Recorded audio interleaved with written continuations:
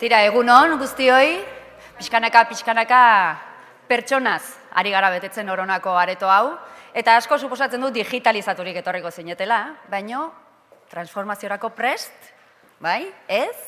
Bueno, pertsonak, digitalizazioa eta etorkizuneko transformazioaren erronka. Ongi etorri, enpresarian azokako 4. edizio honetara. Lehenik eta behin, mila esker, gerturatu zareten guztioi. Enpresa, elkarte, administrazioa, ekintzaileak, denetarik elkartu gara, etorkizunera begira jartzeko. Iritziak partekatzeko eta lankidetzarako prest. Mila esker ere, streaming bidez jarraituko gaitu zuen milaka jarraitzaileoi, zuek ere etxetik, etxean bezala sentitu zaitezte. Gogoratu behar dizuet ere, enpresarian azoka 2018 traolaren bidez, zabaldu ditzakezuela zuen irudiak, zuen iruzkinak, ideiak, negarrak, pozak, aserreak nahi duzuen guztia. Eta wifia ere erabiltzailea Orona Fundazioa Guest eta pasaitza orona.ideo. Euskaratik eta euskaraz. Ireki ditzagun begiak euskaraz inspiratzeko. Arindu ditzagun buruak euskaraz berritzeko. Piztu ditzagun mingaina euskaraz eragiteko. Elkartu ditzagun indarrak euskaraz lan egin eta bizitzeko. Eta hori esan da, has gaitezen ja, holtza berotzen, gaurko hizlari eta edukiekin ez dugu eta hotzik pasako. Dakizuen bezala, gaurko eguna 5 bloketan banatuko dugu. Lehenengo zatian, ekonomia eta pertsonei buruz hitz egingo dugu. Eta ondoren, 11 kaldera, kafetxo bat hartuko dugu txutxumutxuan eta ibili ahal izateko. Digitalizazioaren eta eraldaketaren paradigmak deskubrituko ditugu. Batzuk, etorkizuna aurreratzeko prest etorri omen zarete. Neri horrek ere beldur pixka bat sortzen dit. Baina, tira, aurrera. Eta eraldaketaren ideia bizi-bizirik dutenak gaurko ekintzaileak. Lehiaketan 2.000 euro irabazteko prest etorri diren fenomenoak. Lagunok badakizue, ni zorrotza izanen naiz eta horretarako 3 minutu besterik ez. Arin, Eta, esan behar dizuet ere, jardunaldi guztian zehar, muxote potolo bat izanen dugula hemen, gure irudikatzen, esaten ditugun guzti horiek irudikatzeko prest, Mirian, kaixo, espero dugu gaurko hizlariek ideia garrantzitsuak ekartzea, bestela jai duzu, Eskerrik asko, Mirian. Eta, nik hitz egin du nahikoa, zuek hartuko duzue hitza, eta agian solasalditxo batera edo sartuko naiz, baina batez ere zorrotza izanen naizelako, denbora kontuan izanen dugulako, garrantzitsua izanen da, bai? Eta zirikatzeko asmorik gabe datozenak, enpresarean azokako antolatzaileak eta babesleak. Jaso ditzagun urrenez urre, Robert Gutierrez, bai Euskarari Ziurtagiriko zuzendaria, Luis Intxauspe, Hernaniko alkatea eta Markel Olano, Gipuzkoako diputatu nagusia.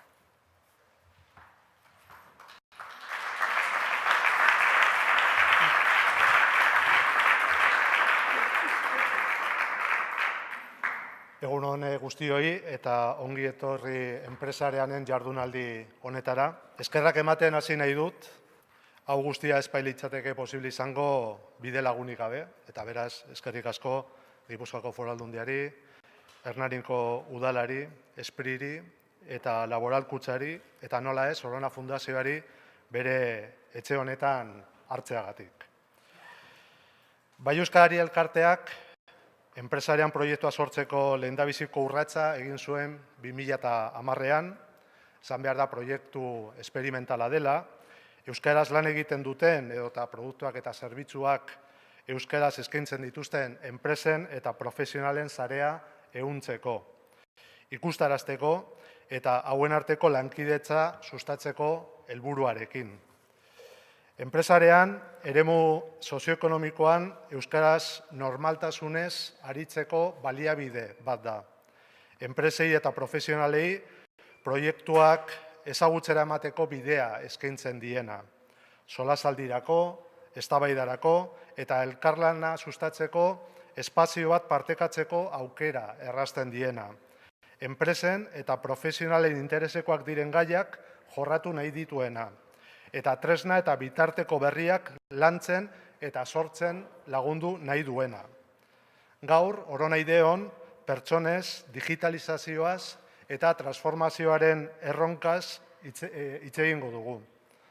Industria 4.0, industria iraultza berria, digitalizazioa, transformazio digitala eta lanaren automatizazioa dira besteak beste, zuzenean edo zeharka eragiten diguten hito esanguratsu batzuk. Enpresa, ekonomia eta lanaren etorkizuna galderez beterik dator. Aukera eta mehatxoekin, iritzi eta proposamen oso desberdinekin. Eta horiek ulertzeko eta horiei erantzuteko saiakera izango da enpresarearen azokaren 4. edizio hau. Euskarak balioa ematen dio lurralde honetako alor sozioekonomikoari, euskaraz eta euskaratik gure ekarpena egin nahi dugu bilgune honetan. Ongi etorri beraz, Bai Euskari Elkarteak enpresarearen bidez eskaintzen duen bilgune honetara, eta espero dugu gaurko jarduna oparoa izatea guztiontzat. Mila esker.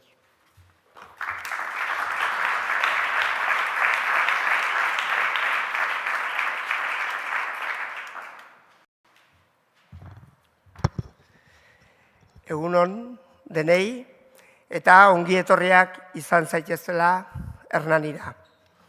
Lehenik eta behin, eskerrak eman nahi dizkiot Bai Euskarari Elkarteari eta enpresarean antolakuntzari gaurko jardunaldi hauek, 2. aldiz behintzat, Hernanin egiteagatik. Eta Hernanin gaudenez, gure herriko esperientzia bat kontatuko dizuet labur.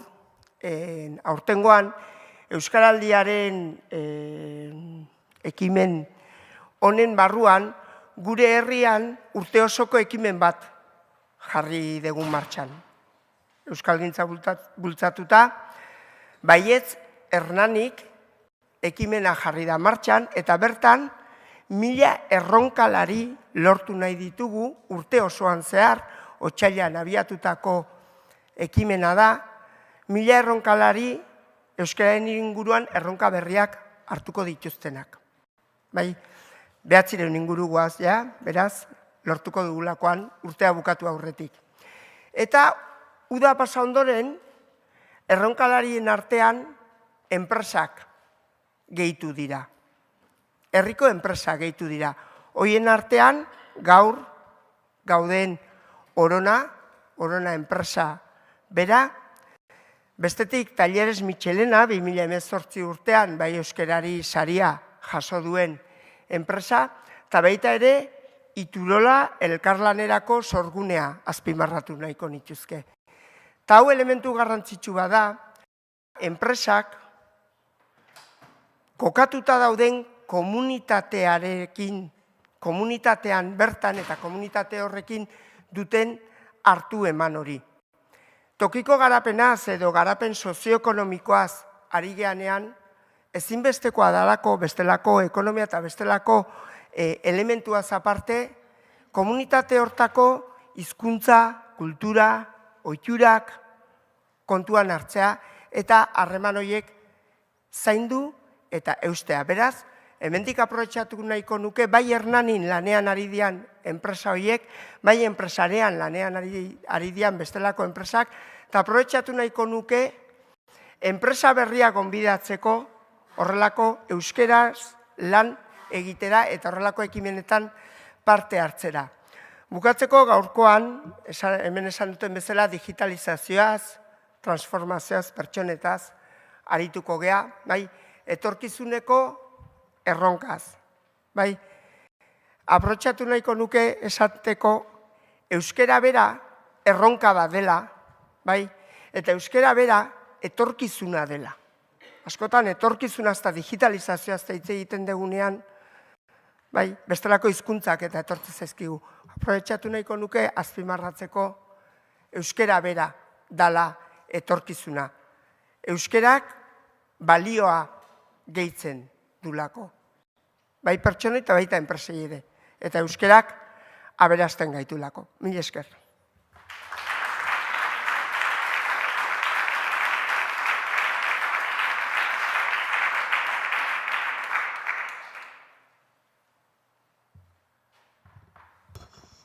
guztioi.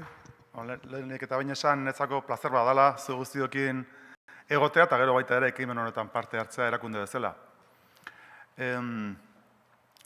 Euskalgintza munduan oso edatua dagoen ideia bada gure hizkuntza une honetan, justu une historiko honetan bidegurutze batean dagoela, ez?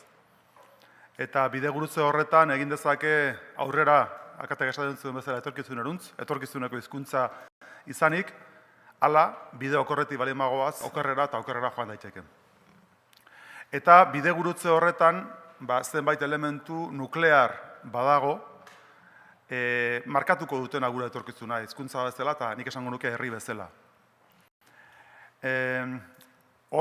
Oraintxe sartu baino lehenago zea komentatzen genuen gure artean nola Euskaraldiak astindu berri bat eman digun. Eta astindua ematen digu herri bezala justu giltzarri den elementu batean da Euskararen gure hizkuntzaren erabileran. Hor, bide horretan aurre egiten baldin badugu, eta benetan transformazio eraginkor bat ekartzen baldin badugu gure herrian, garbi daukagu, bide honetik joango dela hizkuntza, erabileran aurre egiten baldin badugu. Eta hor dauzkagu mugak, eta dauzkagu ezinak, eta dauzkagu oztopo oso larriak. Askotan aipatzen da, belaunaldi berrien sozializazio horretan, euskarak muga handia dituela. Eskolan oso indartsu dugula hizkuntza, baina eskolatik kanpora irtetzerakoan hor daudela arazo nagusiak. Guk uste dugu hor elementu importantea daudela, eraginkorrak direnak, bati heldu diogu Foru Aldundi bezala, eta hori izango litzateke nerabeen, gazteen erregistroari, nola eskolako erregistrotik kaleko erregistrora pasa beharra daukaten da hor, ikus-entzunezko edukiek importantzia handi daukaten da hor, sortu dugu bideo izeneko laborategi bat Tabakaleran, ikus-entzunezko euskara sortzeko. Baina, oso handokan nik, orain dela 3 urte, Patxi Saez Beasaindarrak nola idatzi duen artikulu mamitsu bat, izena zuena elefantea ikusi. Eta hor, aipatzen zuen bere uste zeintzan elefantea, alegia gu daukagun erronka importanteena. Eta zan, euskara lan munduan sustatzea. Hori izan beretzako funtsezko elementua. Justu, bidegurutze honetan aurrera egin dezagun. Eta horregatik da, niretzako oso importantea eta horren importantea gaur daukagun azoka, eta gaur daukagun hemen bilkura, enpresen bilkura hau. Hain zuzen ere, Gipuzkoa mailan, da Euskal Herri mailan, aintzindaria zareten enpresak zaudetelako hemen kultura bat eta gauzak egiteko modu bat garatzen hasi garelako, eta horrekin aurrera pauso importanteak emateko aukera daukagulako. Beraz, besterik gabe, izan dadila gaurko jardunaldia mamitsua guztiontzako, eta jakin ezazue, eta nik hori publikoki azpimarratzen dut, Foru Aldundia bide lagun izango dela bide guzti honetan. Eskerrik asko.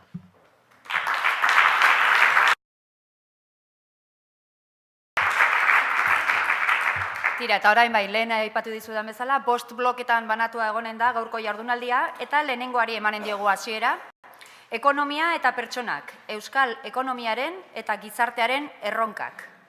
Ikerketaren itsaso sakonetik etorrita eta lehiakortasunaren txanpa hartuta, orkestrako zuzendaria den Mari Jose Aranguren dugu gurekin. Mari Jose.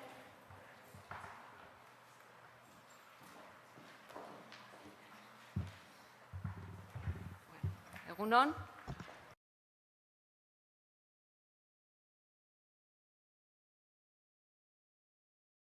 Euskerako kontekstu batean, gai hauek, ekonomiako eta garapeneko gaiaz aritu alizatea, eta eskertzeiot, bai euskarari eta enpresariani gonbitea, azoka honetan, gure analiziak eta gure refleksioak ere partekatu ahal izateagatik.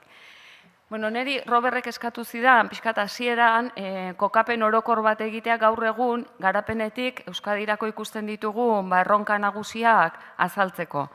Orduan, egin berri dugu lehiakortasuneko analizi bat, lehiakortasuneko txosten bat egiten dugu, orain lehen 2 urte oro eta orain urte oro hasi gera egiten, eta orduan, hortikan adierazle bakan batzuk hartu ditut, eta hoien inguruko refleksio bat eta hoietan oinarritutako erronka batzuk partekatuko ditut.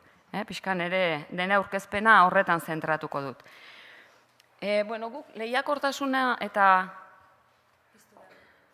piztu. Barkatu. Ja está. Vale, eskerrik asko. Bueno, lehiakortasuna aztertzerakoan, erabiltzen dugun markoa, batez ere adierazleak antolatzerakoan ondorengo marko hau erabiltzen dugu. Alde batetik, ze emaitza bilatzen ditugun gizarte bezala.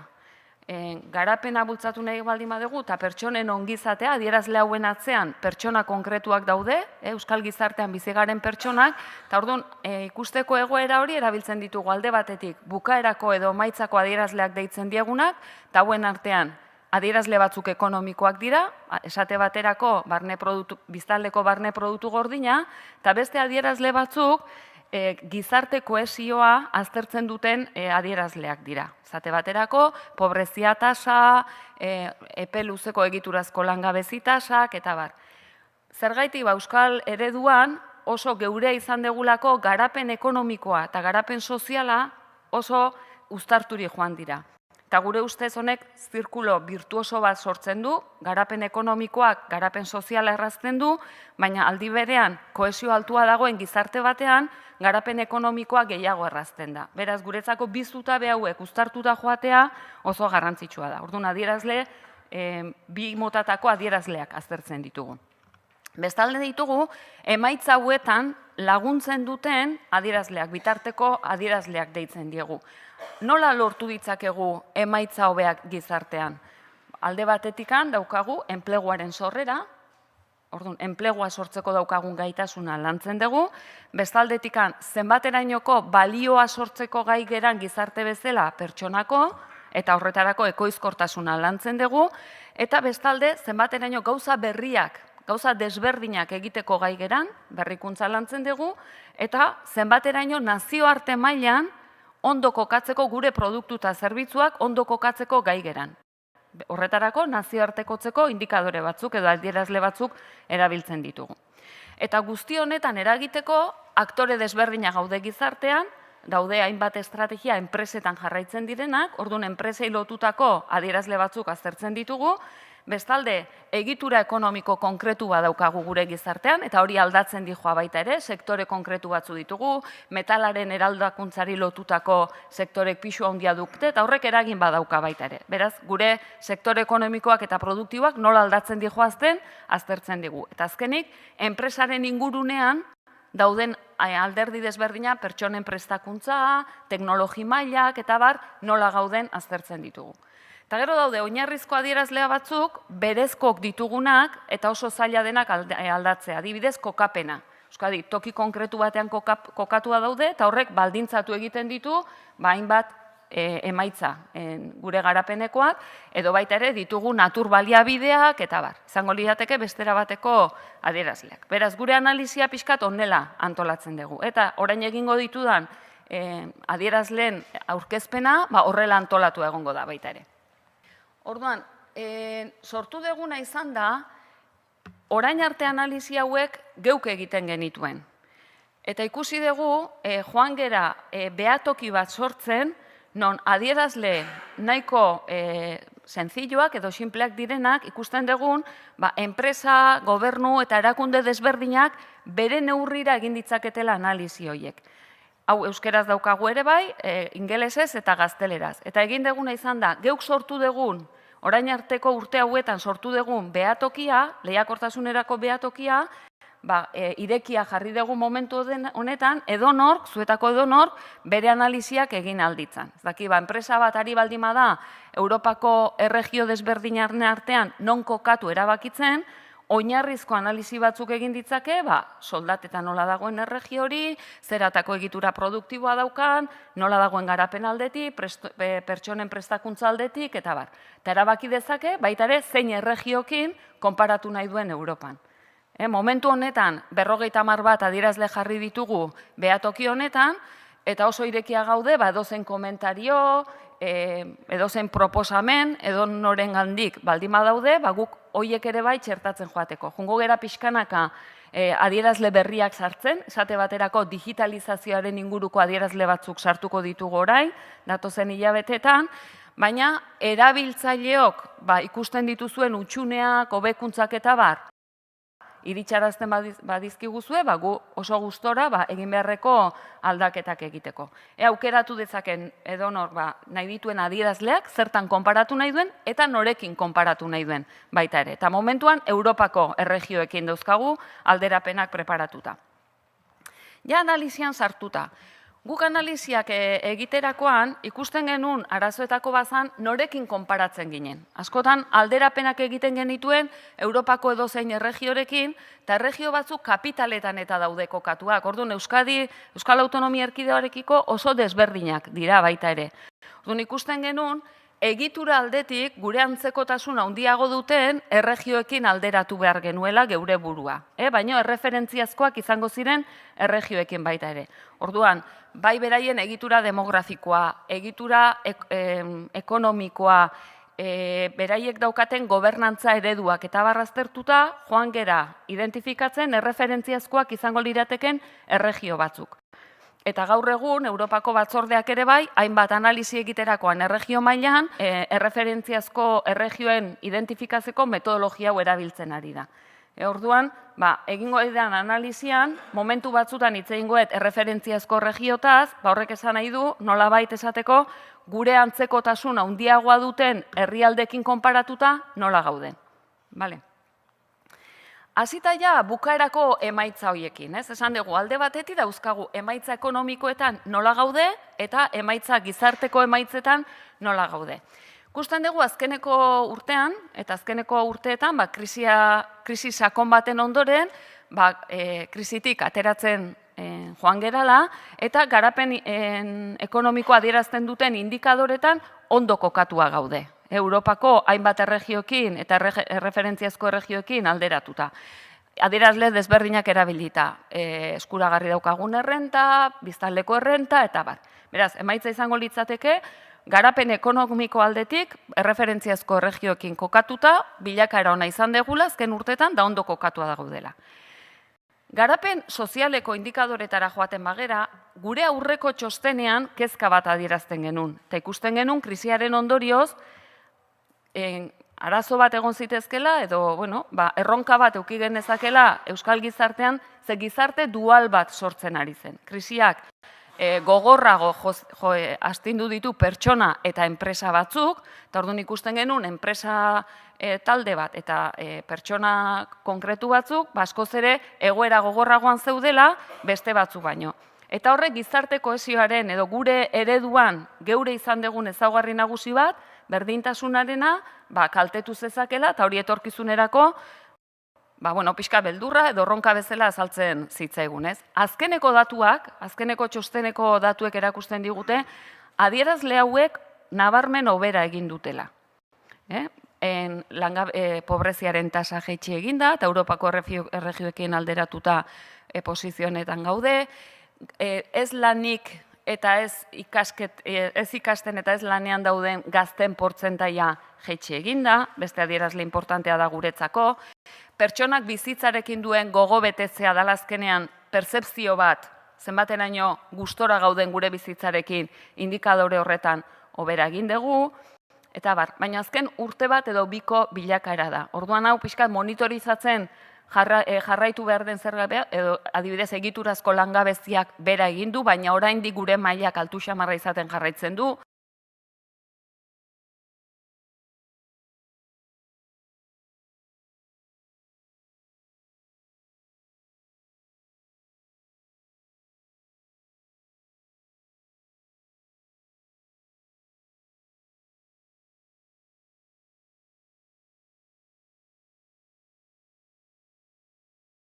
Eta orduan, honetan zikloak asko eragiten du. Orduan pixkat hori, aztertzen eta baloratzen jun behar den zerbait da. Sartzen baldin bagera bigarren mailako indikadoretan, esaten genuen enpleguaren sorrera, ekoizkortasuna, nazioartekotzea eta berrikuntza lantzen ditugula.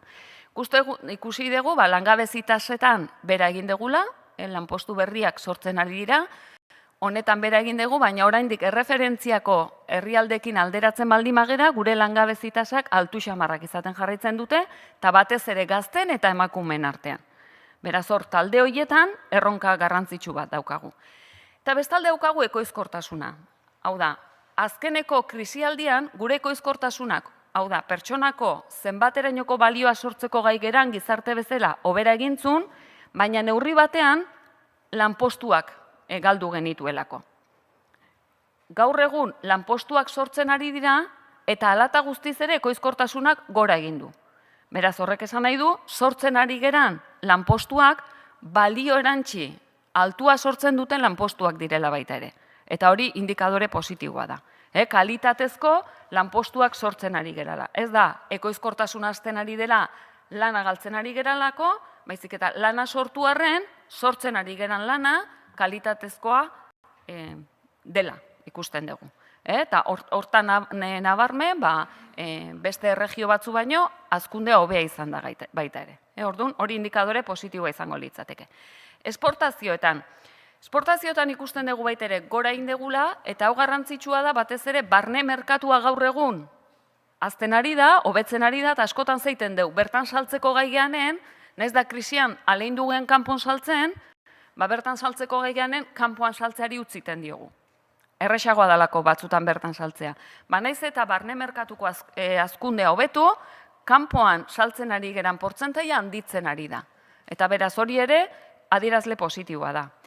Beste adierazle positibo bat ikusi dugu, esportatzen duten enpresen kopuruak krisi ondoren gora egin du nabarmen. Krisian zehar, hainbat enpresa lehen esportatzen ez dutenak esportatzen hasi dira, eta gainera esportatzen jarraitzen dute. Ez da urte batean esportatu dutela eta gero utziten dutela.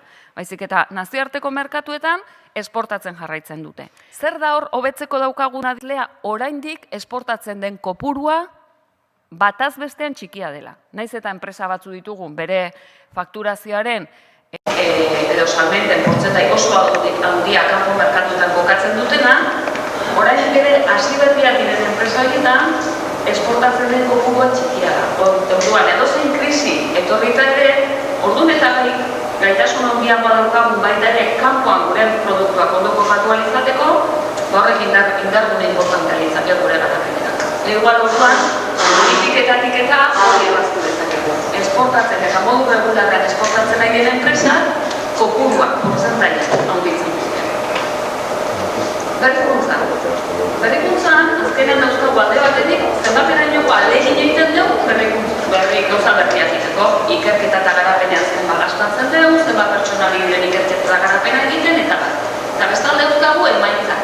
Eta horren ondorioz, zenbat marka berri registratzen dugu, zenbat diseinu berri dauzkagu, zenbat patente berri dauzkagu, zenbat produktu edo fakturazio gehiago daukagu produktu berritzaileak saltzeagatik, eta orduan ikusten dugu oroak berrikuntzako emaitzako indikadore hauetan pixkat hobetu egin dugu. Baina izan da neurri batean baita ere, ikerketa eta garapeneko gastuak moderatu edo jaitsi egitelako krisian zehar da. Orduan, efizientzia hobetu egin da, oraindik margena dago, efizientzia hori hobetzeko, baina epe ertain eta luzera ikerketa eta garapenean esfortzua ez baldin badugu mantentzen, gauza berriak etorkizunean sortzeko gaitasuna bermatu egon daiteke. Orduan, esfortzu hori gaitu behar daukagu baita ere, datozen urteetan. Izango litzateke pixkat horietan jasotzen dugu. Sektoreak, bestalde, sektoreari dagokienean, daukagun espezializazioa oso lotua dago betitik metalaren eraldakuntzari. Eta egia da, metalaren eraldakuntzarako daukagu produzitzeko gaitasuna, dauzkagu gaitasun teknologikoa eta dauzkagu gaitasun zientifikoak. Hiruak uztartuak dutea, sektore horiek garapenean asko laguntzen du, sektore horiek gauza berriak egiten, eta bat. Joan baita ere, metalaren eraldakuntzari oso lotuak dauden sektoretan, hainbat sektore berritara diversifikatzen. Hau da, enpresa batek saltzen baldin bazio leheno adibidez automozioari, eta ikusten baldin bada sektore hau honek etorkizunean mehatxu batzuk izan ditzazkela, hainbat eta hainbat enpresa metalaren eraldakuntzako produktuak undira egiten osasun sektorerako, edo aeronautikarako, edo beste sektoretarako. Beraz, diversifikazio hori guk egiten dakigunetik ondo joan da eramaten. Euskal gizartean eta hori positiboa da. Zer gertatzen da, oraindik ere, gure sektoren artean dauden loturak oso altuak direla. Orduan, sektore bati, edo metalaren eraldakuntzan eragiten duen sektore bati eragiten dion mehatxua baldin badator kanpotik, orain, Hego Ameriketako merkataritzako regulazioekin eta gertatzen den bezala, horrek bati eragiten baldin badio, beste sektore asko prestatzen dituela oraindik. Beraz, oraindik diversifikazio estrategietan jarraitu behar daukagu. Aurrera pausu nabarmenak eman dira, ahalegin handiak egin dira, ikusten da, enpresa asko produktua diversifikatzen eta sektoreak eta jarduera diversifikatzen fundirela, baina oraindik ere lotura handia dago gure sektoren artean, edozein krisi baldin badator. Lotura hauetako parte bat ikutzen diona, besteak mugitzen zuen. Ordu pixkat hori izango litzateko daukagun erronka. Eta azkenik pixkat, enpresaren inguruneko ez daukatiak. Pertsonen prestakuntza eta pertsonen prestakuntzari dagokionean nola gauden. Hemen ikusten dugu, oroak, goi mailako ikasketetan, prestakuntza maila altua dago. Euskadi, beste regioekin eta konparatuta, prestakuntza maila altua. Lanbide heziketan aurrera pausu nabarmenak eman dira, baina oraindik ere lanbide heziketari buruz daukagun bizioa askotan egiten du gutxietsi lanbide heziketak aportatu dezaken balioa unibertsitate ikasketekiko. Hori kulturan oraindik nahiko sartua daukago eta gure industria egiturak lanbide heziketako prestakuntza, industriari lotutako prestakuntza duten profil asko behar ditu. Eta behar handiak, zuloak eta gapak egoten ari dira hainbat enpresetan, profil konkretu batzutako profesionalak bilatzeko zaitasuna. Orduan ez eta bultzada handia eman zaion lanbide heziketako ikasketei da bat, oraindik ere bultzada handiagoa eman behar diogu horri. Eta batez ere, hemen oso garrantzitsu ikusten dugu, lan mundua eta hezkuntza munduak gero eta elkarlan fuerteago egin dutela. Zer, lan munduan behar diren profilak hain azkar ari dira aldatzen, ez baldin baditugu azkar aldatzen baita hezkuntza sistema programa profil horietan egokitzeko, azkenean behar ditugun profiletan zaitasuna ditugulako pertsonak egokitzeko. Orduan, hor prestakuntza duanetan ematen ari diren aurrera. Oso garrantzitsuko baten ari dira, baina hortik segitu beharko. Eta bain labur-labur, ez dela hurrengoa jarrapatzeio, gentzioen bat egin bat egustatzen, hurrengoa bukatu ezin da. Ordu, 6 erronka, azpimarratuko ditut pixka hau denak kontuan izan da. Egia da, datuak eta pixka analiziak nahiko aurpegi positiboa azaltzen digu momentu honetan. Baina egia da, ziklo ekonomikoaren momentu honak izan ditu, azken hiru guzpata urtean. Aurreikuspena ez adierazten digute, hazkundea txikitzen joango dela, dauden bat ziurgabezia mundu mailan, Brexita, Trumpen politika guzti hauek, bestalde ikusten dugu erronka handia daudela, erronka sozial eta ingurumeneko erronka garrantzitsua ditugula, aldaketa klimatikoa, aldaketa demografikoa, eta beraz, haizeak, datozen urteetarako ikusten ditugun haizeak, ez da hain positiboa. Prest egon behar dugu baita ere, esan ditugu etxeko lan hauek egiten funda, ze etorrik berriro ere, etorri daitezke, eta indikadore batzu behintzat hazkundeari dagozkimak eta aurreikuspenak hori adierazten digute, ziurgabezi altuak daudela, eta dauden aurreikuspenak ez direla hain positiboa. Egia da, hainbat eta hainbat erronka horietako asko, mehatxu bezala hartu beharrean, aukera bezala hartu ditu. Hau da, aldaketa klimatikoaren inguruan, lanpostu eta enplegu eta jarduera ekonomikoa sortzeko aukera apartak egon daitezke, ekonomia zirkularrari lotutakoak, eta bat, edo aldaketa demografikoak, zahartzen prozesuak eta bat, aldaketa batzu sortzen dituzte gizartean, baina horrek ere, lan aukera batzu sortzen ditu, jarduera ekonomiko beraz, gure begiradak izan behar nuke aukera bezala hartu eta zer egin dezakegun kejatzen dut garren, aukera bezala ikusi eta honen aurren zein dezakegun ikusi eta saiatu horren aurren hartu behar ditugun estrategiak hartzen. Baina abagune ekonomikoa aldakorra da eta egun asko eragiten du adierazle hauetan eta Bigarrena, enplegua. Enpleguaren alorren esan dugu, hobera egin dugula, baina oraindik hainbat kolektibotan, batez ere emakumeetan eta gazteetan, langabezi tasak altuak direla. Honez gain, automatizazioa lanpostuen ezaugarriak asko aldatzen ari da. Beraz, oso atento egon behar dugu ze aldaketa eskatzen dizkigun automatizazio prozesu hauek pertsonen profiletan egin behar diren egokitzapenak egiten joateko. Bestela aurkitu gintezke pertsona asko langabezian eta enpresa asko profil konkretu batutako pertsona behar dituzte, baina ez dituzte aurkitzen bertan. Daudenean pertsona, hainbat eta hainbat pertsona langabezian. Beraz, automatizazioaren eraginak nola eragingo duen aztertzen eta ikuskatzen egon behar dugu, behar diren neurriak aktualizatzeko baita. Eta esan duguna, gizarte erronkak, eta euskagun gizarte erronkak eta ingurumeneko erronkak aukera bezala hartu baita ere lanpostu berriak sortzeko. Esan dugu, enplegua sortzeko oso garrantzitsua da enpresak gai izatea hemen saltzeaz gain, lurralde txikia dira, kanpoan produktuak ondo kokatzeko gai izatea. Merkatu desberdinetan saltzeko gai izatea. Eta horretarako esan dugu bezala, enpresen kopurua, esportatzen duten enpresen kopurua gora egin du, positiboa da, gainera mundu jarraian ari dira esportatzen, baina ikusi beharko dugu nola lagundu daitekeen estrategia horietan, enpresa hauek merkatu berrietan ere zan daitezen, eta beraien esportazio kopurua handitu ditaten. Horrek edozein krisi datorkigula, hobeto kokatuko beto berrikuntza.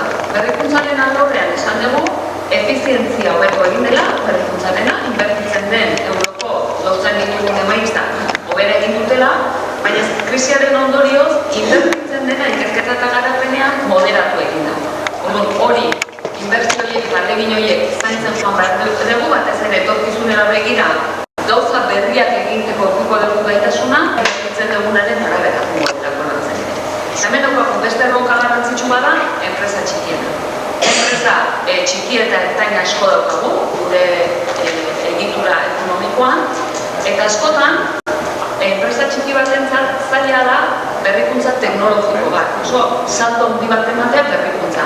Eta askotan, bere berrikuntzak eman daitezke lankidetzan, inguruan dauzkagun aktorekin lanbideko heziketako zentroekin edo zentro teknologikoekin eta lankidetzan, baina honek eskatzen du baita ere, enpresaren barruan berrikuntza ez teknologikoa sustatzea. Hau da, ikaragarrizko aukera sortzen ditu berrikuntza ez teknologikoa, antolaketa ereduak aldatzea, pertsonen parte hartzea enpresetan sustatzeak eta bat, azkenean pertsona bakoitzak aportatu dezakena enpresako proiekturako berez mugituta, askoz ere altuagoa delako, oso antolaketa jerarkizatu eta zertatzen dena baina. Eta hori literaturak eta esperientziak garbi adierazten du. Beraz, berrikuntza ez teknologikoa, askotan iruditzen zaigu, nolago oso metalaren eraldakuntzari eta lotutako ekonomian eran, zerbait berrikuntza izateko materiala izan dakuna, makina baten edo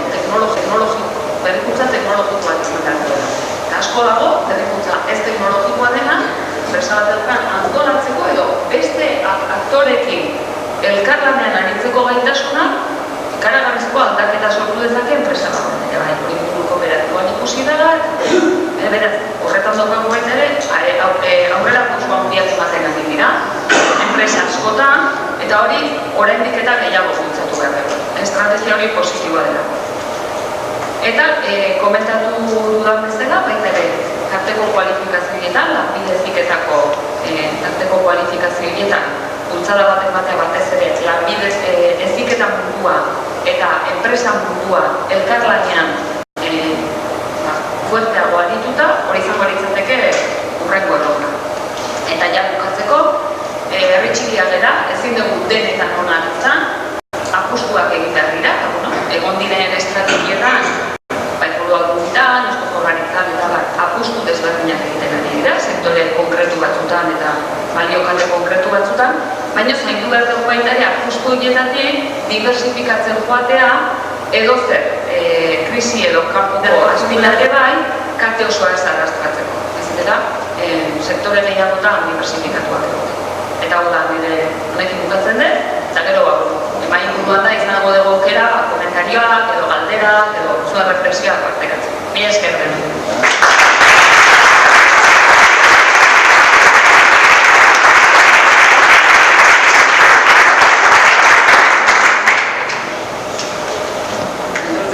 Denboraz pasako zela, baina ez, oso egin eruzatu. Bueno, batzuk ados egoen zarete, agian beste batzuk ez hain ados, eta ikuspegi eta faro ezberdinak ditugu gaurkoan. Gorka Juliok ere, Talaios Kooperatiba herrilatik etorritako gure piratak, piztuta dauka jada faro teknologikoan. Gorka, prestaude, itzazure duzu, aurrera.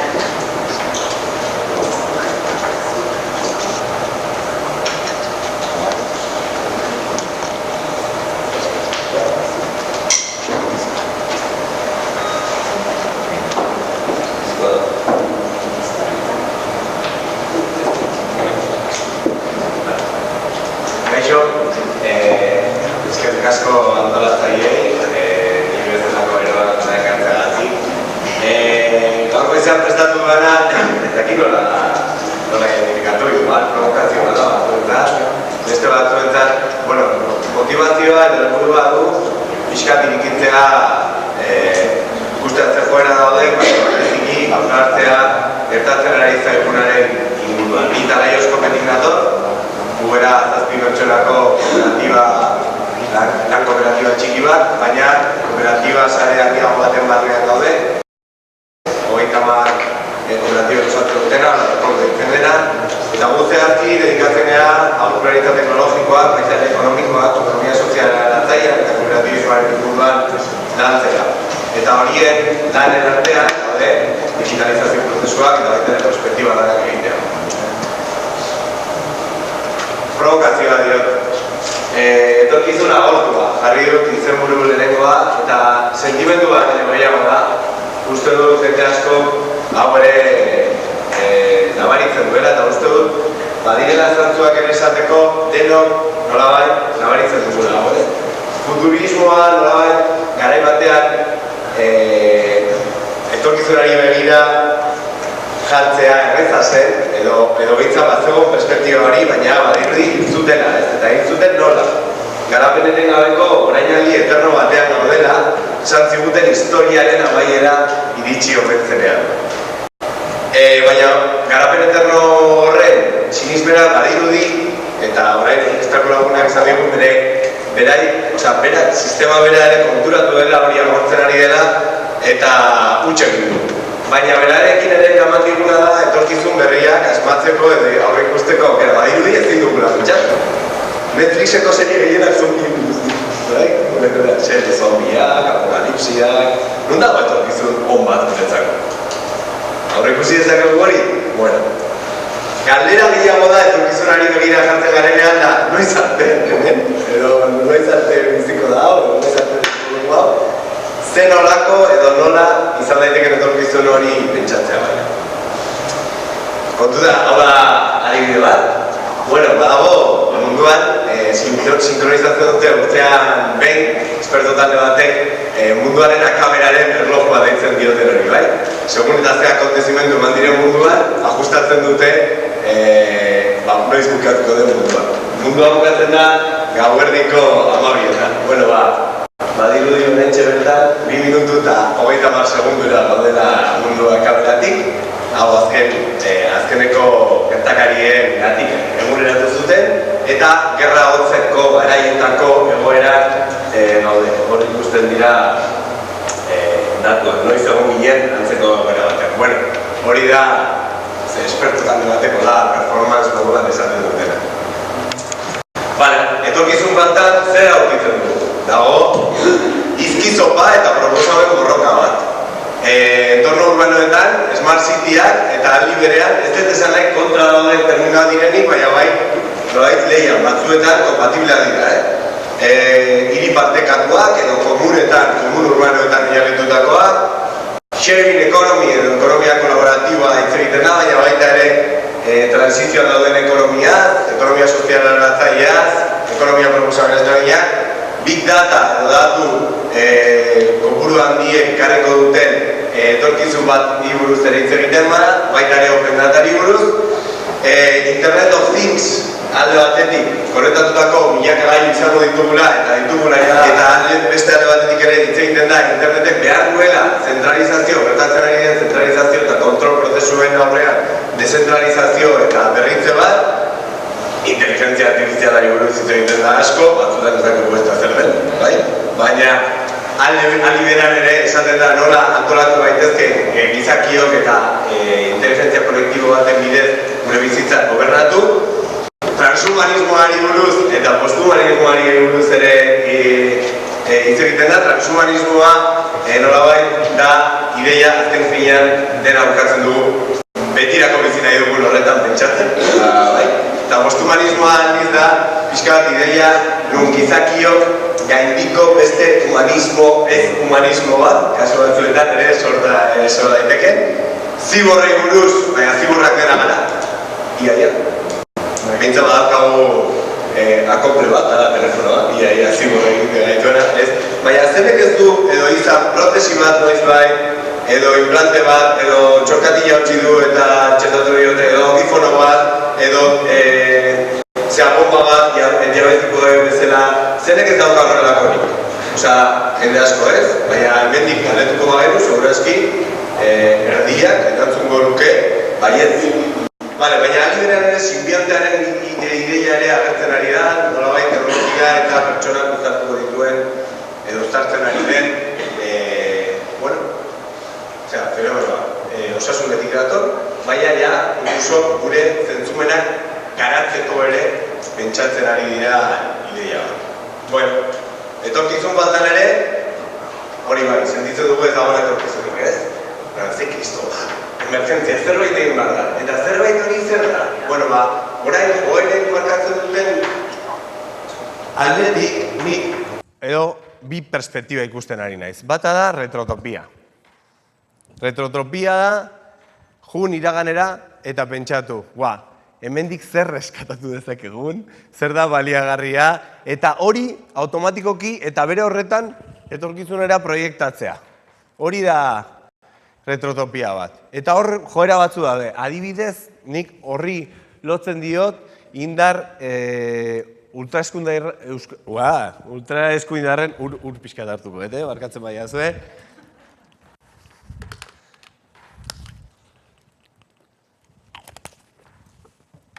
Hartzen ari diren indarra Europan bereziki, baina bai mundu osoan. Eta beste pultsio bat da soluzionismoarena. Hau da, arazoak sortu ditzakegu bai, baina denak soluzio ganagarria direla pentsatzen duen filosofia bat. Bereziki teknologia txertatzen dugu eta soluzioak posible direla teknologiaren bidez dion uste bat. Horregatik adibidez nik lotzen dut hor teknokapitalismo basatiarekin eta nola zenbait pertsonai, bereziki gizon, txuri, heterosexualak, Ameriketan bereziki bihurtu ditugun gure gizartetako eroiak. Bai, Amazoneko burua, edo Teslako burua, Elon Musk, eta bar, eta bar. Bale. Bat edo beste, edo bat eta beste. Eta hau da, ideia provokatzaile bat, baina joerek bi ardatz horiek badaudela, edo leian daudela, edo batzuetan ikuso bateragarri egin daitezkela ikusten da.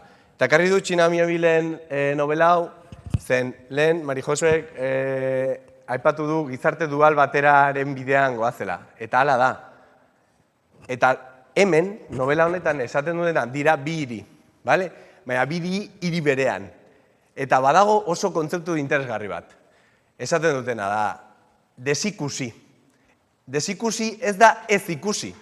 Baizik, ondokoa ez ikustea, baizik eta ikusi duzun arren ez dela existitzen pentsatzea. Eta hortara goaz, gugoaz gizarte desberdintasunetan oinarritutako gizarte bat eraikitzera nun ez dugun ikusi nahi zer egitera goazen ondokoekin. Anulatu egingo dugu, eta hori da gertatu daitekeena. Eta provokazio bezala baino, ja orain proposamen irakurri liburu hau, bale?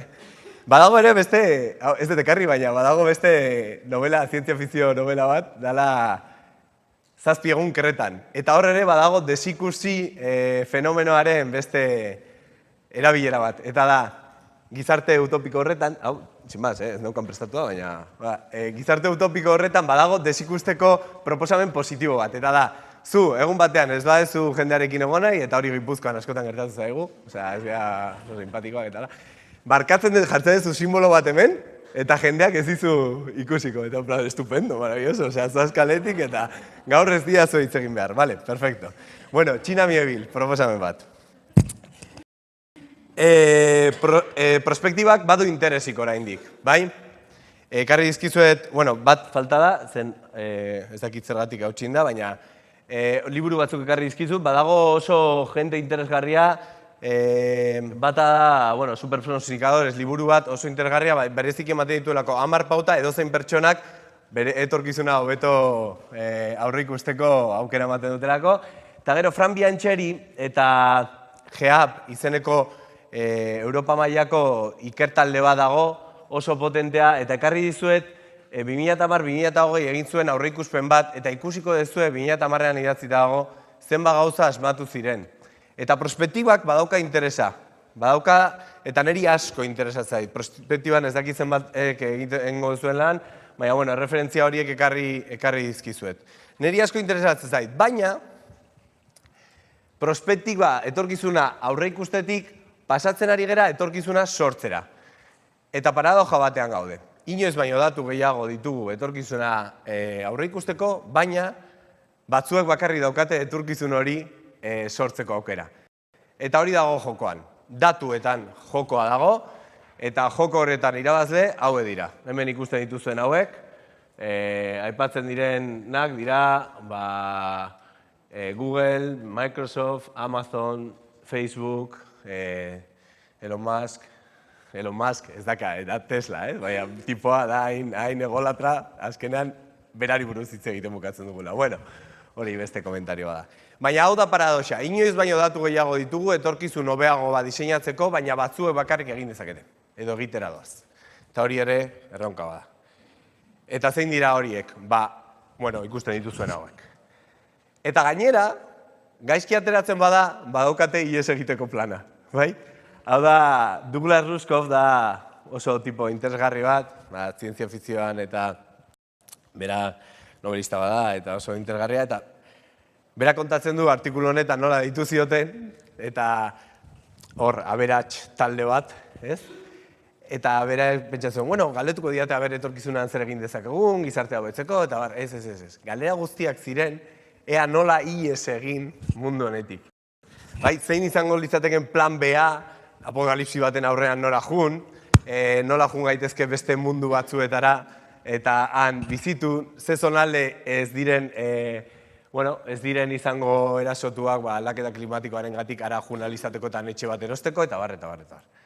Bueno, osea, plan B-a badaukate, bale? Guk ez, inoiz, bai?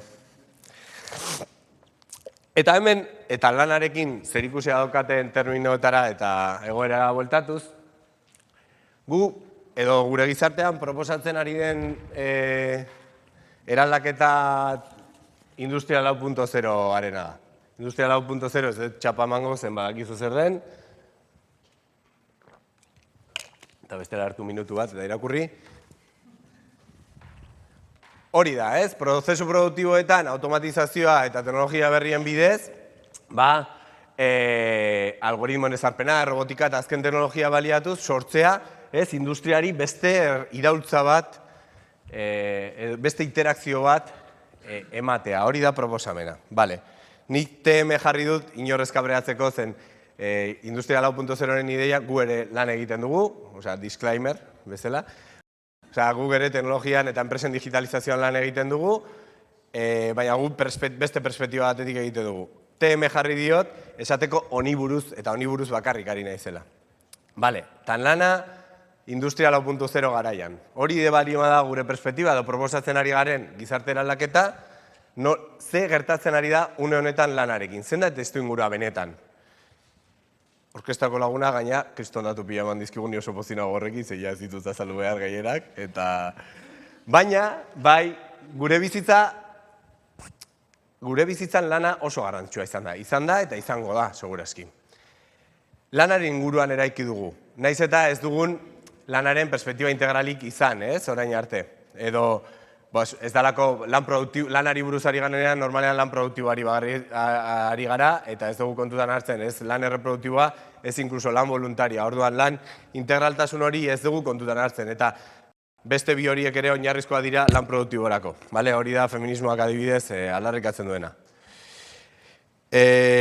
Lanaren prekarizazioa geldiezina da. Uberizazioa ere deitzen diogu kasu batzuetan, plataforma kapitalismoari lotuta dagoenean, baina gauza garrantzitsu bat, lana izateak ez du jada bizigarritasuna ziurtatzen. Oinarrizko errenta jasotzen duten parte handi bat, lana daukate. Edo jende askok 2-3 lan egin behar ditu bizitzeko. Egoera berrira egokitzeko gainera, kriston presioa, hori nahi egin dugu, ez? Hezkuntza, ezagutza berriak, azkar aldatuko da mundua eta zu egokitu hartzara, tsunami bat ematen du. Jode, no? Lasai, ez? Bai, bizi barko gara eta lana garrantzia eta toki bat izan barko du. Baina tsunami bat baliz ezera aurkezte zaigu, langileoi. Eta pertsonak ahaztu dira. Eta pertsonak aipatzen direnean termino hauetan egiten da. Talentua, trade market, edo marka registrada ere. Bai, ezkabreatzeko, ere, baita. Talentua metatu, erakarri, sortu. Zer esan nahi du?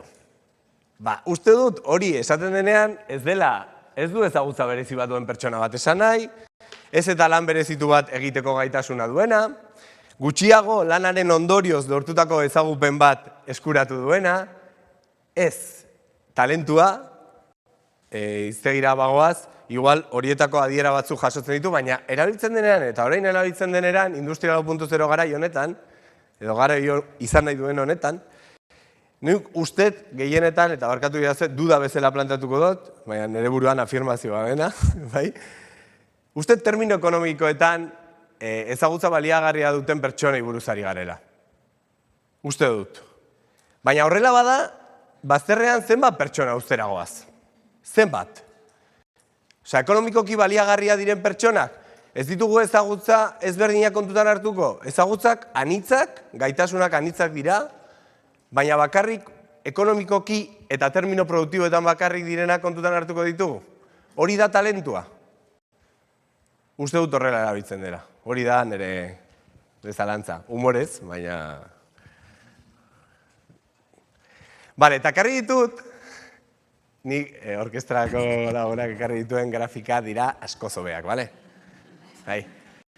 Baina, badaukagu Euskal Herrian gaindegia izeneko, eta Imanol hemen dago presente, beraz.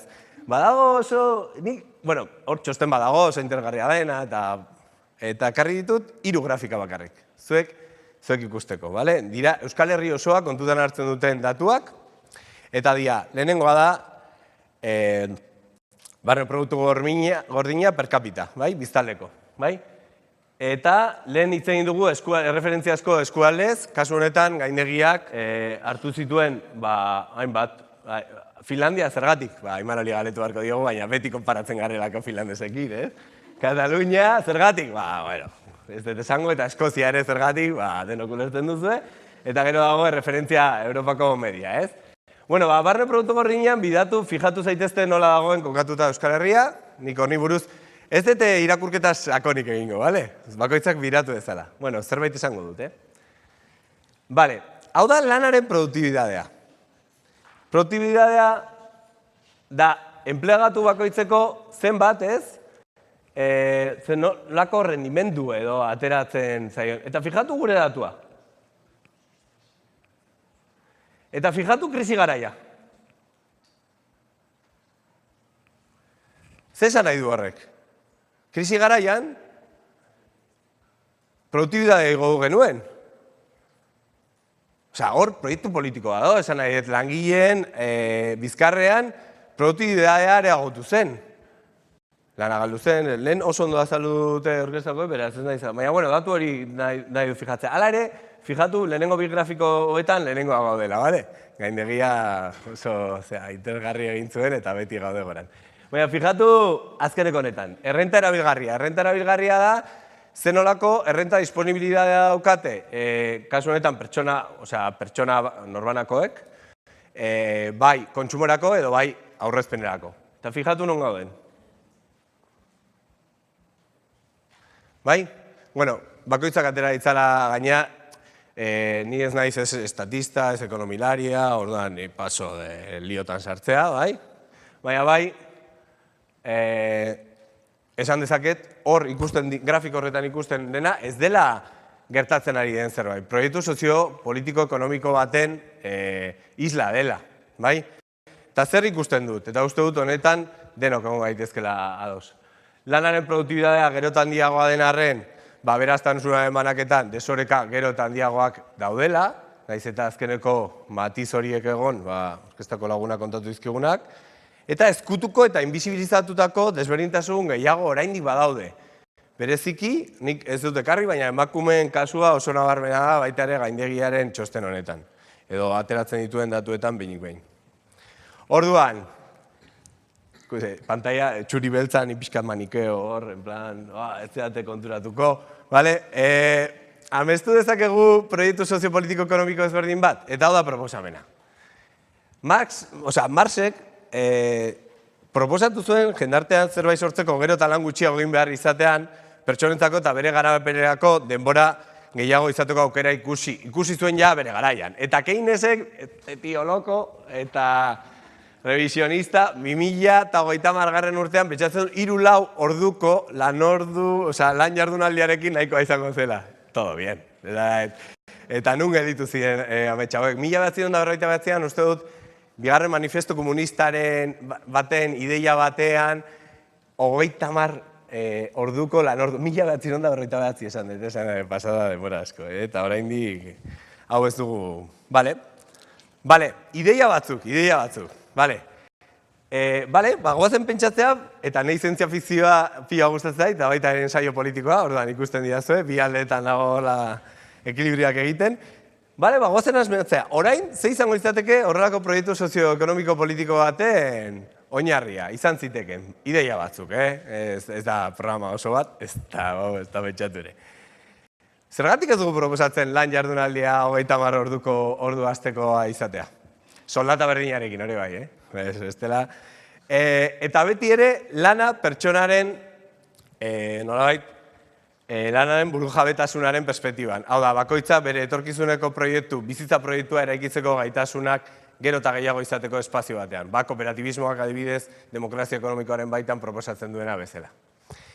Zergatik ez ditugu proposatzen, duintasuna ziurtatzeko oinarrizko errenta, eztabaida oso fuertea da Europa mailan nola txertatu zen. Eztabaida ez dago ja egin edo ez egin, dago nola egin. Izan daiteke proiektu neoliberal bat gehiago, edo benetan gizartearen berdintasunak areagotuko dituen tresna bat. Baina baita ere, zergatik ez dugu pentsio duinak ziurtatzen, zen proiektu politikoa da, ere egin dezakegu, edo soldata minimoa igo, eta bereziki desberdintasunaren aurkako neurri zehatzak. Eta horri lotuta, eta hau ezinbestekoa izango da, bizitzaren sostengarritasuna ziurtatzeko baliabide struktural gehiago behar ditugu. Publikoak, komunak, komunitarioak, era guztitakoak. Baina, nolabait, atenditu gabeko pila bat pertsona utziko baditugu, hau ezinbestekoa izango da. Eta nola ikusten duzuen, baina nik ikusten.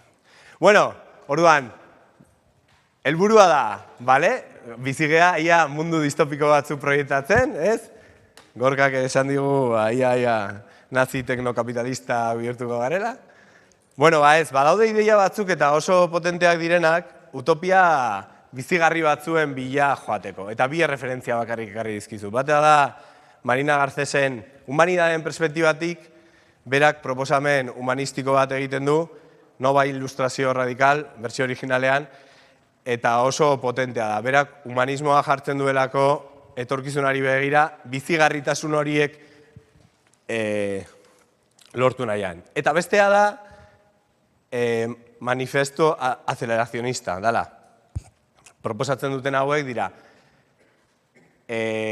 normalean ezkerrean, igual zenbaitzutan, ez da esango orokorrean, egin izan dena da, teknologiaren nolabait teknofobia ere puntu bat ere nabaritu izan da, ez bakarrik ezkerrean, eskuinan ere bai, baina manifestazio azelerazionista proposatzen duena teknologiaren erabilera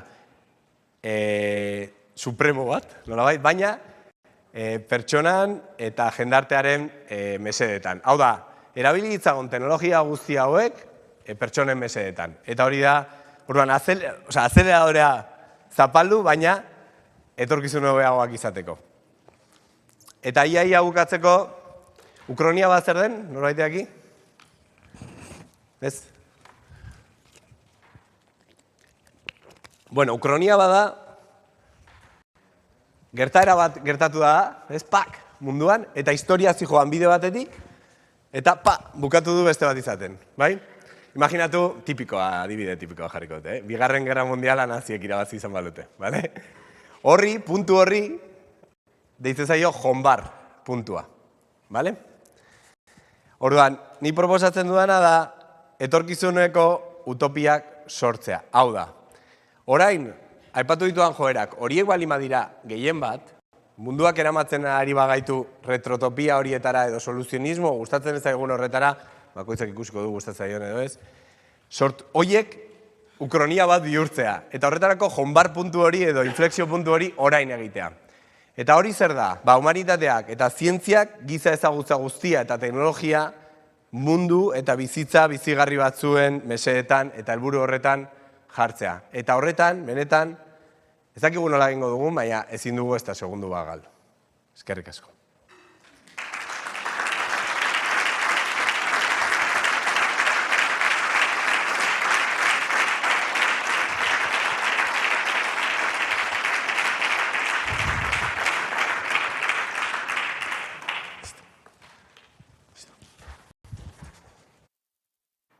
Pentsatzen nuen zerbait gehiago esan bartzen nula, gelitzu zara.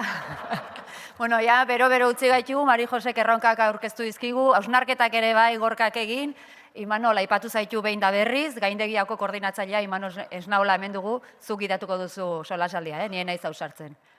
Etorri, nahi duzunean, zuek ere, etorri zaitezte solasaldirako. Eta gehituko zaizkigu beste 3 lagun solasaldian, batetik Gipuzkoako Foru Aldunditik, kudeaketa estrategiako zuzendari nagusia Sebastian Zurutuza, bestetik Fermin Lazkano, enpresetako formazioa eta zerbitzuen arduraduna, IMH-tik, eta Hispabista Labsetik zuzendari exekutiboa den Iker Barrena.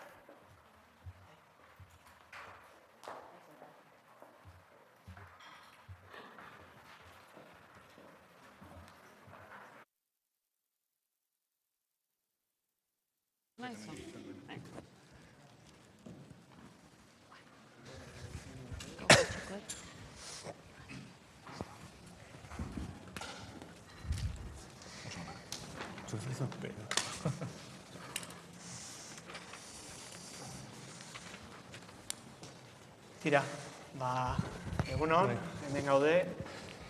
Tarteka baiezkoak emateari ere neurria jarri bertzaio, eta Robert etorri zitzaigunean honekin, eta ideia zaparra da bota genunean, eta izenak, eta berba da, ez genuen gure burua ikusten, justu hain zuzen ere, ariketa hontan, ezta? Hau da, ze eragin izango duen digitalizazioak, izango duen aurrean dugun garai teknologiko berriak gizartean, personengan eta gizartean, ezta? Horri begira, horri begira lagun talde eder bat bildu dugu, baina 45 minutu bakarrik eman dizkigute, eta eskatu digutena da solasaldi bixi bat egiteko. Orduan, nahi baino beranduago, baina lagun hauei bidali nien gidoi horretan, galdera sorta bat proposatzen nien, ez nien esan zein urrenkeretan izango ziren, urrenkera hemen jango gara moldatzen, eta egia da, baduela zailtasun erantzi bat, zain zuzen ere, hemen dugun jendeak bakoitzak zelai batean jokatzen du, eta zelai batean, bere zelai horretan dituen lehentasunak. Orduan, saiatuko gara lehentasun horietatik batura emankor bat osatzen. Sarrera bat idatzita neukan, baina gero onuntzan etorren bitartean, beste ideia batzuk etorri zaizkit, eta gorkak egin duen moduan nik ere halako ari bat hartuko dut sarrera txiki bat egiteko. enpresarearen lehenengo jardunaldi antolatu zenean, bazen Iruñako mutil bat, irudeko impresioan buru belarri zebilena, eta nolabaiteko prospektore lan bat egin zuen esanez, bueno, irudeak daraman bidearekin industriaren lokalizazioa amaitzera doa. Ez dakigu zein epetan, baina guk Iruñatik lan egingo dugu, eta gure metalezko produktuak zuzenean inprimatuko dira, ez dakin da, bueno, ez, geroztikan ezaguna eginda joera hori, baina esan zuenean, eta, bueno, gaizki gogoratzen ez badut, krisiaren industrian jo zuen urte horiek, 2010-11 buelta hortan, 12 buelta hortakoa zen, jende askori alako, ez, otzikara bat eragin zion, ez da?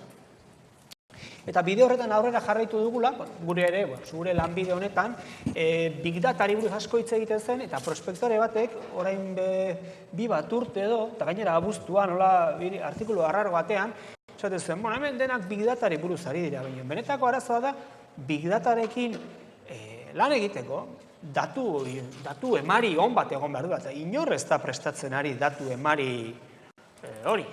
Alegia, Open Datako plataformak bai, baina datu emari ugari hori etengabe entxufatuko dioguna eta esango digutena, ez da, gutxi gora bera nola dauden gauzak. Beraz, nolabait ere, etorkizuna imaginatzen dugu eta gero egunerokoa dago, ez da? Eta egunerokoa, hainbat gauzek baldintzatzen dute, eta nolabait ere hor dago, Gorkak aipatu dituen algoritmoen sortzaile handi horiek alde batetik, eta gero dago guzti horien arteko baturatik etortzen diren ukroniak, ezta? Beraz, garai horretan gaude, eta horrela gabiltzala, aste hauetan, gai jakin bat egokitu zaigu aztertzea, gaindegian, eta hain zuzen ere, elikaduraren inguruko etorkizuna zeinen, ezta? Eta joerak eta dokumentazioa bilatzen ari ginela, transient food, eta, guk euskarara itzuli behar izan dugunez, zizka-mizka jatea deitu diogu.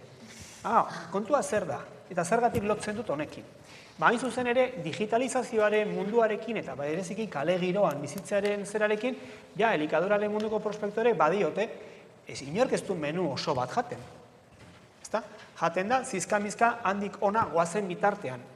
Eta hori bereziki zenbait lanbidetan, zenbait inguru profesional kulturaletan oso indartsu dagoen joera bihurtzen ari da. Eta aurrean baldin badituzu, baserritar mordo bat, eta nola jaten dira babarrunak zizka-mizka zabiltzan bitartean. Eta, hemen azkenean gure elikaduren gama indartsuena, baserritar gehienei soldata bat ematen diena, ez da izaten zera, horrela jatea, baizik eta, babarrunak dira, edo piperra dira, letxua dira, tomatea dira, eta handik aurrera ardoak eta sagardoa. Beraz, digitalizazioak badakartzare pauta kultural berriak, eta askotan ez daudenak asmatuak gure egunerokoa. Gure esatean ekar dezagun Euskal Herrira, eta nahi baldin baduzu Euskal Herri Atlantikora, ezta?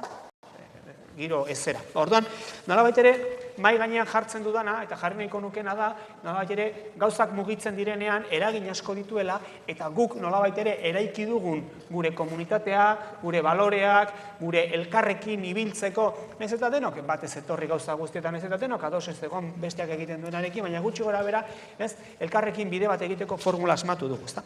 Eta honek guztiarekin, gogoeta bat galderak egiten hasi aurretik, ezta? 20. mende hasieran, Euskal Herria nahiko, sinistuna eta nahiko tradizionalista zen garaian, integrismo katolikoak boto asko biltzen zituen garaian, euskaltzale, abertzaleek, erabaki zuten irakaskuntzan zegoela Euskararen etorkizuna, eta gauza arraro bat egin zuten inork espero ez zuena, eta gaur dago eguna oraindik onartzen ez zaiona, ezta? Zen, pedagogia berritzailearen bide hartu. Eta gerra aurrean, pedagogia berritzailearen bila zebiltzan, bazekitelako lan hori egin behar zutela. Eta horri gehitu zitzaion geroztik, Euskal Prensa. Eta beraz horre egon da, 20. mende hasieratik bukaerara, olatu bat inork espero ez zuen bide batetik joan dena. 21. mendean sortu gara, eta lehen patxi aipatu dugu, eta enpresa, hori deputatu jaunak, nagusi jaunak aipatu du, eta enpresa aipatu dugu, eta orain zertan gabiltz euskaltzaleak eta euskalgintza besteak beste, ezta? Hemen euskaltzale asko dagolako, nahiz eta denok ez euskalgintzan jardun, ezta? Nolabait ere bagabiltza enpresa eta digitalizazioa hitz egiten, beraz, Mundu aldatuko da, behar bada joerak etorreko zaizkigu, baina nik uste dut erronka honean gaudela, baldin eta, esan ez, hori traineruaren gainean jarri eta itsasoari aurrez begiratzen badiogu, ezta? Eta uste dut hortxe gaudela, eta hortarako balio izan dezakela gaurko saioak. Beraz, Fermin Lazkano, IMH, Gorka Julio, Talaios, Iker Barrena, Hispavista Labs, Mari Jose Aranguren orkestra, eta Sebasturutuza, kasu honetan, Gipuzkoako Foru Aldundia, eta gabinetean, estrategia arduretan, zuzendari lanetan. Eta bakoitza bere erronkan, ezta? Galdera orokor bat planteatu diedenei, labur erantzuteko eskatuko diedana, ezta? Eta da, benetan non gaude, digitalizazioa hemen dagoela esaten zaigu, benetan non gaude. Eta galdera jartzen dudanean, erantzun dezake, ez dakit, nahi duenak, Fermin esate baterako, mugitzen ikusten dut, erantzuteko gogoz. Bueno, gauza asko esan daike, baina mugatuta enpresa mundura eta lanaren inguruko ontara, ni uste dut hiru sei esango nuke. Hiru zehatzagiak gertatu direlako, beste hiru badatozelako. Batetik, gero eta ugariagoa da, kalkulo, diseinu, simulazio eta analisirako programen erabilera. Bigarrenik, gero eta ugariagoa dira elementu ziberfizikoak. Ekai inteligenteak, makina adimentsuak eta bar. Horiek danek behar dute datu mordo bat bildu eta datu askorekin lan egin. Beraz, badator eta badaude memoriak eta bada biltzen ari, negozu gero komentatuko ditugu kasuak, beraz, datu multzo erraldoiak erabiltzen hasiak dira. Are gehiago, datu multzo adimentsuak, smart data, ari da pentsatzen gehiagikeriez ote den eta signifikatiboak, esanguratsuak diren datuek erauzi horietatik hori egiten ari da.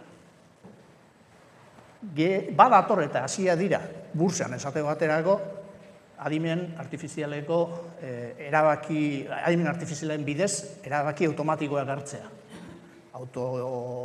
Autogidatua, burtsean eguneko transferentzien edo salerosketen 4 edo gehiago egiten dira erroboten bidez, eta hori ia hurbilduz dator. Erabakiak hartzeko, bosgarrena da konektibitatea. Mundua muga geografikoak baino marrazten dute fluxuek. Material fluxuek, ezagutza fluxuek eta fluxu digitalak. Hor nola kokatzen garen, zenbat konexiorekin, fluxu horiekin dauzkagun, orduan lurraldea izango du etorkizun hobie o txarragoa, izango du indar handiagoa edo txikiagoa. Eta azkenian guztiak bilduta dator adimen artifizialeko azkengo liburu pixkat bestseller dabilena Bizia 3.0, pertsonen 3. sasoia. Lehenengoan hauza zan gure etorkizuna markatzen zuena, ondoren etorri zen mundu kulturala, gure softwarea, pentsamendua, kultura, hezkuntza bidez, eraldatzeko gaitasuna eskuratu genduen, eta egun iristen ari gara, iritsi gara, hardwarea bera ere aldatzea, ADN-a manipulatzea, eta Gorkak aipatu dituen hainbat adibide esatea. Orduan 6 ardatz horien aurrean gaude honezkero, eta niretako problema ez da horren beste hori, baizik eta erdien pertsonak gaudela, eta elementu horiekiko komunikazioan, dialogoan egon behar dugula, eta agertzen dela 3. elementu bat irakurri eta idatzi eta gero 3. elementu bat, eta da interfazeak dominatzea. Horiekin ez dago zuzenian aritzerik, eta orduan arituko gara guzti horiekin interfazeen bidez. Makinek interfazea daukate, telefono interfazea daukate. Gure amak aste honetan deitu dit, Euskaltelek ez dakiz aldatu duen eta ez dakiz zer, eta botoiekin ez dala moldatzen eta mesedez. Bere interfazea zan hori, nire interfazea, telefonoa eta makinen zenbakizko programak. Urrengo interfazea beste batzuk izango dira. Beraz, agertzen da, nolabaiteko alfabetizazio funtzional behar handi bat. Eta batzutan itxutu egiten gara, teknozientziak irekitzen dizkigun bideekin, pentsatuta hor dagoela gakoa, baina ez da egia. Informatika kristonak egin behar zituen, baina krisia etorri zan, produktibidea izugarri gozan, baina krisia etorri zan, berdin-berdin. Eta informatika kristonak egin behar zituen, baina estatu batuetako, 1 milioi bat baino gehiagoko lanpostuen zerrenda hartzen duzu, eta horrekin lotuta dagoen lehenengoa 21. dago. Eta lehenengo 40etan, 2 besterik ez daude. Programazio informatiko hardware sistemak, eta gero beste elemento bat horratzian dagona. Beraz, egia da horratzian hori dana egongo dela, baina ez gaitxasen itxutu. Nik elektrizidea ikasi nebanean lanbideziketan, oain 3 urte dauzkat, baina oain 45 urte, oso importanteak ginen. Egun, ze nolako garrantzia daukate elektriziste, baina hemen hau dena elektrizidea bidez dabil. Eta horratzien manejatzen dihardutenen makina guzti horiek, barkatu, baina seguramente, probabilidea gati dinot, ez dakite nola funtzionatzen duen guzti horrek. Bai, baina interfazea dominatzen dute perfectamente. Botoiak nola zea eta ez da. Eta hemen, teknozientzia honetan, liluratu gintezke, liluratzeko moduko aurreakuntza dago bizi-bizian, baina klabea gizarte arruntarentzako, pertsonentzako, langileentzako, dago hoiekiko dialogoa zela bideratzen dugu. Ederki, plaza jarrita Ferminek, gainerako hilpika laburrago eskatuko izuet, harintxeago, ez dakit, venga, Sebaseren aldera paseko gara. Nik uste, aldaketa garaian bizi garela eta bat horren adibideak asko eman direla, ez, bai, gehien bat gorkaren azalpenean eta baita ere, azaldu zaigu, orduan nik uste, ni baino gehiago dakitenak ere gero erarituko dira horretan, nik uste, nik egin nahiko nukena osnarketa da, horren isla ziurgabetasuna dela, ziurgabetasun maila ezberdinetan, ziurgabetasuna gertatzen da pertsona mailan, ziurgabetasuna familian, gizartean, enpresan, eta nik uste ziurgabetasun horretan, iluntasun lainope horretan, argi batzu, faro batzu jarri behar diela, eta nik uste pixka bat hasierako gorkan irudikapen horretan ez dakit nola esaten zuen, etorkizuna faltan, edo hori izan lehenengoan, egin barko duguna da, etorkizuna guk esaten dugu eraikiz, etorkizuna sortuz, ez? Nik uste, ipar bat jarri behar dugu, eta politikatik ere, esaten zan bezala bukaerako horretan, jarri beharko dugu zein dan pixka bat jartzen dugun bizio hori, ez? Eta, guk Foru Aldunditik legegintzaldi horretan ere, bizio horretan bi alde jartzen genituen, ez? Alde batetik lehiakortasuna sustatzea nahi gendun, baina kohesio soziala horren landuz, eta gaina irudikatzen gendun desberdintasun txikien duen lurraldea bihurtuta, ez? Esparru ezberdinetan, errenta mailan, genero ikuspegitik, hizkuntzan ikuspegitik, eta bar, ez? Orduan, nik uste importantea dela iparra eta nun jartzen dugun, eta gero eraiki hori edo sortu etorkizun hori, ez? Eta nik uste gogoeta horretan aldaketa horiek nola gertatzen direnean, nik bai nabaritzen detela digitalizazioan aldaketa bat egon dela, ez? Hau da, nik uste berrinkutza prozesuak eta askotan industriatik gizartera edo pertsonengana iristen ziren, eta oraingo honetan ez da ingarbi gertatu, ez? Hau da, hasiera batzean, bankan indartsu sartu zen digitalizazioa, gero komunikazioan, informazio trukaketan, eta pertsona lorreko zenbait esparrutan, administrazioa bera, ogasun hildoan eta hori digitalizazioa indarrea sartu zen, eta industria, nik uste azkeneko 5 urteko kontua dela, ez? Pixkat Alemaniaren lidegorpean, industria 4.0 indarre sartzen ari dela, ez? Beraz, aldaketa momentu batean bizi garela ez dinukatu, eta bi adibidea aipatzearren, esango nituzke gastronomia. Lehen hortaz aritu gara, gu diputazioan aritu garenean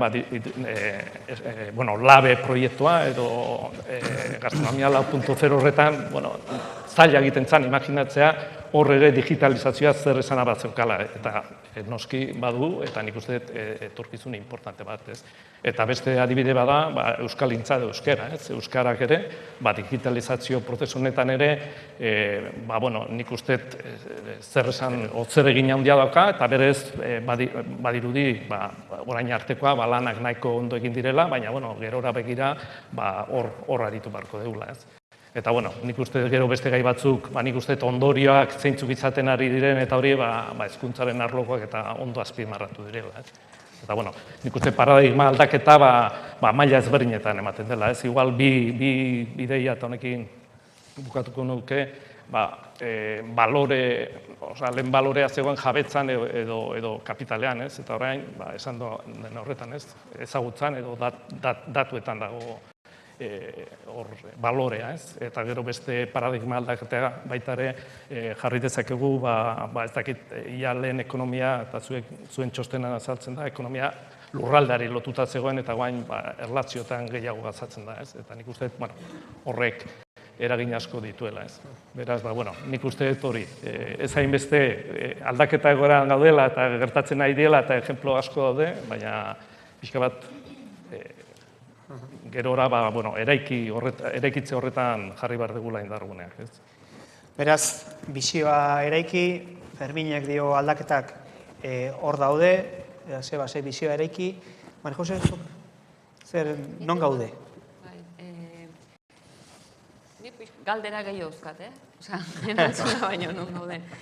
Ikusten, aldaketa momentu baten gaude, digitalizazioak ikaragarrizko aukera pila sortzeitu, baina ikusten nire, eta azkeneko digitalizazioaren inguruan nola gauden egin genuen azterketa batean, ikusten zen, gehiago aurreratu degula edo hobeto kokatuta gaudela beste herrialdeekin eta alderatuta digitalizaziorako behar diren produktuak, infrastrukturak eta garatzen horren erabileran baino. Oraindik ere, iruditzen zait, aukera pila emateitula, baina erabileran, da azkenean pertsonak teknologia horren aurrean iten duen opzioa, zenbatenaino erabiliko dute, ez? Eta adibide bajarriko. Basaltzen zaigu adibidez, sektore publikoan, zerbitzu publikoak eskaintzerakoan, gauza asko orain ja online egin ditzakegula, baina gero, medikuen txandak hartzerakoan, eta gauza askotan, oraindik gehiago kontaktu presentziala eskatzen degula, ez? Edo merkataritzan, ikaragarrizko aukera pila egon daitezke, interneten bidez altzeko, baina euskal merkatariek askoz gehiago bilatzen dela kontaktu fisiko hori ere bai, ez? Orduan, nik pixkat, sortzeiten galdera da, ez? Ze toki emango diogu interfaz horri, gure bizitzan, eta presentzia handia aukiko du, eta ze toki kontaktu pertsonalei, ez? Eta zenbaterainoko balio desberdina eukidezake gizarte bezala, euskal gizarteak bai, etorkizunean, gure opzioa dalako toki bat emate horri, eta ez, baina bestalde arrastratu iten gaitu. Hainbestekoa da aldaketa, edo sartzen zea hor, edo... Orduan, pixkat nire zalantza edo nire zea da, azkenean pertsona bezala baita, proaktibok izan behar deula opzioa egiten, ez? Opzioa egiten, ze toki emango diogun zea bakoitzari, ez? Ze, ona da, adibidez, erabileran, merkataritzan, berez, indikadore bezala txarra baliz bezala saltze genuen. Gutxiagoari da, merkataritzan erabiltzen, digitalizazioa, online saltzea eta beste herrialdeetan baino. Baina hori txarra da? Opzio baldima da etorkizunekoa, orduan, galdera horiek, pixkat, galdera filosofiko horiek sortzeizkide, bai, ez? Zein da gure opzioa, ze toki eman nahi diogu benetan, horri. Bai, gainera horren indargarri, elikaduren inguruko joera hauetan, oso indartsu datorren bat, izen berria, lokaborismoa. Bertakoa jatea. Eta orduan, digitalizan sartu gara, baina bertakoa bilatzen dugu, eta agian bertakoa erosteko, joan behar da, perira, edo, ez, alakoren batera. Ia, Iker, zuk nola ikusten duzu, non gaude? Benetan esaten dena bezain aurrera gaude, edo Marijo dion moduan, aukerak bai, baina oraindik... Ni, nun gauden, ez dakit, ni bintzen neburuan nun kokatzeten, eta ni nundikan ikusteten mundua. Alde batetik teknologoa naizen aldetik, ikustet, azkenean zaude beira, munduan zer aidan, espetakulo izugarria da. Astero roboten bat ez dakiz egiten nahi dana, ikustezu nolako aurrakuntza dauden Euskal Herritik kanpo, Euskal Herrian ebai, noske? Atzo bertan Miramon entzun robotikai buruzko hitzaldi bat. Eta hor ikustezu, kriston velozidadia, ez dakit, abiadura handiko trena dan edo zer da. Baina guaz, kriston abiadan, eta teknologoak geanak azkenean gaude horrei, heldu nahian, eta teknologia garatu nahian, pixkat, ez, gure kasuan bintzat, gizartea aldan gauzeik eta onena egiten. Gero beste aldetik, jartzen naiz, hiritar txapela jartzen, nire alaba, behin etorkizuna, pixkat, pentsatzen hasten naizen bakoitzean, kontrasen horiek eta hola, robotikak eta zekarriko egun, eta alde batetik naizea bultzatzen, ez? Aizea lanian hortan, eta kontrasen horiek azu, hemen, zegan sortzen, eta ezin ez zutrenetik jetxi. Ezin ez zutrenetik jetxi, ze hilabeteroko bakazu. Azkenian, zure lana da, egunero junbertzea, eta hor burruka hortan egon, eta alde batetik gero ze sortzen naizean, kezka hori, eta bai ikusten da, teknologikoki hain azkar doan gauza hori gizarteratzea edo gizarteak hori asimilatzeko egiten nahi dan esfortzu batzu bertan irakurtzen duen robotikan inguruan, ez? Ze etika edo zer, nola konsideratzean, ez? Japonen ez dakai horrelako arazoik, robotekin elkarbizitza bat iteko, behintzat danak bai dauka harima, utzuneak harima dauka, robotak ere harima dauka, eta behintzat bat gehiago da. Eta europearrak eta ze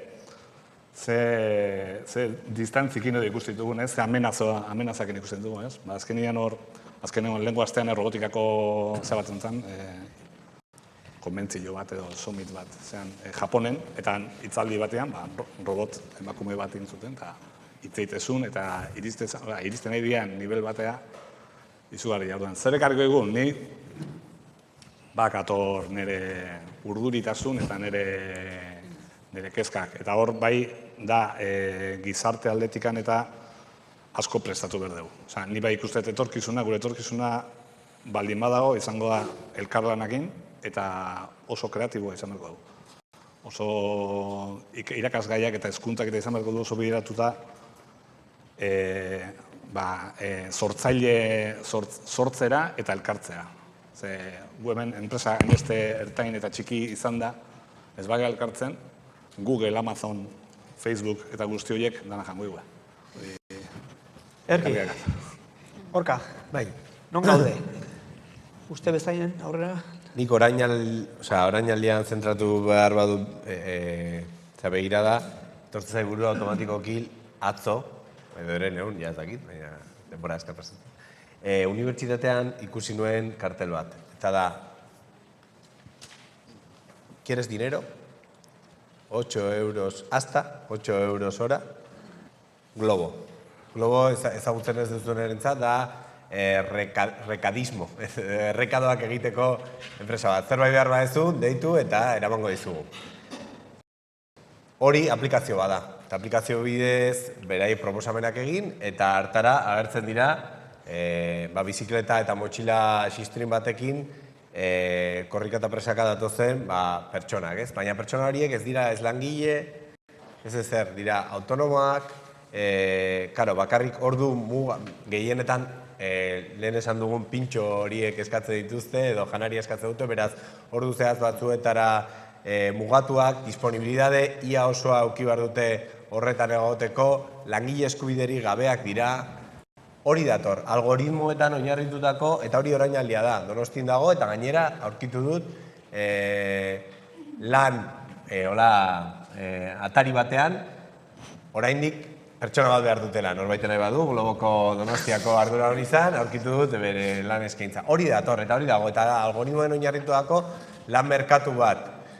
Hori nahi dugu egotea, nola aurre ikusi behar ditugu arazoak, nola egin behar dugu presio politiko, soziala, hori gertaz dadin, hori da nire kezka, eta uste momentu honetan gaude. Zen gauza lanari lotuta hau, baina azpiegiturei lotuta askoz gauza gehiago. Utziko ditugu gure taxiak edo garraio publikoa horrelako aplikazioen baitan, edo buru jabetza teknologikoaren ideia txertatuko dugu nun zerbait esan dezakegun honen guztiaren inguruan, zen gu hemen bizi gara eta guk era batea bizi nahi dugu ez bestera batera. Hori da nire kezka, eta etorkizunari begira orainaldia hori da, baina etorkizun gertukoa eta orainaldia aldi berean da, zen teknologiari buruz asko hitz egin dezakegu, baina gauza bat aldatuko ez dana, eta uste dut denbora asko pasako dela hori aldatzeko da zaintzarena. Gero eta gizarte demografikoki ere zaharkituagoa daukagu, eta gero eta behar handiagoak izango ditugu. Neri kezkatzen dit, hori teknologian berrikuntza asko egin daitezke, eta baina gertatzen ari dena, nire kezkarako, zenik gazte izendatu nahi dut nire burua, baina ja hile urdin batzuk ere baditut, bai? Nire kezkarako, pentsatu beharrean nola egin dezakegun etorkizun hori jende horrentzat, gure adinekoentzat eta orokorrean jende guztiarentzat hobea izatea eta nola sustengatu guzti hori, ari gera pentsatzen hori ere merkatu bat izan daitekela. Eta deitzen diogu, akaso, silver economy. Neri kriston beldurra baten ditzen. Merkatu bat bezala izan datzeak suposatzen du hortik oraindik extraktibismo, diru eta gehiago atera aldela. Ez pertsona horientzako, baizik eta beste norbaitzentzako. Hor, bigarren galdera multzo bateran, baneukan Iker eta Gorkari zuzendutakoa, baina uste dut, eta galdetzen nien biei, zein da ikusi duzuen azken inpaktua arreta deitu dizuena, eta bien erantzunak ikusita, uste dut erantzun da dagoela, ezta? Eta Ikerrek aipatzen zuen, sormena eta elkarlanaren erronka, eta Gorkak aipatzen zuen teknologiaren inpaktu soziala, teknologian erabilera zera, ezta? Ontasun sozial baten bila edo. Adibide batekin erantzungo dut, eta nehonek jarriko dut. Gainera, lotzen dena berriki, ezta? Gure semea, nerabe, aurren nerabea, kalera atera da bere lehenengo 5 euroa poltsikoan lagunekin afaltzera, etxe ondoan. Ze afaldu zenuten? Telefonoz deitu genion, eskatu genuen durun bat, eta etorri zen etxe ondoan taberna badauka, bokadilo ederrak ematen dituztena. Baina haren esperientzia eta bere lagun guztiena da, eta izaten jarraitzen du, telefonoa hartu, duruna enkargatu, eta norbaitek motoan ekartzea, bain zuzen ere, tabernan ematen diotena, baino urriagoa den zerbait, beraz. Adibidea hartzen dut, orain, eta justu hainbat gurasoekin berriketan, gehiagori ere gertatzen ari zaie eskualde bat baina gehiagotan, eta beraz, ez da datu txarra galderari erantzuteko. Ez da, non, zein da azkeneko inpaktua? Bienak batuta uste dut, adibide horrek balio duela.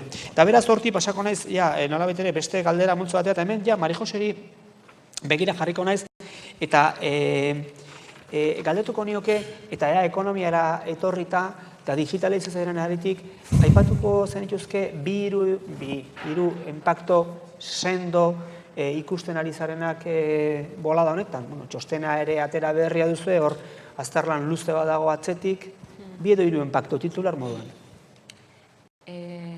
Nik uste, hainbat enpresa sortzen, baita ere oso positiboki erabilita, digitalizazioaren teknologia hau azkenean denen mesederako dienak, esate baterako. Hainbat enpresa prozesu produktibotan dauden energia erabilerak analizatu eta prozesu produktibotako energia efizientzia bultzatze dutenak. Horrekin, daukagun energia iturrien arazoekin eta azken batean nahi geha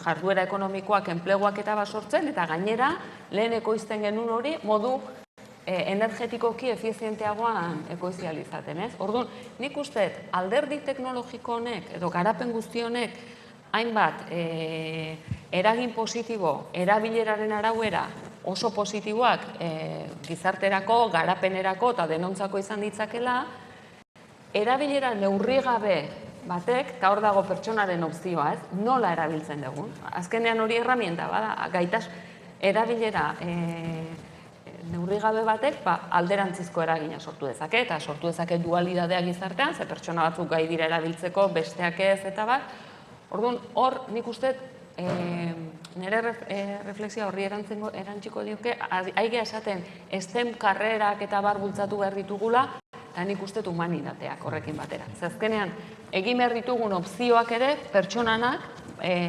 hor landu behar dituzu. Azkenean, makina horiekin eta da orduan bi horiek txertatu beharra ikusten dut etorkizunera begira. Hori ezten barratuko nuke.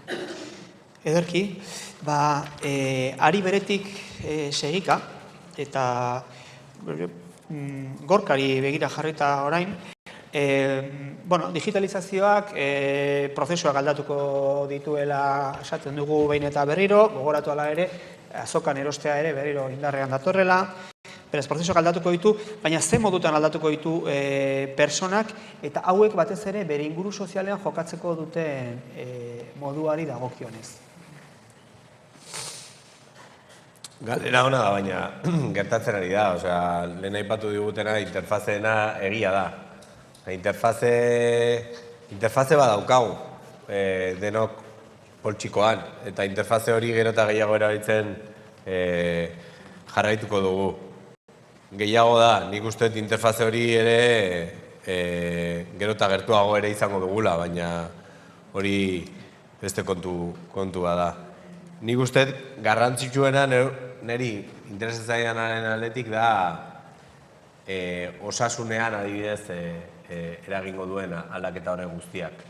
Osasunari asko hitz egiten dira, azken asmakizunak DNA-ari edo inkluso medikuntza pertsonalizatuko egiten ari diren ikerketa eta hori guztiak, ez?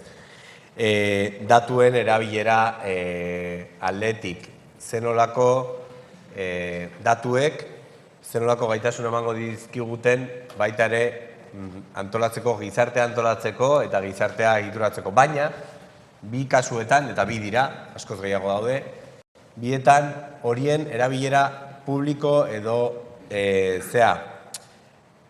denontzako ona den horretan daukat kezka. Alde batetik uste duna ari naizelako, osasunaren inguruan egiten ari diren ikerkuntzak, azkenean, industria batzuen edo patenteen izaera horretan ez dutela azkenean lortzen beharrezko impacto soziala, nolabait, edo ukialko luketenak, ez?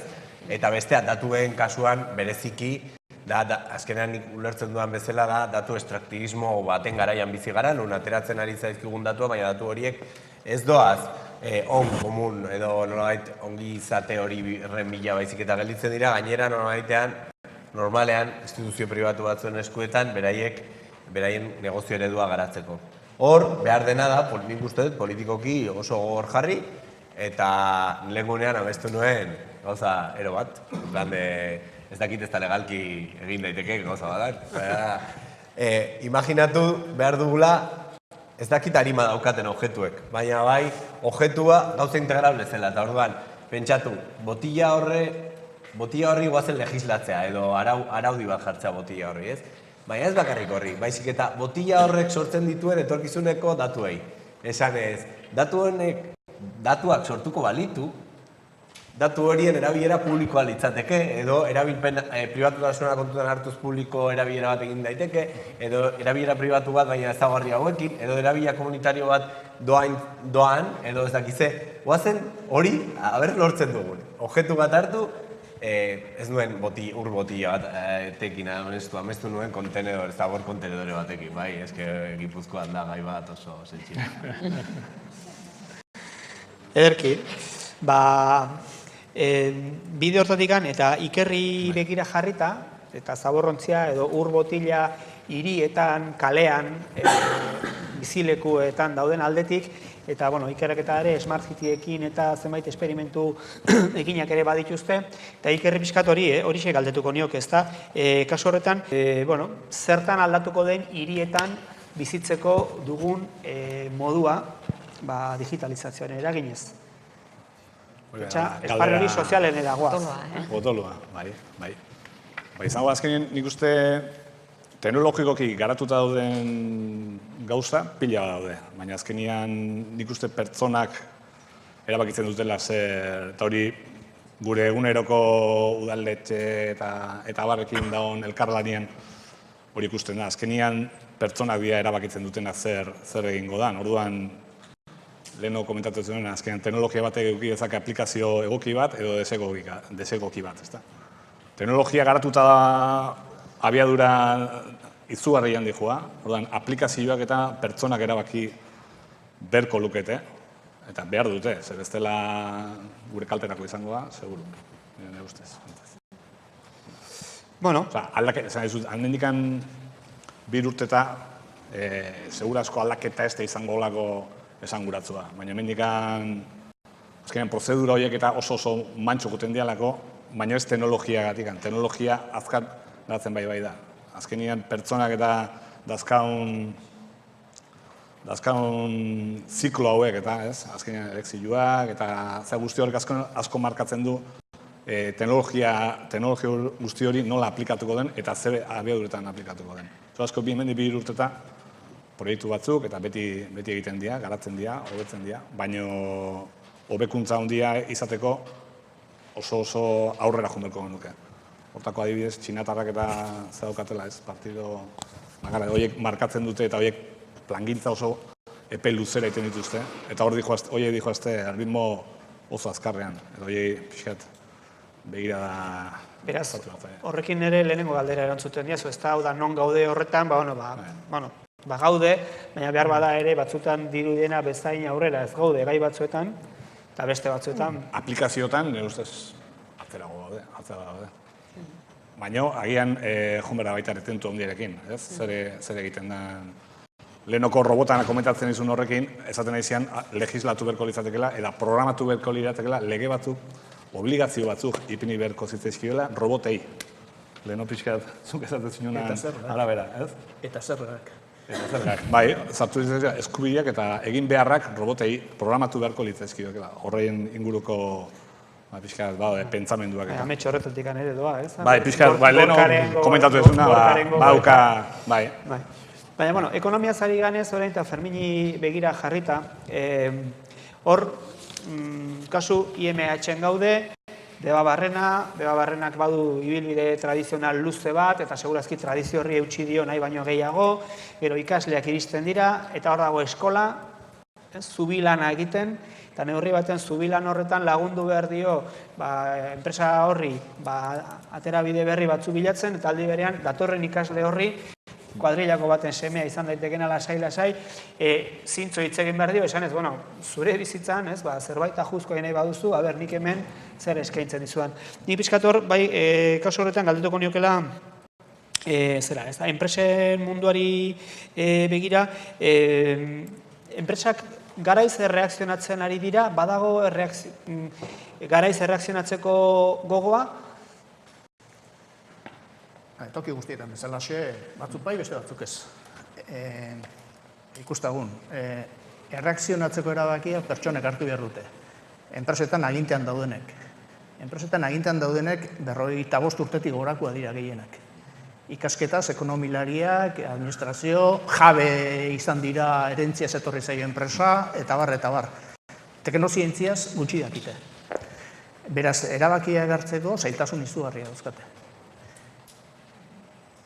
Ikusten baduzu Euskal Herriko patenten zerrenda, kooperatibak, esate bateako, kooperatibak dira 3%, ehun industrialean, eta patenten 12, 15, eta urteren batzuetan 20 atea ditue.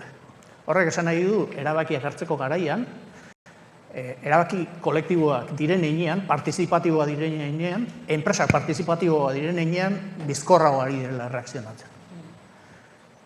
Jende gehiago daki, eta informazio gehiago du, eta eragiteko gaitasun handiagoa du. Hori klabea da. Beraz, dano bat, Fagor Arrasate, Fagor Automationek dauka euskeraz lan egiteko makinekiko interfaze bat zenbakitzko programazioarekin 4.0ko hainbat teknologientzako gertatuta. Eta bere kezka da, ez dagoela demandarik. Baina Euskal Herrian badia enpresak gertatuta daudenak, beste batzuk gertatzen bidean daudenak, beste kaso bat, etxetarrek ditu makinak egiten ditu, eta sensore mordo batzu sartu ditu makinetan, eta bere bezeroi eskaintzen die, sensore horiek aktibatzea informazio gehiago hartzeko fabrikazio prozesuaz, baina baita ere konektatzen da etxetarrekin, edo dano batek berdin egiten du, eta bostek ere egiten du, eta datu horiekin berdiseinatu egiten dituzte makinak. Jakin ja ze arazo izan dituzten eta diseinu bizkorrago egiten da. Oin eskatu duzkue gure makina batean ere sensoreak ipintzea eta abar. Guk esan dotzau oso ondo, baina nahi dugu parte hartu irakasleek eta ikasleek zuek datu horiek analizatzeko prozesuan. Jabegoa. Datuen jabegoa eta abar. Orduan, bai, enpresa txiki desentea urten dira, batun batek esan duen bezala teknologia berriekin eta Mari Jose ikustu esan duela, dano bat erosi du, Zaierrek erosi du beste bat, Etxetarrek erosi du beste bat, txiki egia dira, jende jakintxua teknologia berrietan orduan handiek zurratu egiten dituzte. Oraindik ere moteldoa. Nei gorazten dit, aeka garaian, aekan lan egin nuen eta 80. hamarkadan, eta ez zegoen ordenadorerik. Lehenengo ordenadorea ikasle matrikulak eta datu baseak eta eukitzeko, kostatu zitzaidan urte terdi ekartzea eta 1.000.000 peseta garai hartako ordendu genituen. Urte terdi, eta kriston eskandaloa montatu zen. Egunkarira jo nintzen lanean eta arduratu nintzen banaketaz. 3.800 kiosko egunero jakinarazi behar zitzaion prentsari zenbat ale nora paketea. Eta hori eskuz egiten genuen. Orduan zen, ostras, ez kalkulu horri bat ekarri behar dugu eta algoritmo bat programatu. Tardatu nuen ia urtebete ordenadori hori eskuratzen. PC normal bat, eta algoritmo egiteko 5 urte. Ordurako ia urtena nintzen. Oain, gure IMH-en daukagu 3Dak, datozela. 3D horretan, tardatu nuen 2 urte, 500.000 euroko inbertsio bat eskuratzeko, metalezko 3D makina bat sortzeko. Sortu dugu. Datorren urtean eukiko ditugu ia lauzpoz makina, diputazioari esker. Besteak beste subentzionatu duelako, 3Dko horrek velozia bat hartu du, baina enpresetan berdin gertatzen da, dauz bi problema. Problema pertsonala eta problema teknikoa. Problema pertsonala. Ezagutzak behar dituztela. Gero eta partizipatiboa esan dut, ez dut errepikatuko. Problema teknikoa. Nor kalkulatzen ditu inbertsioi? Nola kalkulatzen ditugu retornoak? Oain erosten duzu ordenadore bat eta belo dizu 600 euro, 1.500 euro. Eta ez duzu gehiago gastatzen. Enkargatzen diozu enpresa bati sensorizatzeko makina bat, eta ez dakizu zenbat kostatu. Presupuesto bat egingo dizu, baina askoz gehiago. RP bat ekartzen duzu, pagatzen duzu RP bat, baina 2 urte ikasten. Eta formazio ordua, egokitzapenak eta bar, 2 urte. Azten zareneako. Inbertsioa laukuestu egin da eta kalkuloak zailak dira. Orduan, zentzu horretan gau fase batean, hartu behar direla erabakiak, eta zeintzuk hartzen dituzte bi enpresa motak. Partizipatiboagoa direnak eta kapitala soberan dutenak. Hau da, etekinak, desente dauzkatenak eta arrisgatzeko gaitasuna daukatenak. 97%ak ez hortik kanpo daude. Zoritxarrez Euskal Herrian.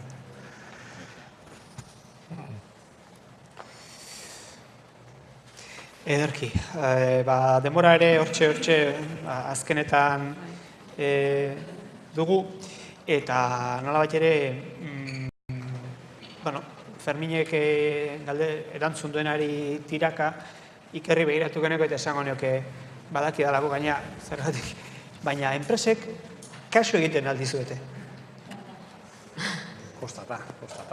Azkenean, gu adibidez asko hiltzea datuan inguruan, datuekin lanian, portal batetik hor datua beti egiten, baina izan da gauza bat gaina, big data eta horrekin, azkenean bi gauza daudea. Alde batetik datuagatik ez dauka baliorik. Erabaki behar da ondo ze datu egiko dituzun, da ze tamainatan egiko dituzun. Datuak disko horrak betetzen dira, oso errez, eta gero horrei xukua atatzeko eta ez da inungo neko lan inberda, eta askotan konturatzen zea, indituzun rekopilazio kaptura guzti horiek ez dituela zertako balio, eta ez batzuk inbertuzula, ez pixkat analizatzen hasten zean. Orduan, azkenean, ari jakuntzei. Ez, enpresek kasu egiten dizueten. Hori, bai, askotan konturatzea, eta bai berdezuna, gujun egon genekin, bintzat, askotan badaukate ideia bat, badakite datuan, saldu zaio big data guzti honekin eta badaola zehoze, baino ez dakite zein, askotan. Jaso geha, jute geha, eta hemen dakadu datu base bat, hemen nahi geha jasotzen datu andana bat edo, baina ez dakigu zein nolatea horrei zukua, ez? Eta horietan, askotan proiektu txikita, gu bentsat proiektu txikita jute geha, eta gauza oso konkretutara pixkat aterrizatu, big data haundia da, bea kontzeptu beare, azkenean pixkat jetxin berdala eta gauza txiki eta konkretu dakin hor azten dira pixkat. kasu iten. Azkenean hori, Baldin kasu, ez dakizen, gigako diskua bete eta ez baldin makizu zorrekin horren, alperikan dirua gastatzen ari zen, errekurtso gastatzen ari zen.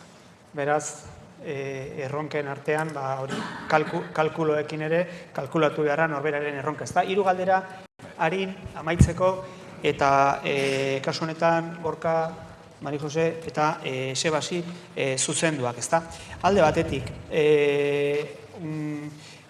Gorka, hitz egin dugu, zientzia fikzioa, zetabar, esku hartzen duzun azkeneko liburuak ze aurre ikusten du? Bueno, nik ekarri eta dena. Gomendio bat eman dizu eta Marina Garcesen liburu hori humanismoaren ikuspuntutik, behar hori azpimarratzen du eta radikalidade berri bat, ilustrazio berri bat proposatzen du. Nik uste Marina Garcesen hori humanidadeen perspektibatik irakurri barezuela. Bi orduko gauza da, eta oso txikia da, eta norbaitek ikuskatu nahi badu hemen ere ekarri. Baina beste bat, aipatu dudan beste bidetik, da aceleracionismoaren, manifestuaren, nolabait sortzaileek sortu dute liburu hau, da Inventar el futuro deitzen da, eta beraien hori proposatzen dute. Proposatzen dute mundu berri bat, ikuskera berri bat, eta teknologiaren erabilera, baina jendartearen mesedetan. Eta hori da aurre ikusten dutena. Nola erabiliz, nola irikitzen ari diren aukerak, teknologia hori baliatuz, badide software libreak enpresen munduan, ez? Gure enpresen tamaiarako eta zeharako, adibidez software libreak inoiz suposatuko ez genituen aukerak eskaintzen dizkie. Bai kostu aldetik, baina baita ere egokitzapen aldetik. Edo euskara edo hizkuntzari lotuta ere, bereziki hemen gaudela eta gaurko egunean, berezia. Eta hori bezala ere, baita ere, parte hartze aldetik lantzen ari diren modelo berriak. Eta hori kooperatibismoarekin lotzen da. Bai, kooperatibismo irekia dentzen denarekin, plataforma kapitalismoa dagoen bezala badago, plataforma kooperatibismoa, eta Euskal Herrian zorionez badakago olatu kooperatibo berri bat, eta uste dut ere hor ere... Eta hori pixka da liburu honetan bislumbratzen du. Beraz, aspekto humanoenetara etorrita, eta Mari Joseri, orkestraren kezka lurralde mailako lehiakortasuna ere izan da, ez enpresa lehiakortasuna bakarrik, baizik eta lurralde mailako lehiakortasuna ere, baina digitalizazioak non uzten du lurraldea, aspektorik gure kasuan fisikoena. Nik uste kokapenak eta asko baldintzatzeula ondon dazkatzun pertsona, beraien gaitasunak, ingurun dazkatzun enpresak, dazkatzun antolak erakunde sozialak, asko baldintzatzen du hor garatu daiteken. Ez da berdina inolaz ere, Debabarrenan dagoen enpresa batek dauzkan gaitasunak, edo daukan inguruneak sortzeizkion erraztasunak, edo Afrikako herrialde baten kokatuta dagoenak, baso inguru batean. Horrek inguruneak, nahiz da digitalizazio oso importante izan, eta horrek konektatuta bat, beste hainbat baldintza garapenerako pertsonen gaitasunak, teknologia, ingurunean dauzkatzun hornitzaileak, dauzkatzun baloreak, horrek karagarri baldintzatzen du. Orduan horrek, niretzat oso garrantzitsua izaten jarraituko du, etorkizunean ere. Azkenean, pertsonak asko baldintzatzen dute. Erlazio zuzen horrek asko indartzeko azkenean lan egiteko garaian, elkarlana hortik anator. Azkenean, ez da punta desberdinetan, munduko punta desberdinetan lan egin gozu, baina azkenean jun inbertzea. Zenbat jende zautezun, azkenean jundana, ez bilera baneka, baina eskai bitartez, txingela junez, bilera indet eta buelta etornez. Aurrez aurren nahi zulako, ez? Beraz, hasierako lekura itzultzen gara, eta Sebasekin amaitzen du, lokaborismoa, alegia, ez? Bertakoa, bertakoekin, eta bertakoa janez. Eta beraz, urrezko galdera, Sebasi, eta da kasu honetan, hau guztia entzun da, eta etorkizuna irudikatuz eta eraikiz zabiltzaten honetan, gai honetara ekarreta, non ikusten dituzu politika publikoetako lerro nagusiak hurrengo urtetan? Azteko, nitzat oso importanta da, ez bakarrik zer egiten da, baizik eta nola, ez? Eta orduan zentzu horretan, balorean jarren edet, etorkizuna erekiz ekimena, ez? Eta proiektu baino asko zerbe gehiago dalako. Azkenean dala, ez dakit, ez? Ezagutza kolektiboa ekintzaren bitartez, lantzen jutea, ez?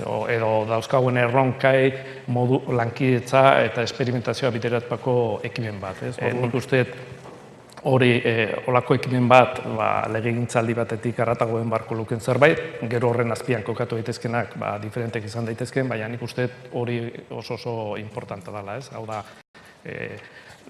bizigian aldaketa egoera honen aurrean, aurre egin behar digu horri eta proiektuekin eta esperimentatuz. Ezin dugu betiko gauzak egiten. Enpresak egiten duzuena, administrazioan ere egin behar du. Orduan, txapel horren barruan, guk hor martxan jarri ditugun proiektuak nik uste ondo lotzen diotela RIS3 Euskadi barruan egin dien apostuetan, Gipuzkoa lurraldeak dauzkan indargune horietan oinarrituta, martxan jarri dira zenbait proiektu, zenbait referentziazko zentroa, zibersegurtasun, ziur, elektromugikortasuna mobil, gastronomia 4.0 esan detena, bideo, eta gero baita ere aipatuko nuke adinberri, ez? Eta adinberri gehien bat lehen horrezan danakatik eta erabat ados nago, gu gure proiekturi, hau da, zartzari aurre egiteko proiektu horretan ez du hartzen silver ekonomia ikuspegia, hori bai, baina baita ere ikuspegi asistentziala edo hori, ez? Eta asko zaindu dugu eta kostatu dintzaigu proiektu hori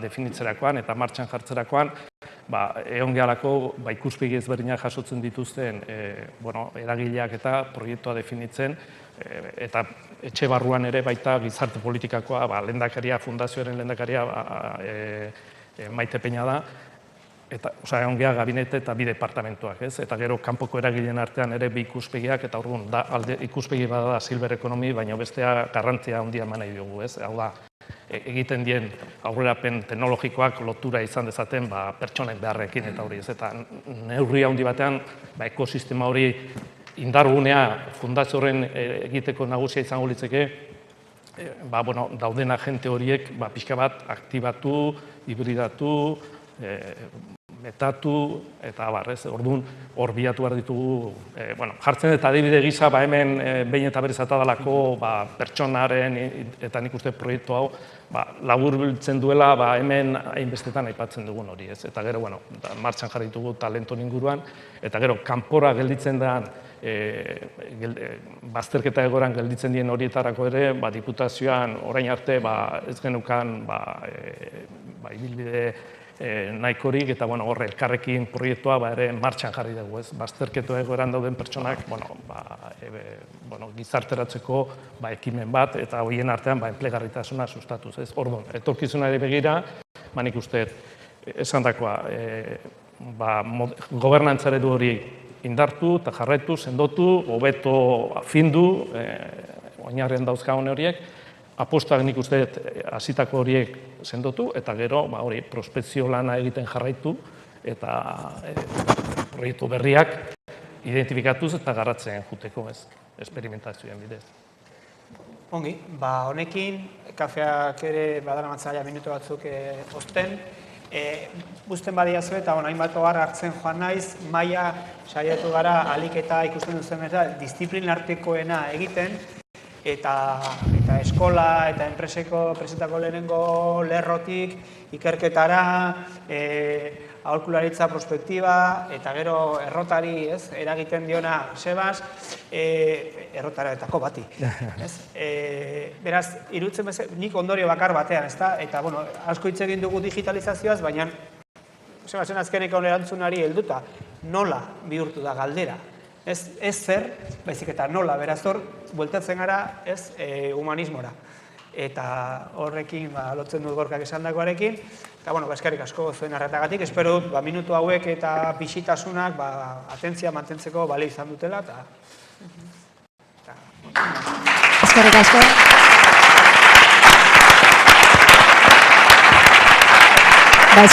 Eskerrik asko guztiei, eta Imanolek aipatu du kafea prest dagoela, baina kafea hartu aurretik, hankak luzatu aurretik, Miriani laburpentxo bat edo eskatuko nahiko nioke? Bueno, hemen poliki-poliki jasotzen. Lehenengo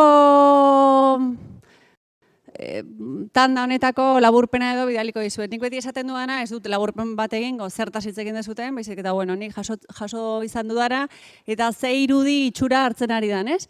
Goizian, nolabait gure perspektiba edo gainean hitz egin du ekonomiaz, zeintzuk diren ekonomia horien erronkaz, eta perspektiba horretan ere ikusi dugu etorkizunerako nolabaiteko intuizioak, erronkak ere hor egon da, ez? Orduan, hemen daukagu pixka bat gure aterkia edo zerua edo nun kokatzen garen, ez da? Eta honi lotuta oso indartsu atera da momentu oro pertsone, lana aritu gara, kualifikazioa aritu gara, eta beti ere pertsonak atera dira interbentzio guztietan, ez? Eta hemen joan dira ateratzen nolabait, talentuaren beharra, ezagutzaren beharra, hezkuntza, konektibitatea, sormena, nola teknologiak, nola ekonomiak, galdera eginda, ez? Denen mesederako izan behar duen. Eta hori lotuta, digitalizazioari lotuta, ze pertsonak izan da zentrua, digitalizazioan ere justo horrelako bide bat hartu du, ez? Batetik erabilera, nork erabiltzen ditu teknologia horiek, ez? Eskuak, pertsonak, eta galderak egin dituzute. Azkenean, ze toki daukan gauza bakoitzak, pertsonak eta teknologiak, nork hartzen ditu erabakiak, partaidetzarekin ere aritu zarete, eta erabilera, jabetza eta aplikazioetan ere, ez? Norentzako egiten dugun guzti hau, eta zertarako egiten dugun guzti hau, ez? Orduan, badirudi forma hartzen ari dela, baina oraindikan goiz erdia geratzen zaigu, hasi que kafera. Hori da. Esan 11:00 goizerdia gelditzen zaigula esan du Mirianek, eta 11:00 puntuan hasiko gara berriro ere, kafe hartu. Oain berriro ere hitza beste batzuk hartuko dute. Zalantzari gabe, publiko digitalizatua daukagu gaurkoan. Zuek esan, nola dator pertsonen etorkizuna? Zertan bilakatzen ari gara, galdera hoiei erantzuteko asmoz, Ikanoseko zuzendaria datorkigu, Ana Bitorika, bigarren bloke honen hasiera eginen digu. Nahi duzunean, Ana.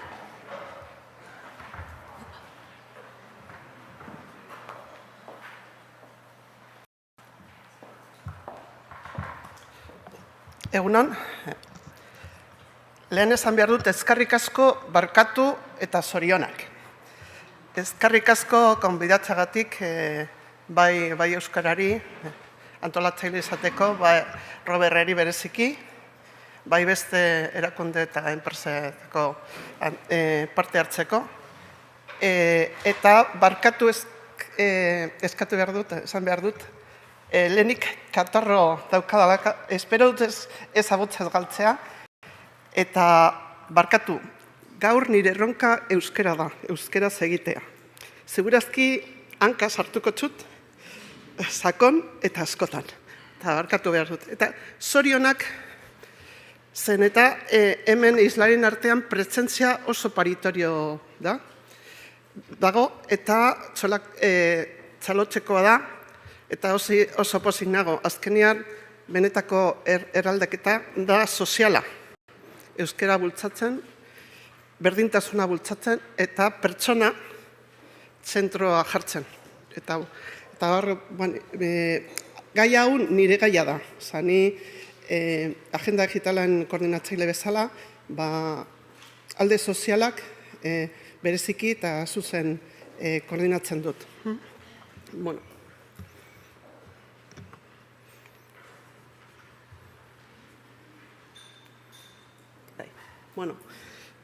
Odain dela 15 urte, Eusko Jaurlaritzan hasi zen informazio gizartearen politikak hobetzeko eta bultzatzeko politika hasi zirenean, bakarrik 3% pertsona zituzten ordenagailuak. Orduan, 10 urte hauekin oso sakon zabaldu da digitalizazioa, eta gero ikusiko ditugu datuak eta guztiz desberdinak dira. Lehenengo ardura izan, teknologia bideratzaileak eskuetan jarri, azpiegitura eta komunikazio sarean konektitatea, eta ere ekipamendua. Bai, lehen ordenagailuak, gero tablet, orain smartphone, ez da, teknologia oso bideratzaile dira. Eta zertarako bideratzaile berrikuntza lortzeko. Gu lehen esan genuen, hori da, zen palanka berrikuntzara laguntzeko eta zen muskula indartzeko eta muskula egiteko.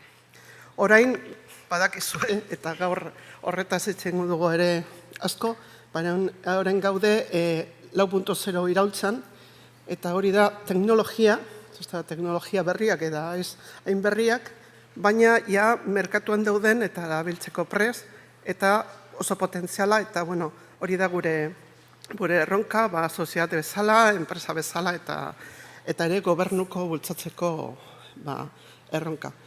Hemen daukagu 8 teknologia, batzu berriak beste batzu moldatuta, eta ja merkatuan daudena batzue. Eta gu bultzatzen dugu erabilpena eta ere proiektua martxan jartzeko eta teknologiaren ikerketa transferentzia egiteko.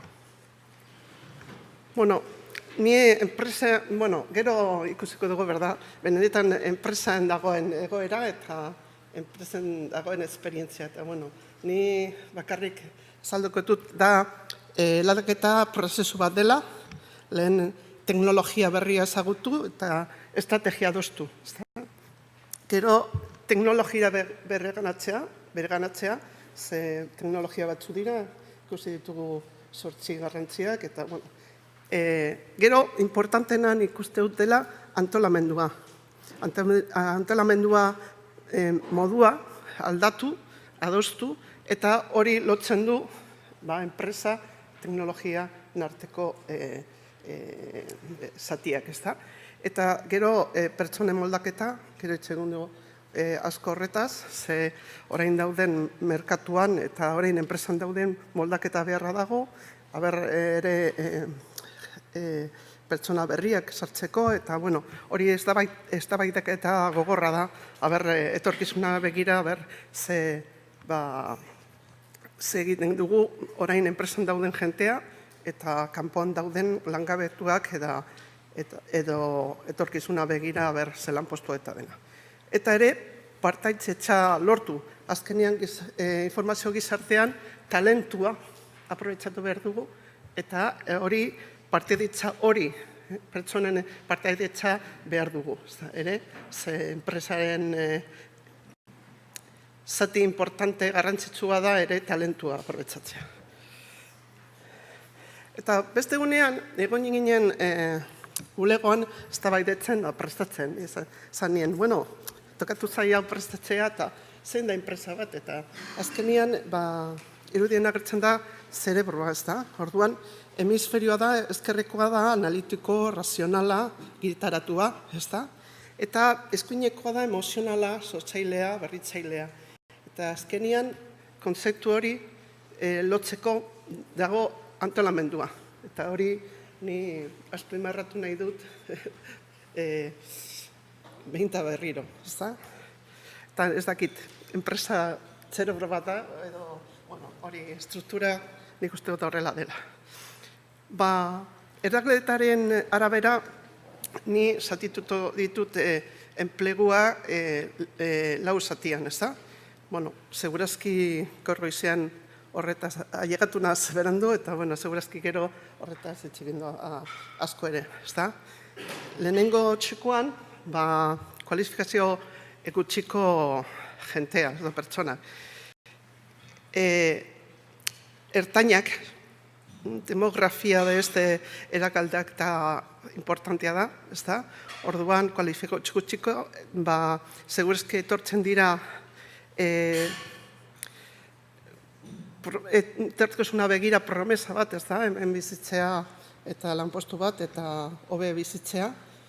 Eta, esan nahi dut, orain fenomeno larria gertatzen ari da, lehen estatu batuaten gertatzen dena, orain jentea lanpostu badu, baina igual soldata ez da llegatzen pobretziaren umbrala ez da llegatzen. Orduan hori ere, problema bat da, ez da. Orduan badaukagu hori zerbitzu personaletan hori importantea da, ez da. Gero daukagu bestean, erakusten dena, da Ernova enpresatako langile bat, ez da. Hori da hegazkinaten baten zati bat, eta pertsonari oso espezializatu da. Esperientzia handia du, eta ja esaten dute onenak direla. Haiek egin dute proiektua da paperless factory, ez da. Hegazkinetan oso importantea da ziurtasuna, haiek betetzen dute paperak eta paperak, ez da, bidaltzeko boinerio edo beste bere bezeroei. Eta orain egiten ari dena da paperless factory, eta hori da paperak kendu eta pantalla jarri. Eta oso importantea, ez da. Hirugarren txokoa, ez da, informazioan gezertearen lanpostuak. Eta hori da oso kualifikatuak, eta alde batetikan, orain ez dakigu, eta bueno, empleatzaile, segurazki aukeratzeko duten zalantzak, badaude mota batzu, ez dakigu argi, eta ere oso kualifikatu den pertsonak aukera dute enpresa hartzeko, ez da? Ze talentua hori da altxorra, eta haiek ere daukate aukera aldatzeko. Adibidez, munduko enpresa onena, enplegaduentzat, da Google edo ez dakit. Eta haiek ematen dute baimena, eramateko medikura bere txakurrak eta bere katuak. Orduan, gure ikuspunteotik ez dakit, oso espeziala da, eta haiek nahi dute talentua berganatzea eta zeo zer egin behar dute. Eta laugarrena, argazki bat jarri dut, eta ez dakigu etorkizunean robota erabakiko du nor aurkeratu eta non jarri. Eta hori txantzetaka da, ikusiko dugu, ez da? Nola bultzatzen dugu Eusko Jaurlaritzan informazio gizartea. Orain daukagu martxan Euskadiko 2020ko agenda digitala, ez da? Hau lidergoa da garapen ekonomiko sailetik. Badauka lau ardatz, 11 erronka eta 73 egitasmoa. Eta, nik uste dut esfuerzo handia egiten ari da eta espero dugu ondorio onak ateratzea. Oso importantea da, beste herrietan eta estatu mailan ere lehendakaritza dauka lidergoa. Eta gu betidanik ikusi dugu industria edo garapen ekonomiko egan behar dela digitalizazio prozesuaren laguntza. Lau ardatza dira enpresa merkatu digital globalizatuan, gizarte aditu eta aktiboa, administrazio ingurune digitalitatuan, eta lurralde aditua eta bareteratua. Hirugarren argi dago, efizientzia lortzea administrazioa digitalizazioan bide, eta laugarrena konektibitatea bereziki, ez da? Horein daukon proiektua da diru laguntza lortzeko industriaren guztietan ailegatzea, eta ere sakabatuta dauden herriak ere ailegatzea, ez da? Banda zabala harina. Eta, erain aurkeztuko dudana da, hori Basque Industria 4.0 asko entzundako, eta ikanos proiektuaren arduraduna izenik, orain itxengo dut proiektuari buruz, baina gaur bereziki itxengo dut giza baliabidek 4.0. Ze eredua proiektua oso zabala da, ez da egitasmoa behizik eta egitasmo mota batzuen bilketa, eta, pentsatu dugu posible da begiratzea hori, giza baliabideen 4.0 hitza zabaltzea eta begiratzea prozesu guztian, antolamendu guztian, giza baliabideak ere importanteak dira, eta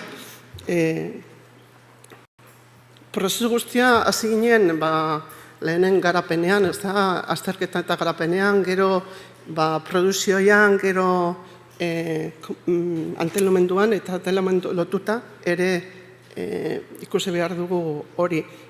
Joaten nahi zenean, enpresekin egitera, ikusten dut formakuntza eta giza baliabideen arduradunak digitazioari buruz ez dakite asko.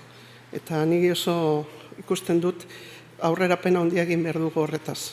Llegatzea hiei eta importanteen bultzatzea. Proiektu daramagu ja 5 urte, proiektu bultzatzen. Lehenengo pausoa izan zen, pizka bat kompetentzia digitala zer den eta zabaltzea, kompetentzia duen 3 zati da ezagutza, habilidadea erabiltzea eta 3. ere jarrera, zen teknologia ez da bat ere neutrala, orduan aurreatua izateko erabaki behar duzu ere non, nola eta noiz erabiltzea, eta hori jarrera behar du, eta oso importantea da eta nik uste dut ez da argi.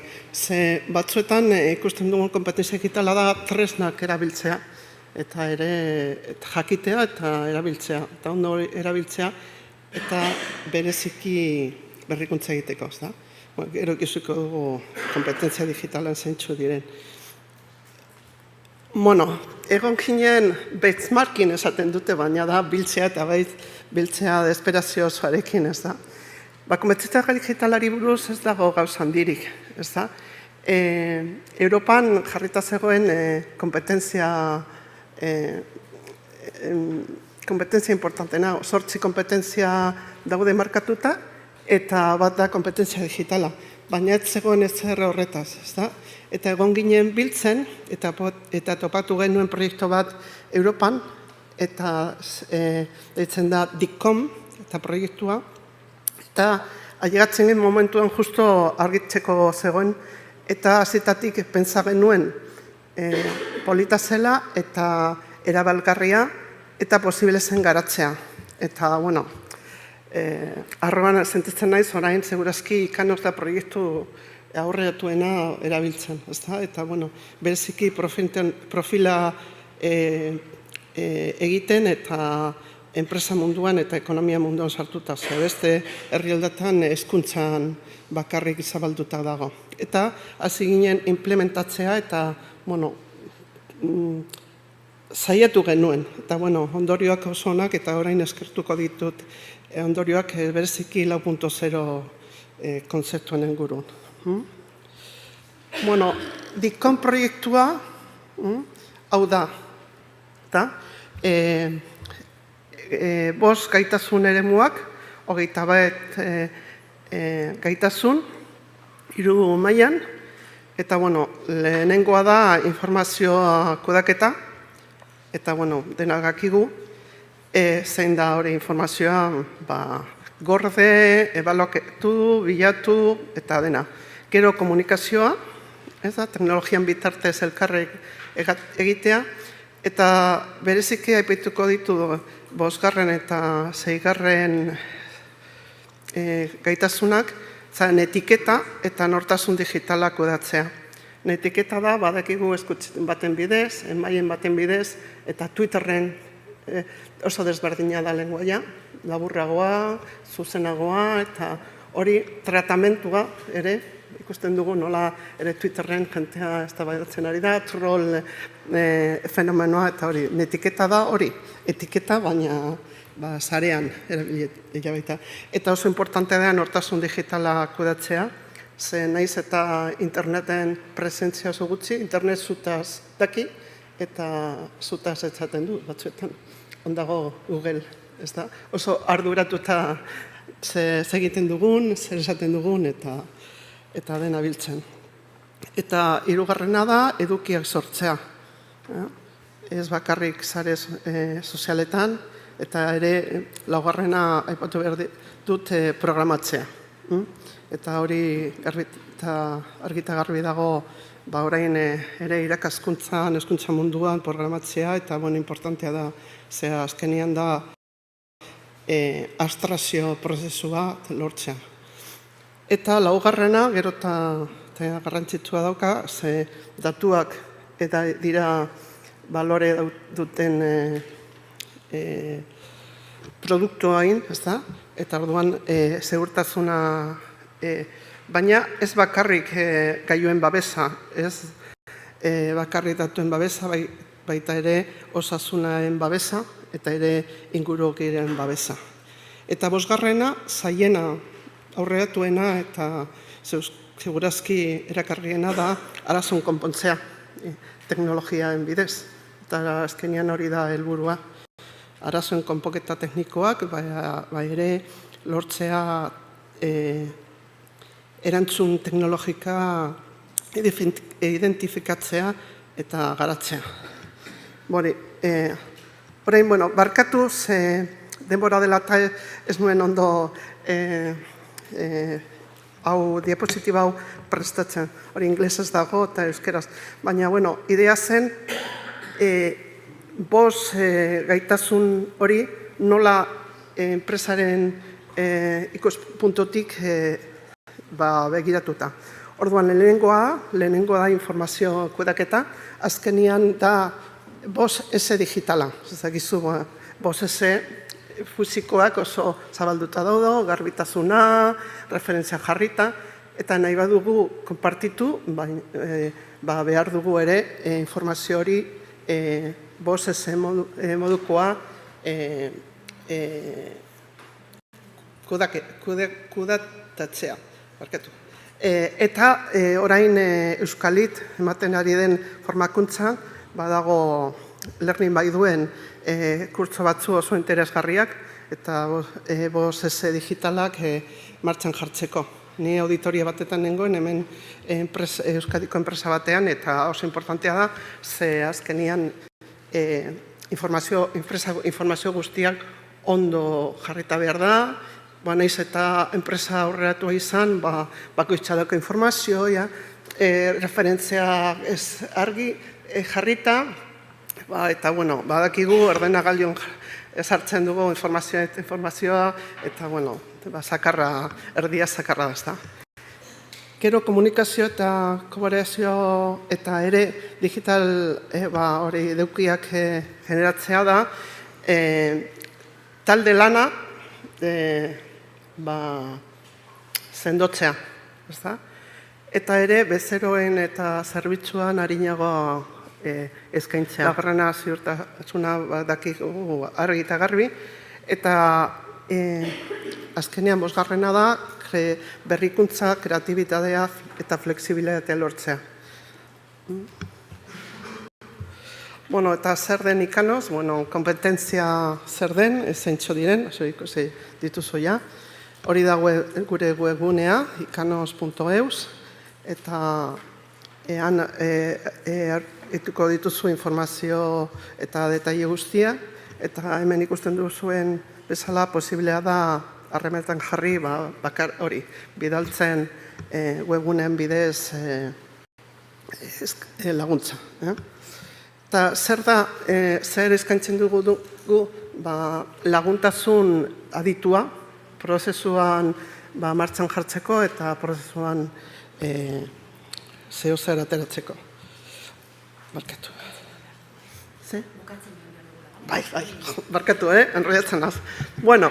Ikanos eredu berezi badauka, ez da beste munduko gauza, 5 pauso, 7 tresna, lehenengo sarrera profila, daukagu autodiagnostiko, autoebalaketa egiteko test bat, eta egiten balduzu, inglesaz, euskeraz eta erderaz dago, eta posibilea da lortzea txosten bat nola zaudezu, nola dago zure enpresa, sektorea, posibilea da erabiltzea informazio osoa, eta prestankuntza proiektu bat egiteko. Gero, helburu profila, orain ikusiko ditugu gu egin ditugun profilak, eta integrasgarriena da, eta gero, bueno, prestakuntza prozesua, eta ere, bait ziurtagiria. Ezagutzen duzun IT txartela, hori tresnaren azterketzeko, baliaztatzeko, eta orain dako plataforma eta piloto egiten ari gara kompetentzia egitalan baliaztatzeko. Eta hori da ikanostesaren hori, eta hori importantanea da, oizez da, profil profesionala aurreatuan, lortzen dugun azterketa eta lortzen dugun ondorioak, ez da, hemen dituzun irudian, mantentze laneko teknikari industria aurreatuan, eta enpresekin eta unibertsitekin egin dugu hori, eta hori azkenien da irudia, baina txosten badaukagu zuenei baduzue. Eta hemen dituzun profil osoak, orain egin ditugun profilak, eta, posiblea da edozein enpresaren lan egitea eta bere profilak erabiltzea gure laguntzarekin. Eta hemen daukazuzu profil orokorrak eta 4.0 industriakoak. Eta, orain azken, eta, erderaz dago, baina gu egin dugu da digitalizazio atlas, software nola dagoen guztia, gai klusterren laguntzarekin enpresetan. Eta, ni esango dut oso interesgarri izango dela aurrera begira, ze aldaketa hau etengabeko aldaketa izango dela, eta orduan derrigorrez heziketa eta lan merkatuaren arteko tartea bultzatu behar dugu, eta ere agente desbinen arteko elkarlana. Unibertsitatean edo lan heziketan, enpresak eta gobernua. Eta, eskerrik asko, zure herritagatik.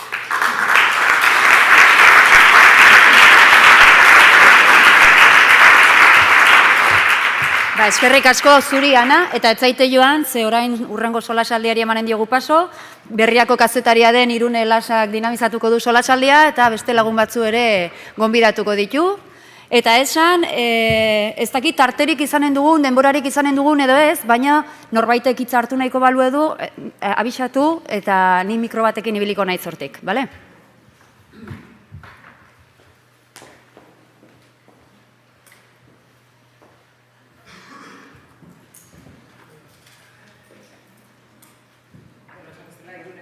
Berria egunkaretik nator, baina, natorkizue enpresa mundua ekartzera onera. Leno Ferminekin eta Makina Herramienta Institutuarekin sarreratxo bat egin dugu, baina ingenieriz eta ekonomista inguratuta enpresa mundua ekarriko dizuegu.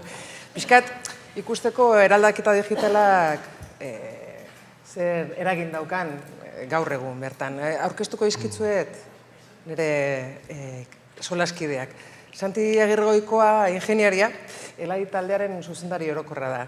Elaik baketa zehatzaren alorrean jarruten du, Antzuelan sortu zen oen dela 53 urte, eta jarraitzen dezue, 240 langilerekin, han, eta Mexikon, eta Txinan ere bai. Eta, 3 kontinentetan bizitzearen kontu horrek eta eraldaketa digitalak kontatuko egunez badukate zerikusia. Nire ondoan, Leire ere Euskal Herritik kanpo ibilia da, baina orain, eta ingenieria, 12 bat urte dara matza, Anpon. Eta gaur kooperatibako berrikuntza eta garapen teknologikoaren zuzendaria da. Kooperatibak egun langile inguru ditu Idiazabalen, eta Indian beste lantegio bat ere, eta, altzairu erdoil gaitzesko eta aleazio handiko galdategia daukate, eta gero balio teknologiko handiko balbulak ekoizten dituzte batez ere energia sektorearen zat. Arrate Olaiz, Ibarmiako berrikuntza zuzendaria da, Ibarmian dago azkenengo 11 urteetan, 130 langile ditu lantegiak, eta batez ere makina erreamintaren sektorean jarruten du. azken 20 urteetan sekulako aldaketa eman da Ibermian, ez da, elektronika integratzeko, lan moduak bat aldatu dituzue, eta guain digitalizazioekin zabiltzate buru belarri, eta Ana lehen aurkeztu dizuet. Pixkat, pentsatzen nuen nik zuekin iditzen aurretik eta eraldaketa digitalaren erronkak bakoitzarentzat, enpresa bakoitzean gauza oso desberdina esan nahi dula, ez? Ikuspegi bat da, bezeroari begirakoa, produktuari, negoziari, bezeroari merkatuaren beharrei erantzuteko lehia horretan, ez da? Jakin nahi non, zuek adibidez, Arrate, nola ikusten, Leire, nola ikusten duzuen, nola gauden erronka horretan? Merkatua gaude erakusteko? Egunon, denoi, eta eskerrik asko, gonbidatena luzatzearen, plazer bada. Eta, ondo esan duzun bezala, Anpotinator, eta batez ere emango izuen ikuspuntua izango da balbulagintzako negoziotik eta zerbitzu edo posbentako negozio unitaten ikuspuntutik. Orduan, nire erronkatako bat, ez bakarra, baina oitako bat da, nola bilakatu gure produktue beste digitalago horrekin nola sortu ditzazkeun beste zerbitzu negozio batzuk, bai? Eta hortan, da eramatzaia urte batzuk, ez? Lehen solasaldi pixkate eukidet, hemen nire... Esan berri zuen, lehen oia zidiala elkar... Bai, eta pixka kontestualizatu nahiko nuke, zati, esan da, enbide pixkate eman dit, gainontzeko nola dauden, gure laniteko modue oso produktu unitario bada, produktue gure abalbulak ez die makinak, orduan adimendu inbar ditugu, eta hori guretzako lehenengo erronka bada. Eta gure sektorea energetikoa izan da, gure bezerok gurekiko konparatuta oso handik dira, ez? Gure bezero die Shell, Chevron, Exxon, Total, BP, jende guzti hau, eta gugea enpresa txiki bat gure bidea bilatzen dauna eakin elkarlanen.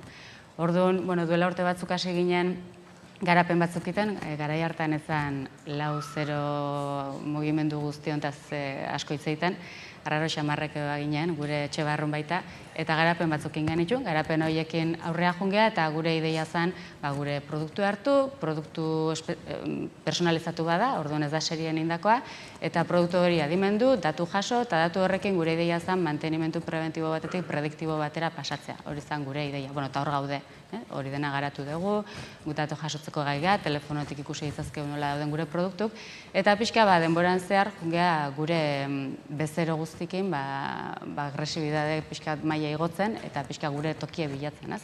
Eta hortxe pixkat, noski gure bezero danak inorrek ez do albo batea utzi behar digitalizazioa, denak hori daukate ean gestio planetan, ean aktibidadetan, ean ekipo eta departamentu espezifiko dauzki hortarako, baina konturatzen gea negozio ereduk oraindik ez daudela batere garbi, ez? Orduan ez dau garbi, produktu salmenta da helburue, datu gestioa, zerbitzue, eta hori dena, azkenen ekipamentuak, eta daukien arroka da, ekipamentu askon integrazio bat behar dutela, ez? Orduan, bide guzti hortan, gure diagnostikoa gaur egun da, hori digitalizazioa gure sektoren ematen nahi dela, eta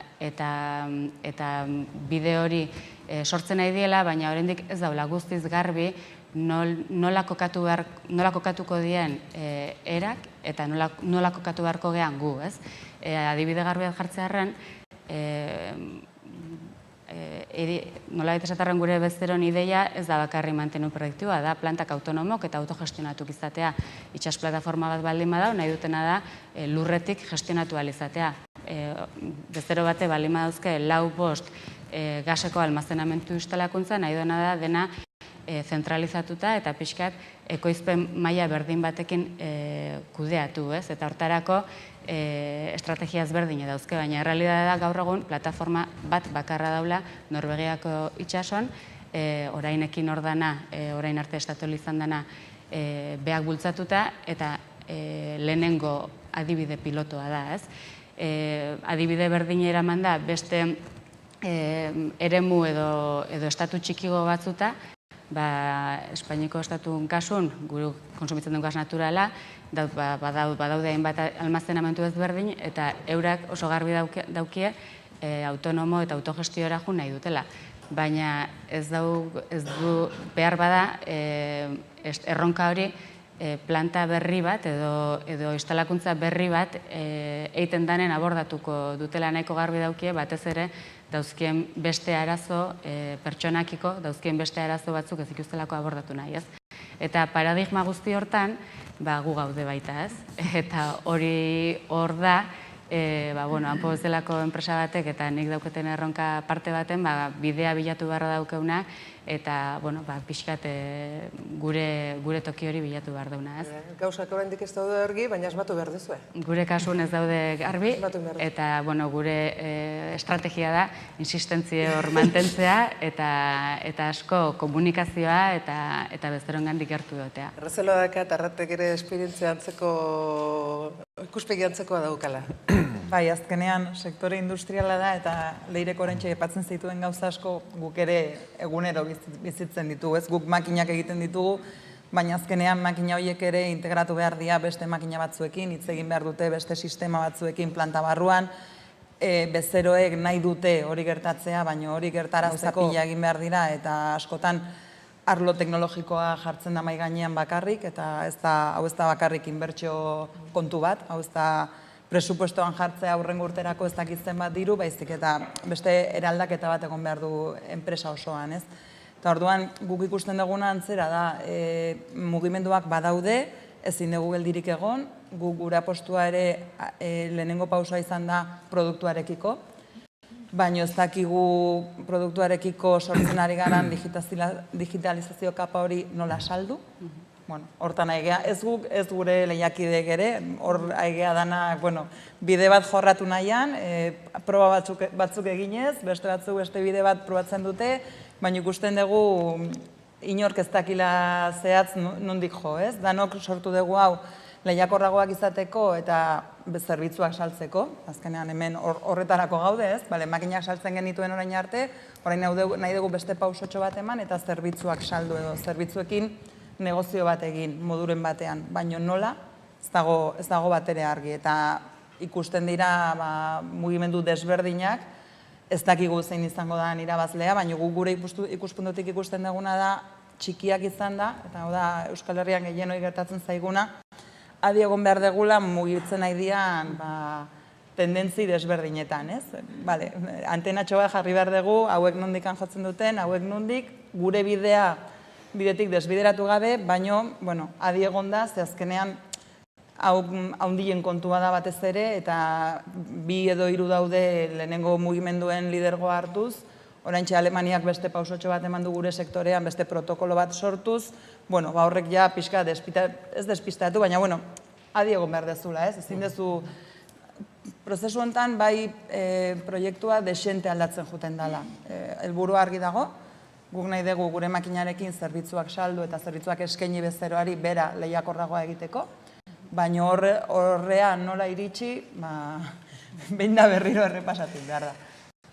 Transformazio digitala segianean, elaien, zuek pixkat etxe barrurako edo etxeko lanetarako erabili duzue, ezta? Bai, nik esan duke enbidia ematen dira zuela, lehi eta errate. Zuena errezagoa da, nire zailagoa, beti horrela autodefensa, zazteko. Guk ez dugu gure produkturik, gu gaude automobiligintzarako lanean, eta ekoizten ditugu pieza txikiak automobilietan doia zenak. Adibidez, gerrikoa lotzeko hartzen duzuenean, piezatxoi plastikuzkoa eta metalekoa, hori da adibide bat, ez? Ordan, guk ez daukagu produkturik nun berrikuntza sartu. Eta prozesuetan ere nahiko mugatuta gaude. Ze automobiligintzan dena dago oso estandarizatuta, oso klasifikatuta, ordan, ebaketa zehatzeko artikulu bat denean, eta batez ere segurtasun pieza direnean, egin behar duzu teknologia zehaz batekin. Ordan, zaude lotuta, mundua daude biorenitzaile, makina teknologia esaltzen dutenak, bioitatik batekin lan egin behar duzu, ez? Ordan, gure berrikuntza guztia bideratzen dugu prozesura. Prozesura nola optimizatu, prozesura nola hobetu, eta digitalizazioak eta Industriala 4.0ko sortzi atal horiek gida bat dira guretzat oso garrantzitsua, ez? Jarraitzen gauden da, goitik bera hasita lehenetik azkenera, ez? Eta bai, hor daukagu gude arronka nagusia, hortan gaude buru-belarri sartuta, eta pizkatxoa lehen komentatzen genuenarekin ez, gu pizkat lokartuta egon gara duela urte batzuta arte, gai honetan, eta gude salto eman genuena zen lotuta gude globalizazioekin, ez? Eta gian lotzen dut horrekin. Guk antzuelan gaude, baina daukagu lantegi bat Mexikon sortu gendu duela 18 urte, eta duela 18 urte sortu genuenean LA Mexiko, etortzen ziren handik, ez dut esango dira zine beteta, baina kuadrillak, 20-25 personakoak, etortzen ziren ona, sartzen ziren guen lantegian, jartzen ziren aditu baten ondoan, eta horrek azaltzen ziren nola egiten zen lana. Eta besteak apuntatzen zuen, idazten zuen, baten bat ezen bueltatzen Mexikora, hemen bere gauzak sortzen ziren, hemen geratzen zen, eta ezen ez da bueltatzen dara, eta gara bueltatzen zirena, bakizu herrialde horietan rotazioa oso altua da, horren 18 irtetzen zuten enpresatik, berriro bueltatzen du behar ziren beste kuadrilla bat, berriro funtzio berdina egin. Hemengo persona mordoa hartu behar zuten erazkina, joan ara, eta oso gogorra zen alde ekonomikotik, baina baita personen esfortzu aldetik, ez? Esfortzu handia suposatzen zuen. Eta guk klik egin genuen, duela 8 urte esan genuen guazen, krisi garaian, justu erdian, 2010an, eraki genuen Txinan sortzea gure lantegia. Baina esan genuen horrela ez, berdin batean, ez? Eta hor, hasi ginen pentsatzen, nola gure prozesuen estandarizaziotik aparte, eman urraz bat, digitalizazioa, eta hori nola egin autoaprendizaje bat lortzeko gure personekan, eta distantziatik nola kudeatu. Gogoratzen naiz, ni elaia sartu nintzenean, aurkeztu zidatenean zer ebaketa zehatza, aurkeztu zidaten plastikuzko transparentzio horieketan proiektuaren jartzen zirenak gazteok ez duzu ezagutuko, baina hori existitzen ziren. Eta ni horrela saldu zidaten zer den ebaketa zehatza eta horrela ikasi nuen, ez? Eta esan genuen, nola salduko digu gau, txinatar batzuei beste hizkuntza batean, zer testu asko zegoen, letra asko eta salpen asko, gaztele asko zirta, gara horretan. Eta lehenengo urratzen eman genuena da, PowerPoint batera eta pasau, argazkiak eta bideok eta dena, ez? Baina gude eraldaketa guztia izan da, eta labur biltzen dut, da nola lortu lan egitea Txinarekin, horko alboko edekinean egongo baliz bezala, ez? Orduan horretako, realitate virtuala, realitate areagotua, virtualizatu makinak, virtualizatu trokelak, virtualizatu gure tresnak, eta betaurreko batzukin jarri, langile bat, eta egon beharrean 2 hilabetez beste nobaiten aldamenean, gela batetan sartzen da, eta arek doa grafikoki azaltzen zer egin behar duen, eta zer ez duen egin behar zer dagoen txarto, zer dagoen ondo. Virtualizatzen dugu virtualizatzen ditugu gure makinak, eta horrela laguntzen emateko be, gure langileak hemen jartzen direren betaurrekoekin, eta ikusten dute Txinan ze arazo dagoen makina batetan. Eta hemendik lagundu diote. Mosten dute lehenengo zatia. Bestela. Gude idoltza, etorri zen idoltza. Barkatu, idoltza gude eskalan, antzolako eskalan, bale? Gude idoltza etorri zen, zerotik bida pasatu ginen, eta idoltza bat da, bale? Behar horrek sortuta. Eta zegoen pertsonengan pentsatuta batez, ez alde ekonomikoan, baizik eta gaur egun eskatzea persona batzuei 3 hilabete joan behar direla Txinara, 7-8 persona zailagoa da. Duela 15 urte edo errezagoa zen, gaur egun zailagoa da. Beste ditu da batzu ditugu. Horrek behartu ginduen ematea urratz handi hori. Pertsonekin hori lotuaz, igual galdera hori egin nahi nizuen ere bai. Nola gelditzen ari dira, nola gelditu daitezke personak, langileak, personak eraldaketa guztionetan zuek, nola ikusten duzue? Argi dago hor dagoela erronka nagusietako bat, ez? Baina azkenean hau ezinbestekoa da. Nik uste ez dagoela aukeratzerik. pertsonekin nola moldatuko garen, edo ze ikuspuntu jarri behar dugun, netzat bi alde daude. Alde batetik, gaitasun berriak behar ditugu. Orain arte balio zitzaizkigun batzuk, baina orain beste gaitasun batzuk ekarri behar ditugu. Eta ekartzeko modua, ikusten dugu eraskotan egin daitekela, bai barruko jendean formakuntzaz, azkenean zure prozesua, produktua ezagutzen du, eta horrek balio handia dauka. Eta horretan ere, pertsona desberdinak daude, batzuei hau erronka zoragarria iruditzen zaie, eta apostua egin nahi dute, eta beste batzuk, hontaz aparte gelditu nahi dute, ez? Baina hau gertatu izan zaigu beti, enpresa arloan eta arlo guztietan. Eta gero dago, beste oain arte gure enpresan behar izan ez ditugun pertsonak eta gaitasunak barneratu behar ditugula. Eta beste hizkuntza bat hitz egiten duten pertsonak eta teknikariak barneratu behar ditugula, eta horiekin hitz egiten ikasi behar dugula, ez? Ez dira txinatarrak, baina hitz egiten duten hizkuntza eta orain arte guk barruan hitz egiten duguna desberdina da. Eta softwareari buruz ari naiz, baina hori nabaritzen dugu. Ez da bakarrik softwareko teknikari bat sartzen dezula eta bapatean horrek irtenbide eman dizu ez. Horrek ikasi behar du produktu nolakoa dan, enpresa nolakoa dan, sektorea nolakoa dan, eta guk ikasi behar dugu barruan gaudenok hizkuntza hori kudeatzen, ez? Eta hori gure produktua aplikatzeko. Gero beste asunto bat da, guk orain landu nahi dugun edo lantzen hasi garena da, barne kaldera. Hau da, digitalizazioa guk produktuarekiko estrategia hau daukagu, baina barne aldera ez, zer egin behar dugu, gure prozesuak nola digitalizatu. Eta hor niretzat erronka zailagoa dago. Eta meritu handia daukatez, niretzat zailagoa da ze dena gaude horren menpe. Bestea, produktua garatzeko, departamentu bat eduki dezakezu, fokalizatuago dago, baina hontan ja ez dago aukerarik, da kultura asunto bat. Eta gehienetan berrikuntza zuzendariak izango zeate, hizkuntza berri hori dakarkizuenak?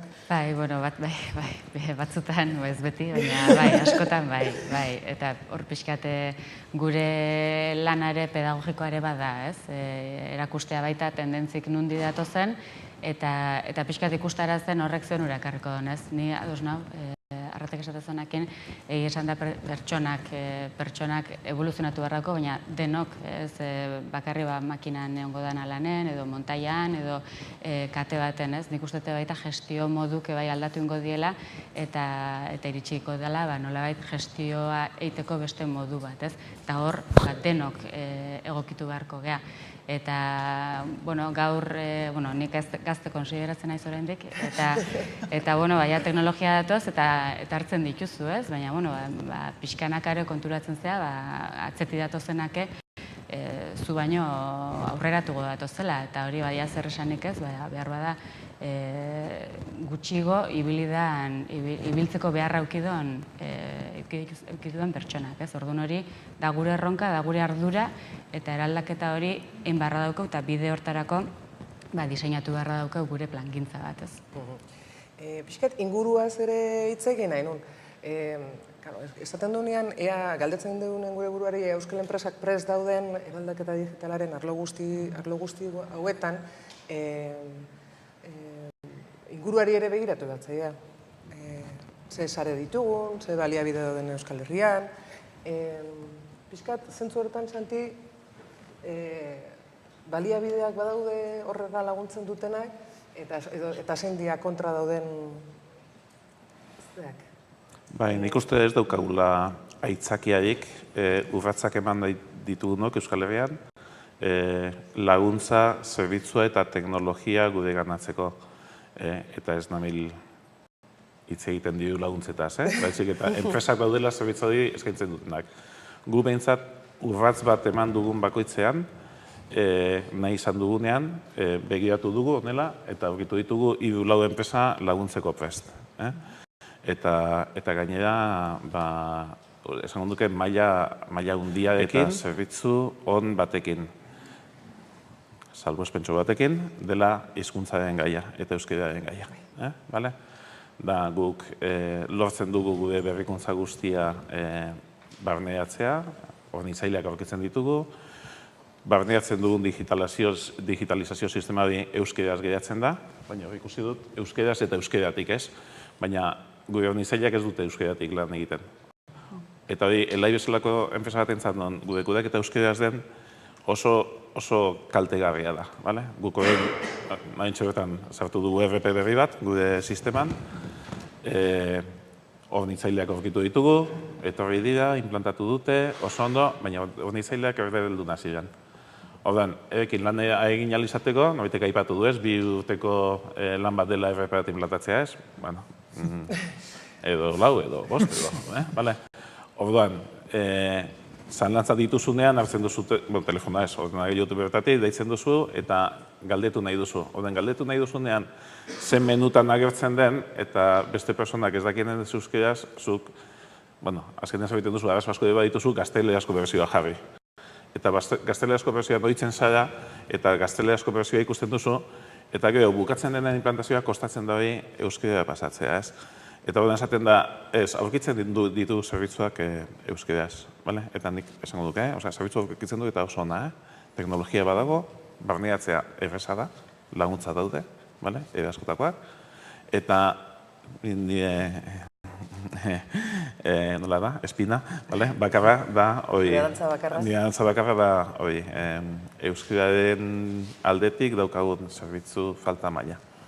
Hala ere, ez dakit euskararekin, badako zuen hizkuntzarekin zerbait gehiago esateko zuek ere? Guk egia esan momentun, naiz eta 80% euskaraz egin, orain barneratzen ari garen talento asko kanpotik dator.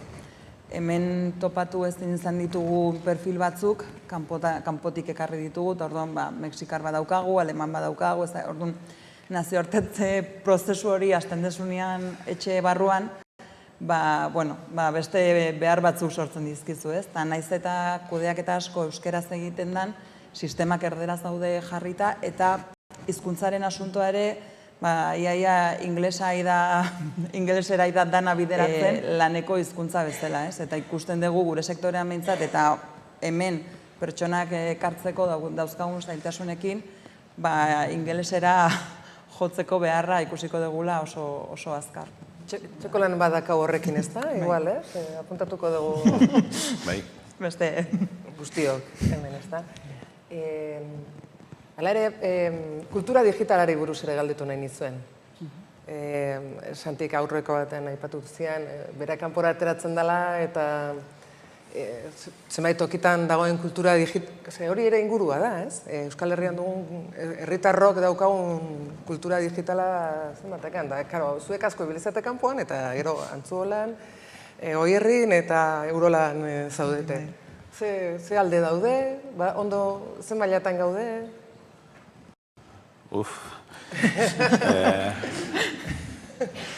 Kontuz ibiliko naiz. Nik, desde luego, batez ere Txina joaten naizenean, kriston enbidia sentitzen dut, kristona. Eta Mexikon baita. Eta nago irulantegia konparatzen, izaera izango da, ez dakizen badean, izaera kulturakin lotuta dago, eta biturekin. Adibide pare bat. Guk betaurrekoak eta hori garatu ditugunean, enpresan esan diogu mantenuko personei, joan behar direla makinera betaurrekoa jarrita. Ez dugu lortu. Bulego itxi batetan sartzen dituzu, jolasten dute eta gustora daude. Baina lotza ematen die, gure lantegian joatea betaurreko batzukin beste langileen aurrean eta lotzatzen dira. Hori edo beste dozein gauzakin, zei gustatzen horrela rekonozimendua eta Mexikon kontrakoa. Mexikon nahi patzen duzu dela, eta jendeak hartzen ditu betaurrekoa, buelta ematen duzu eta ja plantatik doaz korrika, ez? Eta beren atzetik joan behar zara, esaten, lehenengo... Eta eta enbidia pizkatxo bat ematen dira. Eta batez ere Txinan dagoen kultura digitala, eta nik horretzekin, 15 urte edo da matza, Txina joaten, eta aldaketa radikala izan da ez. Txinan badakizue, jendea ebitetzen da etxetik, telefonoakin ordaintzen dute, telefonoakin eroste dute supermerkatuan, telefonoakin autobusea joaten dira, etxera sartzeko telefonoakin irekitzen dute atea, portalekoa normalean klabe bat izaten da, baina etxekoa ja telefonoarekin, Eta hori barneatuta dute. Anekdota bezala, inkluso ja kopiak erosteko, zapatak edo arropa edo fake marketea lehen joaten nintzenean duela 15 urte, zeunden dena txinatarrak erosten gauzak, eta europearrak edo kanpotarrak 100%. Orain joaten naiz fake berdina, tokiz aldatu zuten, baina fake berdina joaten naiz, eta gaude kanpotarra bakarrik. Ez dute erosten presenzialki, ez da fakean. Erosten dute internetetik. Kopiatutako artikulu baita. Dena, ohitura da, gulantegia joaten gara, eta esaten gu, hau erosi behar dugu non aurkitu dezakegu, eta non aurkitu dezakezu. Sartu, eta erosi. Ez dute beldurrik, txartelan informazioa erabiltzeko, ez dute beldurrik datua sartzeko, ez dute beldurrik ezerena, eta apostua argia da, oso errez dau. Hemen,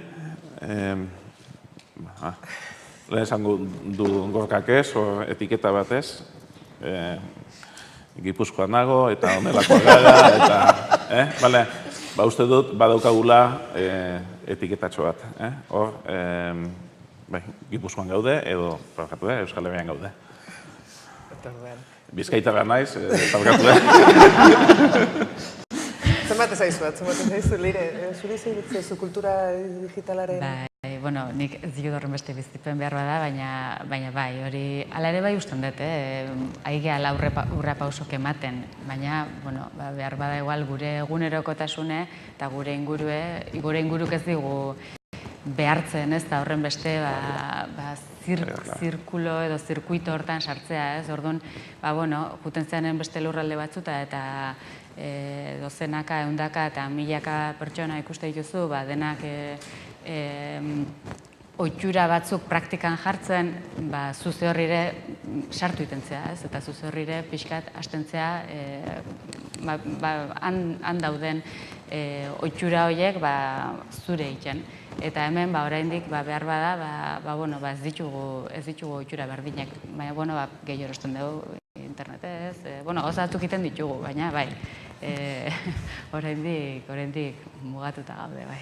Gero gizarte digitalaren asunto honetan, nahiko argi dago prestakuntzak bere biziko garrantzia izango duela, eta prestakuntza etengabean izango dela, ez? Ana, nik galdera inen izun, gauza bakoitzetarako prestakuntza zehatz bat, hildo zehatz batekoa izango da, baina orokorrean, zein izan beharko luke prestakuntza horren azken buruko helburuak? Zein izan beharko lukete? Ni txingun dut ere irakaskuntzaren eraldaketa.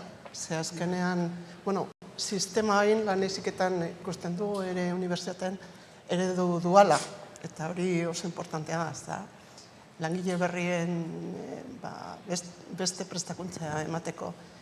Baina ere eredua aldatu behar dugu, bideak prestakuntza. Santik aipatu du formakuntzaren epea oso importantea dela. Orduan, aruntasuna lortzeko informalagoa, ez formalagoa izan behar da, fleksibelagoa eta praktikoa. Learning by doing, lehen esan dudan bezala, oso importantea da. Begiratzea nola daukasun ondorioak. Adibidez gu hain ematen ditugun kurtsoak oso laburrak dira. Eta oso praktikoak, edo oso espezializatuak, edo oso praktikoak. Gan play, sistema hori da. Eta ni uste dut horrela. Eta ere, hitz egin dugu, enpresaren ikuspuntutik, baina pertsona profesionalaren ikuspuntutik ere bere karrera profesionala, bere talentua aprobetxatzeko ere lana behar du, ez da? Eta orduan, lehen ez dut aipatu astirik itzegoen, tresna bat dago importanteena da PLE, formatua Personal Learning Environment, hori da, badaude tresna batzu, informazio ezagutzea bihurtzea, iturri honenak lortzeko, tresna batzuen bidez, tresna digitala. Badakigu, zarean badaude informazio pila bat, infosikazion izango dugu, ez da? Eta berizteko zer denena, eta bihurtzeko hori. Eta hori tresna digitala badaude, eta bueno, badakigu hori kurtsua presentzialak laburragoak. Eta egia da, online kurtsoak hotzak dira, ez da? Eta kostata da mantentzea, arreta eta segitzea. Baina blende famatu hori, erdi presentziala, erdi online, nik uste dut polita da, eta ere taldeka. Eta praktika hori ikustea bakoitzaren iritziz, bere kasuan, eta nik uste dut hori da prestakuntzaren bide osaugarri indienak. Ana, galderatxo bat. Burmuina, bi aldeak, bi aldeak lantzen dituzue formazioan edo bakarrik eskerrekoa? Bueno, gure... Nik arazoa eskuman da. Bai, antelamendua berrikuntza alde batetik handa teknologikoa. Eta gu deitzen dugu berrikuntza ez teknologikoa. Lidergargoa, talde lana, esan duaz, kreatibitatea, eta, bueno, badaukagu, oso importantea biek, benetan. Zergatik galdetu duzu hori? Guk politikaz duela 30 urte edaki gendun, elaia sartzen den 6 persona gutxienez FP2 izan behar duela. Horren, nahiz eta izan pieza mugitzeko alde batetik bestea. Pentsatuz, hau edo nelako gauzak etorriko zirela eta jende hori prest egon beharko litzatekela erraz batean teknologia berriak eta berea ganatzeko. Eta konbentziduta gaude ezkerraldea prest dutela, eta jendeak badukala gaitasuna ezagutzari askarratzeko, baina eskumakoa ez dakidu nola aktibatu. Nola ez zailena dela uste dut, eta da eskumakoa nola aktibatu nahi izateko, nahi izateko, ikusteko, ulertzeko, eta urratzen mateko, hemen dibidantza da ez. Eta jendeak uste dute sarritan ez dakiela ez, zuloa zenbatekoa den, eta ez dagoela prest inkluso aztertzeko. Gero komentzituta nago, sartzen dien guztiak motivazioarekin, lortuko dutela ikastea, baina eskumakoa nola mentalizatzen ditugu personak? Erdi txantxetan edo seriotan esaten du dinosaurio garela, eta irakaskuntzan lortzen duguna da dinosauro txikiagoak. Baina beste moduan egin behar dugu, eta hori esan dakoa importantea. Talentua lortzeko ere hemisferio. Ez nahi litzaiten 50 urteko personetaz, nahi litzaiten 30 urteko personetaz. Erosotasun batetan kolokatu dira, eta nola esaten diegu hau aukera bat da. Hau ez da arriskua eta aukera bat da. Gure kasuan, nire enpresatan, nire esperientzitaz hitz egiten dabil. Gero zabalduko dugu, norbaitek zuretezen ebendin badu, 2 minutu utziko izkitzuet. Arrateari izan esaten garrantzitsua da. Ez, egia, bueno, lehen aipatu dezuzuk ere, azkenean hemen kudeak eta moduak aldatzeko momentua da. Ezin dugu teknologikoki ez dakitzer asmatu, oso ondo ongo da hori, baina azkenean kudeatzeko moduak ez baditugu aldatzen ezin da aurrera egin. Eta kudeatzeko moduak aldatze hortan hori da gakoa. Azkenean badakigu formakuntza kurtsoak antolatzen, badakigu teknologiari buruzko formakuntzak nola egin, baina beste gai hauek lantzea hori oso zaila da. Eta ez gaude ohituta. Ez gure enpresetan kudeatzen nahi diren pertsonak ere ez daude ohituta gai hauek lantzera. Orduan, hor erronka honen basean hori dago azkenean. Beste gauza batzuk landu behar dira eta garrantzia eman behar zaie. Oin arte igual ez diguna eman. Gero igual, Ferminek ere esan dulen, agintean daudenak ere, urtea da mazkite lan molde batekin. Dinosauriak. Hori ere gertatzen da, agintean daudenekin CEO-ak eta CEO-ak hor badago borroka bat, CEO informatiko, teknologiko, egoten da borroka bat, dire? Bueno, borroka bat ez dakit, zuzendaritza aginte. Baina bai, azkenen zuzendaritzare pertsonak dira ez. Eta, bueno, azkenen pixkat gure mugak askotan mentalak dira ez. Eta hori landu behar da. egia da organizazio ikuspuntu batetik, nik ez zuzendaritzan parte hartzen dut, eta bisio hori eduki beharra dauke zuzendaritzak, eta zuzendaritzako talde guztik, ez? Eta hori gabe gainontzeko guztia egitea, ez da zilegi, ez? Eta horrek behar do baita bere lana, eta hortik hasi beharran dauke. Baina, bueno, ez dakit, ez dut uste burruka hori... Baina hor batzutan izango da, ez da, zeo eta zio eta... Bueno, behar da, ez gure kasun, baina, bueno. Nik, eta ez dakit marrazkia nola geldituko den, baina irudi bat nahi nuke ere bai, bizkortasuna adierazten duna. Aldaketa hauek ze bizkor datozen irudikatuko duna, ze oso bizkor datoz, ez da, Santi? Bai, eta agian zuzendaritzaren ikuspegia ere horrekin lotzen dut, bale? Teknologia oso azkar dator, aldaketak azkar datoz, eta zuzendaritzatik, bale? Edo enpresan estrategia finkatzen dugunok, pentsatzen dugu hori barneratzea, bale? Baliabidea badaude, esan duten, enpresak badaude, basaudete eta badaude zerbitzu hori ematen dutenak, dirua badago, hori egiteko, baina enpresa bere orokortasunean ikusi behar da ez. Da, aldaketa oso azkar dator, oso azkar egin dezakegu, gero persona batzuk egokituko dira eta erritmoa aldatuko diote, baina aldaketa berak ondo eginda, normalean, robot bat sartzen baduzu, norbaiten lana egiteko dator, bale? Ez dugu ikusten enpresa aldatu dezakezula merkatu aldetik lan gehiago ekartzeko epe motz batean, lanpostu guztiak mantendu ahal izateko. Eta gorka sentitzen dut, 3 ordu egunean oso ondo dau, baina zenbaki ez diat ematen. Momentuz ez. Orduan, da, erabaki hartzerakoan, agian frenua jartzen dugu, baina frenu konstiente bat. Esaten, sartzen badugu aldaketa hori, ze elai geratzen da, bale? Ze elai volumen honetarako, eraikin honetarako, zenbat personekin, eta ze personekin, eta ja jartzen dituzu izena abizenak, bale? Gorriak, horiak eta berdeak, bale? Koloretan identifikatzen dituzu. Eta mapa hori ikusten duzuna, esaten duzu, agian moteltzen dugu. Baina, klaro, moteltzen duzu, denbora gehiago izateko, baina teknologia beste urraz bat ematen du. Orduan, ezin zaratzean gelditu, baina ezin dituzu urratz radikalak eman ez da. Naiz eta nahi izan, naiz eta estrategian sartu, naiz eta hausnartu horren inguruan. Konflikto horretan gaude, gu konflikto horretan gaude momentu horretan, Elain. Bai, zuek, Azkenean negozioa ez da gelditzen.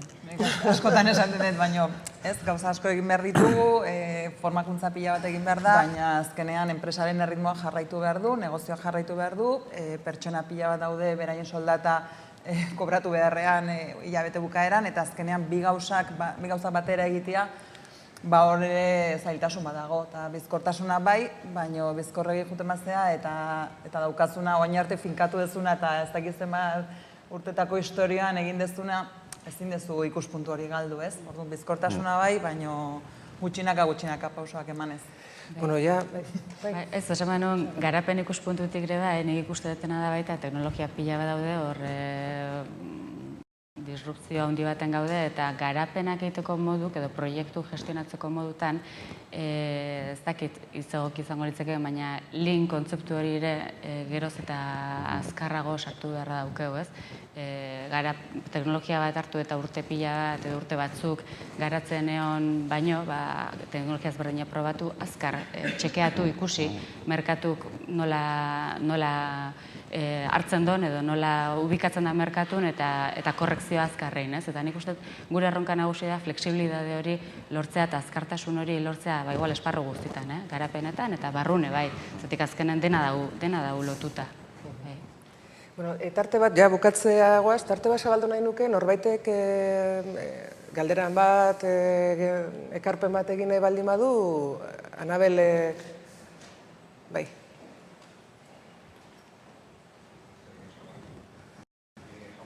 Eskerrik asko, denoi egindako azalpenengatik eta nik nire burua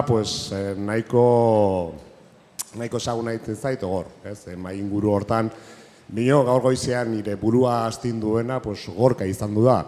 Eta gustatuko litzaidake jakitea Gorkak zer esango litzeke zuei. Zuen realitatea, nik uste asko ezagutzen dugula, orduan, nahiko nuke berriro nire burua astintzea. Uste bat baino gehiago pentsatu dula hori. Gorka, mesedez... Ez dakit, niri ale batetik gustatu zait, zen bizio oso konkretuak eta gertukoa dira diot enpresatik, errealitate egunerokotik hitz egiten duzue, ez? Eta hartara zuen erronkak bakoitzarena dira, baina uste dut denean badagoela nolabait pertsonen eta beraien gaitasunen inguruko kezka hori, eta uste dut barneratua dagoela, ezin ditugula aldaketa horiek, lehen aipatzen zenun bezala, azkar edo oso azkarregi egin, eta liberean egin behar ditugularen sensazio hori. Ni uste, ez da esango nizuek ezakit, galdera poteta. Ni lehen bota dudana, ez da broma, gu saiatuko gara, adibidez gure errealitate txikitik, zazpi pertsona, saiatuko gara ere beste, hainbat, 30 kooperatiba horietan beste norbaitek ere egitea, baina lan, gure bizitza, lan orduak ez murrizteagatik, baizik eta suposatzen duenako pertsonen ongizatea ere oinarri bat dela, ez? Zuek saiatuko zinateke horretan? Esan dudana da, ez 3 baina 30 orduko lan ordua ensaiatzeko, zeren horrek suposatuko luke, igual jende horrek, ez? Badaukala beste gaitasun horiek garatzeko aukera, hortik kanpo ere hobeto bizitzeko aukera, ez dakit, saiatuko hori da nire galdera, gehiago, eta provokazioa berriro. Eskubitik hasiko gara. Santi, animo. Adibidez. Esan behar Gorka, bai, zure aurkezpena provokatzaile izatea dela, eta provokazioak gustatzen zaizkit, eta gainera, nire pentsamentuetan oso gertu egon naiteke, pentsamentu personaletan. Guk, elain, ditu hiru helburu nagusi gure etxean, ditu bi zutabe, bata da eskerra, beste da eskuma, eta da helburu batzuta heltzeko. Eta hiru helburu horietatik personen ongizatea da bat zehaztuta dagoena, ez gara kooperatiba, baina dago bat zehaztuta. Bestea da bezerari balio ematea, noski, eta bestea da errentagarritasun iraunkorra, SP motzekoa. Nahi dugu egon beste 50 urte antzuelan. Orduan, guk dena diseinatu behar dugu, hiru horiek horien horreka lortzeko. Bezerari balio ez badio ematen, desagertuko gara. Errendimendu bat ez baduko ematen, errentagarritasun bat ez baduko ematen, desagertuko gara. Eta ongi izatea dago. Gu beti diseinatzen dugu sistema hirurak horrekan egoteko. Ez dugu nahi, badakigu bat erortzen dela, bada, eta horrela duka omagoztuta, telatu erortzen dela. Eta basere batean erortzen denean, eta horrela visualizatzen dugu. Orduan, bai nahi dugu, bai nahiko genuke horretara joatea. Guk, elaiko lan murrizketa zenbatekoa diren, eta hori estadistiketan, konparatu eta hemen uste dut lehenengoak izango ginatekela. Zenbateko personak hartzen dituzten lan murrizketak, eta hori onartzen den, eta antolakuntza egokitzen den horretara ez. Orduan, erantzuna izango litzateke bai, baina hiru helburuak lortu behar ditut. Hiruetatik batek utz egiten badu, desagertzen da baserria. Oen, erantzun politikoa eman dizut. Leire, ez dakitzut badakazun, zerbait esatek horri buruz? Bueno, erronka esan da politia da, Nik uste erantzuna izango zen, bai. Netzako gakoa ongo litzeke pres gauden hori egoera, edo pertsonak pres gauden hori osotasun hortan ondo kudeatzeko edo oraindik ez gauden nortasun nahikokin hori erresponsabilidadez ondo iteko, ez? Eta igual pertsonan pertsona bakoitzak dauzkeun aktitude eta aktitudeetan gure ardura hori ere hartu beharko gendukela, lan murrizketa hori ondo egin eta gainontzeko aukera horiek ondo lantzeko, ez? Eta igual denok ez gaude oraindik 100% baten estenari hortan, ez? Baina egon barko ginek ez, zergatik ez. Guztiz ados Leirerekin, azkenean asuntoa da 30 ordu horietan ze lan egin behar dugu eta nola egin behar dugun lan. Eta hor ere aldaketa bat egon behar du, baina azkenean lehenengo pausoak izaten direla beti flexibilidade neurriak jartzea. Beti pertsonak ez daude prest horiek arduraz jasotzeko, eta gu momentu honetan reflexio bat egiten egea horri buruz, azkenean orain arte jarri dian flexibilidadeko neurriak batzuk ikusten dugu ez diela modu honean erabiltzen. Eta azkenean pertsonak erabiltzen baditu neurri horiek lan gutxiago egiteko hori ez da bilatzen duguna. Azkenean dirua irabazi behar dugu, ez dago besterik, eta proiektuan martxan eduki behar dugu. Hor, kriston lana dago egiteko, baina azkenean bakoitzak lanarekiko daukan ardura horrekin ikuste dut lana badagoela hor ere. Eta lana, ni seguro nago, beste modu batean eginda, ordu gutxiago gaitezkeela gure lanpostuetan. Baina beste modu hori pasata. Zuzenean murriztu, niri ekuazioa ez zait ateratzen. Baina beste modu batzuk jarrita, seguro, ordu gutxiago gaitezkeela lanpostuan. Nik labur bilduko nuke, lanean jun ordez balio bat erastea jun barra daukeula, eta balio erantzi hori modu batea edo bestea bilakatu barra daukeula. Bezerokiko, internoki edo behar dan bezala ez, eta hori da erronka.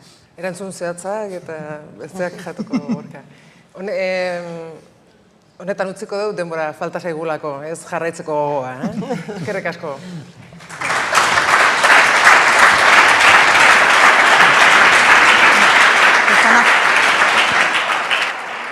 Aurrera eginen dugu eta marateoiaren azken txanpara iritsiko gara. Etorkizunaren inguruan hausnartzen jarraituko dugu, 3. blokearekin. Nolakoa izango da lana etorkizunean, lanaren automatizazioa eta etorkizuneko lanbideak blokearekin. Etorkizuna eta lana, biharko lanbideak, lanbide automatizatuak, errebotizatoriko pertsonak, hitz potoloak, eta lehen Xantik esan du momentu batean kontu zibiliko zela erantzunak ematerakoan, ni enaiz erantzuna ematen ausartuko, eta horretarako Ibon Zugastik gerturatuko zaigu, LKS Prospektiberretik. Nahi duzunean.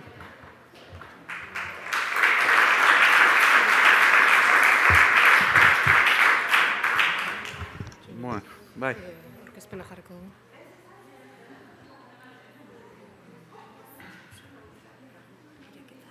Bai, aireketa.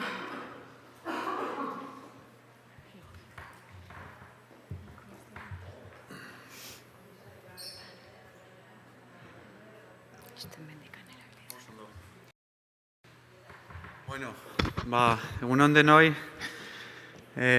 ni pixka berandugo iritsi naiz, baina ikusten dut jadanik eztabaida interesgarriak izan dituzuela, gorkarekin da zuen artean, eta poste naiz horregatik, hortarako dira ekitaldi hauek ere ez. Eta nire aldetik, eskerrak ematea bai Euskarari, Roberreri ere, ekitaldi hau antolatzagatik eta gonbidatzeagatik. Eta, kontatuko dizuet pizka bat nire asmoa da lan eta teknologiaren etorkizunari buruz hitz egitea, baina epe luzeago baten ikuspegian, ez? Enpresen arloan hitz egin dugu nolabait gaur egun dauzkagun arduren inguruan, eta geure erantzunkizuna da nolabait haratago joatea eta etorkizuneko erronketan pentsatzea, ez? Eta batez ere, hor jartzen du etorkizuna, baina guri gustatzen zaigu hitz egitea etorkizunak. Pluralean gustatzen zaigu hitz egitea, ez dago etorkizun bakar bat, baizik eta etorkizun bat baino gehiago daude. Agian hor besteka bat gehitu dezakegu aurrez. Bueno, Millennium proiektua, zer da Millennium proiektua? Funtsean da nazioarte mailan daukagun etorkizunari buruzko sare bat, non hausnarketa egiten ari garen 80. hamarkadaren erditikan, pentsatuaz zeintzu diren etorkizuneko gizateriaren erronkak, erronka nagusienak. 80. hamarkadan, jadanik hitz egiten zen garapen millennium, garapen helburuei buruz, 2015erako agenda, gaur egun bakizue beste agenda berri bat daukagula nazioarte mailan, deitzen dela garapen jasangarrirako helburuak, edo ODS deitzen diren horiek. Millennium proiektua nahi du hortikan haratago joan, eta ez bakarrik helburuak finkatu, baizik eta nolabait ulertu erronka batzuk daudela, eta horiek nolabait modu sistemiko batean ulertu behar ditugula. Ez dirala independienteak, baizik eta erlazio batzuk daudela erronka horien artean, garapen jasangarria, baliabideak lortzeko beharrak, energia, zientzia eta teknologia, etika globala. Azken finean nola hartu ditzakegun erabakiak modu egokiago batean gizateriaren ongizatea hobetzeko, hori da gure azkeneko helburua. Eta arlo horretan, azterketa asko egin ditugu azkeneko 20 urteetan, baino azkeneko 2 urteetan ari gara aztertzen lanaren eta teknologiaren etorkizuna. Asko hitz egiten ari gara honi buruz, digitalizazio alor horretan, aldaketa handi horretan, eta Millennium proiektua nahi dugu hau beste modu batean hausnartu, modu batean esateagatik. Zeren beti pentsatu izan da, eta aurreko errevoluzio industrialetan beti pentsatzen zen, teknologiaren garapenak lanpostu gehiago suntsituko zituela sortuko zituenak baino.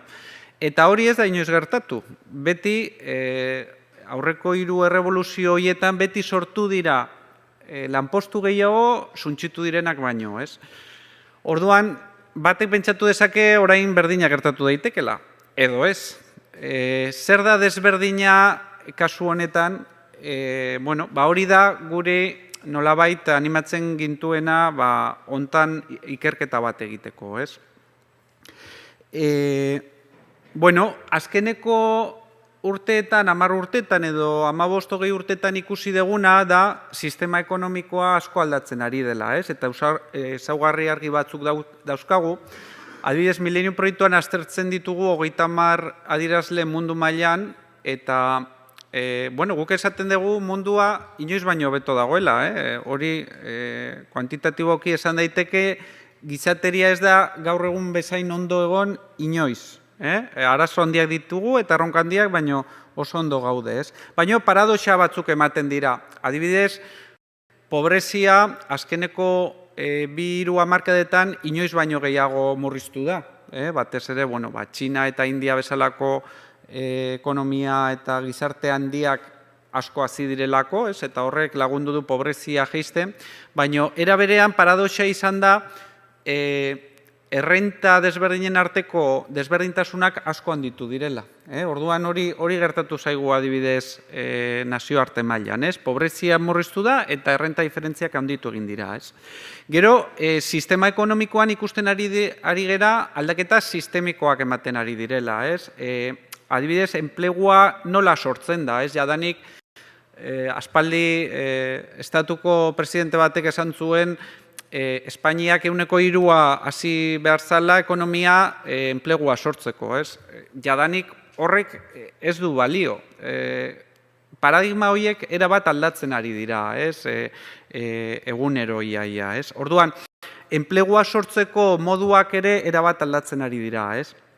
Ikusten dugu ere, eta hori objektiboa da, teknologian egiten ditugun inbertsioek etekin handiagoa ematen dutela egiten ditugun inbertsioak baino, kuantitatiboki hori ikusten da, eta gero eta inbertsio funtsa gehiago zuzentzen ari dira teknologiara pertsonetan intentsiboak diren jardueretara baino.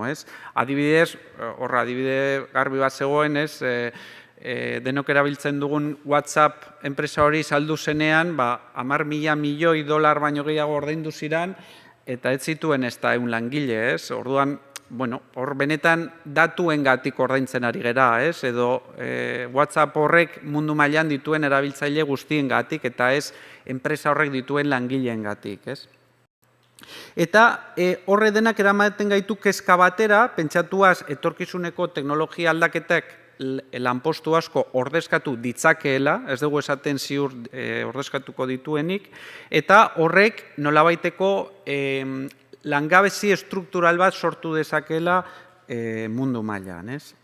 Bueno, hauek dira nolabait adituek azpimarratzen dituzten teknologia aldaketak asko ezagutzen ditugu, robotika, adimen artifiziala, bere modu desberdinetan, orain asko hitz egiten dugu blockchainari buruz, Bueno, aldaketa teknologikoan batez ere adituek esaten digutena da, aldaketa teknologikoa beti egonda, orain zer da desberdina aldaketa teknologikoan, batez ere abiadura, orain arte aldaketa teknologiko alor batzuetan ikusi dugun abiadura linealagoa izan da, eta hemendik aurrera adituek esaten digutena da esponentziala izaten hasiko dela. Batez ere datuen prozesamenduan hori ikusi dugu jadanik.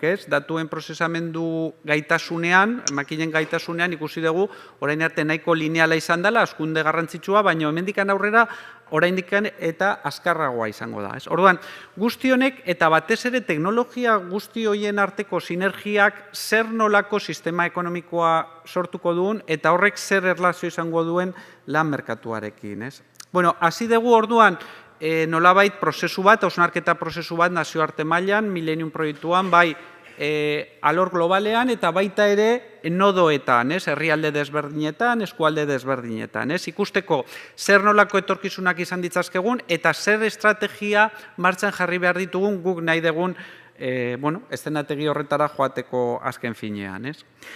Konkretuki, erkidego mailan ere aztertu dugu egoera, zeren erkidego mailan daukagun egoera desberdina da, alor bakoitzean, bakoitzak bere egitura ekonomikoa dauka, bere biztanleria egitura dauka, bere gizarte egitura dauka, bere kohesio eredua dauka, mundu mailan daukaguna erreferentzia bat izan daiteke, edo etorkizunera ikusten duguna, pentsa dezagun, eta hemen lanbiderekin lanean gabiltza, 2030 urtera, ez juteagatik 2050era, zer gerta daitekeen erkidego mailan, Bueno, hasiera bateko galderak, mundu mailan egin genuen azterketan, ziren, ez badegu ezer egiten, zer gerta daiteke edo zer eragin izan dezake aldaketa teknologiko disruptibo honek, 2020 eta 2050era, eta batez ere langabezian zer eragin izan dezake, Gero, nolabait zer egin dezakegun zeintzun dira faktore klabeak horri aurre egiteko, eta ze estrategiak martxan jarri ditzazkegu horri batez ere nolabait kontra jartzeko, edo evoluzio positibo bat lortzeko. Eta honi lotzen diogu, eta beste ikerketa batzuk agian ez dute hainbeste azpimarratu hau, zer zentzu izan lezakeen etorkizunean nolabait bermatutako sarrera edo ingreso minimo bat izateak, edo oraintze erkidego mailan RGI-a bezalako eredu bat daukagu, oso eztabaidatua da, zer zentzu izan dezakeen etorkizunean lan alor honetan nolabait kohesio sistema berri bat izatea, non ez da izango agian gaur bezala, edo bai, eta zeintzuk izan behar duten kohesio eredu horren funtsak azken finean. Orduan, hasi genuen, nolabaiteko elkarrizketa saio batzuk hasi genituen, eragile desberdinekin, enpresa, sindikatuak, gobernua, finantza arloa, hirugarren sektorea, akademia, hezkuntza, ikusteko erkidego mailan zeintzuk izan daitezkeen azken finean erronka nagusienak. Eta, hemendikan sortzen diren emaitzak ere ez dira oso argiak. Ez dago konklusio edo adostasun argi bat zer gerta daiteken horretan.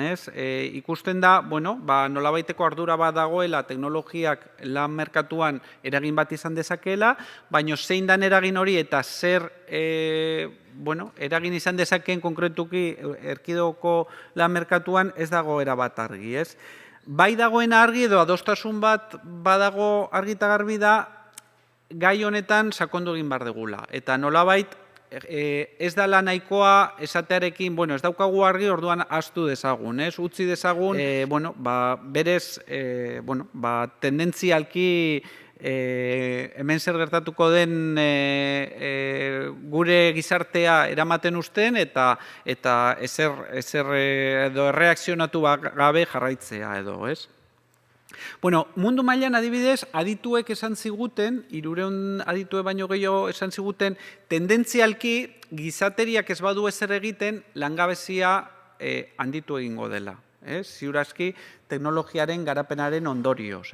Hori badakit oraintxe bertan, agian, igual kostatuko zaigula pizka bat ikustea, baina adituek benetan esan digute arrisku serio bat dagoela hau gertatzeko, benetan gizateriak ez badio erantzun egoki bat ematen 2050 urteari begira, eta 124 ingurura hasi daitekela langabezia, hori agian guri ez zaigu oso serioa iruditzen, hemen ikusi ditugu gertuko kopuru batzuk, baina pentsa mundu mailan hau oso krisi latza izango litzateke.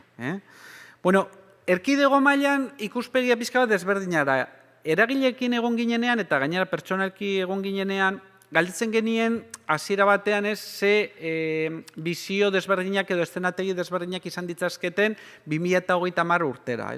Bueno, erkidego mailan daukagun desberdintasun nagusi bat da gure demografia oso berezia dela eta dakizuen moduan lan merkatuan hori oso garrantzitsua da. Gu daukagun demografia da zahartze azeleratu batena, eta ez dakit norbaitek edo batzuk aztertu dituzuen, bakizue Eustatek orain dela gutxi publikatu dituela eszenategi demografikoak 2060ra, 6 eszenategi demografiko ditu, eta 6 eszenategi horietan badaude positiboagoak eta negatiboagoak, baina argi dagoena da 6etan lanerako adinean dagoen biztanleria murriztu egiten dela. 6etan. Naiz eta migrazioa izan, naiz eta hazkunde naturala hobetu, 6etan lanean dagoen biztanleria murriztu egiten da. Bueno, hortikan hasita, 3 eszenategi edo ikusten zituzten adituek, nolabait langabezia zeo zer handitzea, teknologiaren aurrerapenarengatik, beste batean, langabezia gutxi gora bera gaur eguneko kopuruetan, oraintxe gabiltza 10 inguruan gelditzea, eta positiboago batean ikustezan langabezia murriztu zitekeela, ez zegoelako hain eragin handia, eta batez ere, hor azpimarratzen zen, berez biztanleria jeisten ari dalako. Horrek ere, langabezia murriztu egin dezakelako, Bueno, gero ere ikusi genuen erkidego mailan eta konparatuz maila globalean gertatzen ari denarekin zer nolako teknologiek izan zezaketen zer eragina, edo eragina handiagoa. Adibidez ikusten zen, gutxi gora bera erkidego mailan izango ditugun eraginak eta nazioarte mailan emango direnak oso antzekoak dira. Hor, desberdintasuna dago adimen artifizialean, baina batez ere hori lotzen genuen nolabait erabili dugun urte esparruarekin. Erkidego mailan gehiago 2030 eta globalean gehiago 2050 urtea. Baina orokorrean teknologiek izango dituzten eraginak oso antzekoak izan daitezke. Gero ere ikusten genuen okupazioen arabera, hau adibidez erkidego mailan galdetu genuen, hau ez da maila globalean aztertu, eta hemen beste ondorio bat zen, nolabait zenbat eta gaitasun eta kualifikazio hobea, nolabait lanpostua edo lan hori deusesteko arriskua bajuagoa da. Baina, hau ez da beti gertatzen ere, gero eta gehiago sortzen ari dira lanpostuak non kualifikazioa oso altua dan eta automatizatzeko arriskua ere altua da. Adibidez hitz egiten da, burtsan ibiltzen diren negoziatzaileak edo traderrak, bakizue hori gaur egun inteligentzia artifizialaren bidez, gero eta gehiago ordezkatu egin daitekela. Baita ere hitz egiten da abokatuei buruz, abokatuen lana alde batetikan bai da oso gizaki batek egin behar duena, baina beste lanaren zati bat automatizatu egin daitekela ere, onartzen digute abokatuek berek. Orduan, korrelazio hori ez da beti horrela ematen, naiz eta beste ikerketeko horrela esaten dute, ez? Bueno, gero ere ikusten dugu zer nolako estrategiek izan ditzaketen ekarpen positiboak, lanaren etorkizun honetan. Batez ere erkidego mailan, Euskadiren mailan, esaten da, aisialdiarekin, osasunarekin erlazionatutako jarduera guztiek, ekarpen positibo bat izan dezaketela, noski lotuta gure etengabeko sartze prozesu horri. Baita ere, zer nolako estrategiak edo zer nolako bideak jorratu behar ditugu, tendentzia horiei aurre egiteko, argi eta garbi ere, nolabait prestakuntza, inteligentzia hobetzearekin lotutako jarduera guztiek garrantzi handia hartzen dute, bai gure kasuan eta bai nazioarteko kasuan.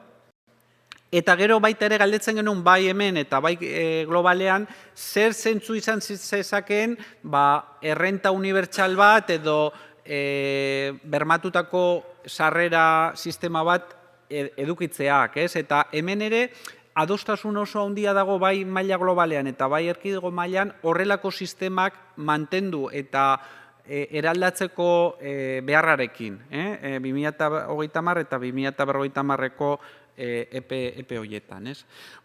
Ondorio nagusiak dira orduan ez daudela eraginak erabat argi, hau da, ez dela ikerketa horiek World Economic Forum adibidez esaten ari dana, aldaketa teknologikoak suntsituko ditu 6 milioi enplegu. Hori ez dago hain argi. Argi dagona da, lanari buruz daukagun kontzeptua, gaur egun daukagun kontzeptua, erabat aldatuko dela. Lan batzuk deuseztuko dira eta beste berri batzuk sortuko dira. Eta transizio hori da nolabait kudeatu behar deguna, jakin behar deguna, nola lagundu, biztanleria horri laguntzen galtzen diren lanpostu batzuetatik beste batzuetara pasatzeko. Eta baita ere adostasun badago nolabait hau jadanik jorratu egin behar degula, martxan jarri behar garela eta estrategia batzuk jarri behar ditugula martxan nolabait honi aurre egiteko.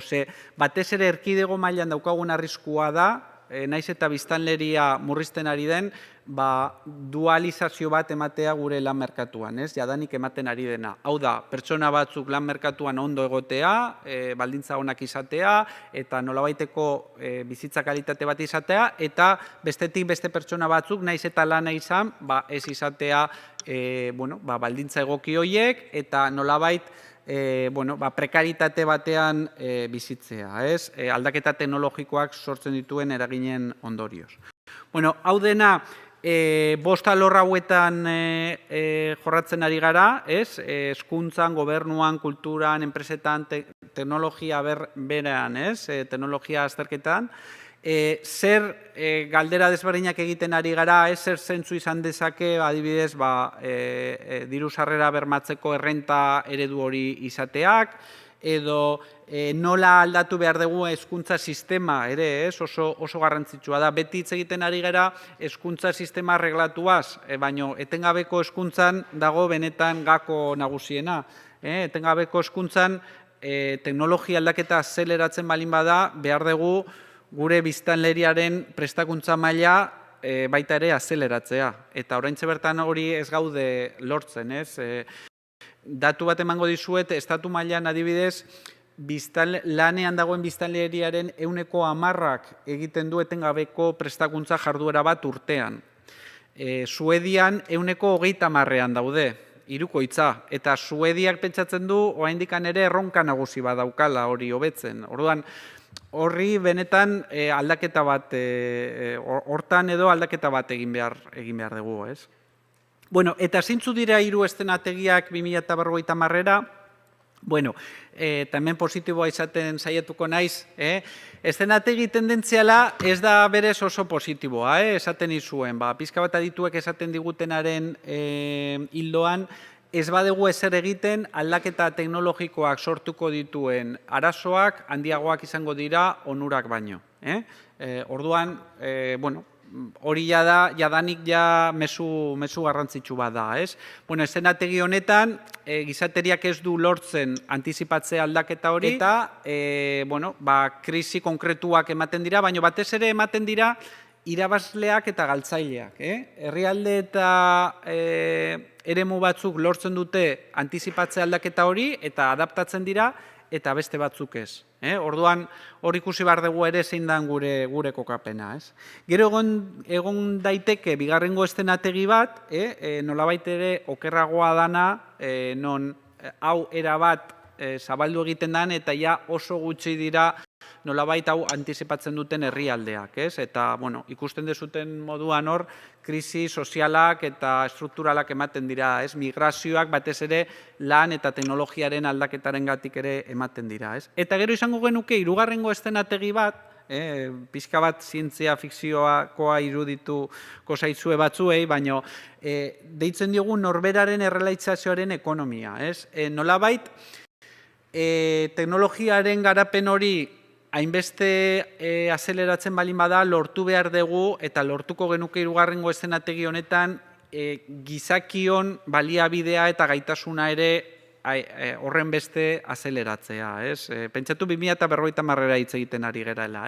Orduan behar duguna da benetan gizakiak zuzentzea bere gaitasun diferentzialetara.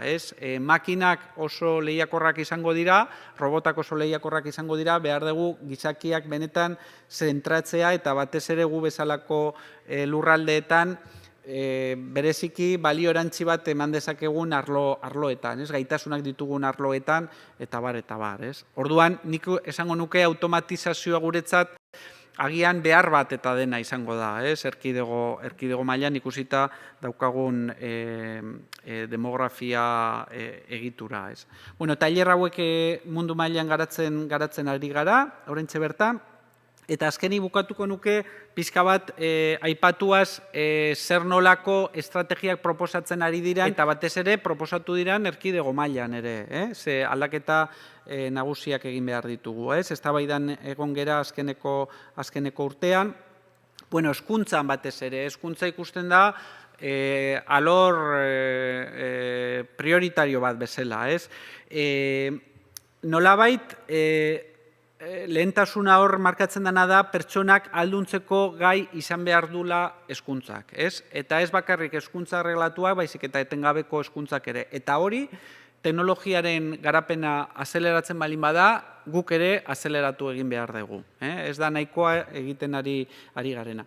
Gero, ekintzailetasuna ere, ikusten dugu gaur egun sortzen ari diren jarduera ekonomiko berriak ez direla orain dela 20-30 urtean sortzen ari zirenak. Jadanik, ez daude hainbeste kasu fabrika berriak sortzen direnak, edo jarduera intensibo oso handiak sortzen dituztenak. Ikusten dugu gehiago dela mikroekintzailetasun bat, edo plataforma eta teknologia bidez sortzen diren jarduera txikiagoak. Orduan, etorkizunean noski enpresa handiak egongo dira ere, eta industria handiak egongo dira, hoietako asko automatizatuko dira, ikusi behar dugu gainontzekoan nola hobetu dezakegun gizakien gaitasuna ekintzaileagoak izateko. Eta gainera, badakizuen moduan, erkidego mailan azkeneko urtetan gure ekintzailetasun adierazleak ez dira asko hobetu. Orduan, hor ere lan bat egiteko behar bat daukagu, hemen tailerretan jendeak esan digunaren arabera. Gero noski baloretan lan egitea, irakaskuntza hibridoak ere, asko hitz egiten dira STEM hoietaz, baina baita ere hoiekin soziala eta ekonomikoa lotzea ere, negozio ereduak, baita ere berrikuntza soziala, leheno ere hemen aipatu dena, lanbide heziketa eta unibertsitatea nolabait bateratzea eta sistema flexibleagoak izatea, autoenplegua leheno aipatu detena, baita ere, esaten da, plataforma eta elkargune berriak behar ditugu lanaren etorkizunari buruz eztabaidatzeko. Behatokiak behar ditugu, jadanik bai jaularitza mailan, enpresa handien mailan sortzen ari dira behatokiak jakiteko, zedakizuen moduan eta aipatu den moduan, sektore askotan lan beharra oso handia da, perfil beharrak oso handiak dira, ez? Orduan, nola egon gaitezke etengabe antizipatzen zeintzuk izango diran kualifikazio eta okupazio behar berriak epertain eta luzean. Horretarako tresna eta plataforma berriak behar ditugu ere. Eta gero, azkeneko puntu bat ere hitz egin zana da lan harremanena. Lan harreman nolabait eredu berriak behar ditugu. Gure lan harremanak, gure kohesio sistema aurreko mendean diseinatuta dago eta gaur egun daukagun jarduera ekonomiko berria desberdina da eta gero eta desberdinagoa izango da. Orduan, nola sor dezakegu lan harreman sistema berri bat, nolabait jarduera berri hoien errealitatera adaptatzeko, eta horri ere hausnarketa bat eman behar diogu, eta baita ere, lehen aipatu duten moduan, oinarrizko errenta unibertsalera, eta baita ere, zerga sistemara, adibidez, nazioarte mailan egintzan proposamen bat, Millennium ikerketan izan zen, zergatik ez pentsatu robotikari edo aldaketa teknologikoari nolabaiteko zerga bat ezartzea, hor sortzen dien onura horiek erabiltzeko biztanleria berziklatzea, eta era berean teknologiak sortzen dituen kalteak nolabait kontra jartzea, hori ere aipatu da proposamen bat bezala. Hemen utziko dizkizuet proposamenak, gero agian aukera egongo da hau konpartitzeko, eta nire aldetikan bukatuko nuke esanez, aukera daukagula etorkizun positibo bat izateko, baina etxeko lan handia ditugula ere horreraino iristeko. Mila esker.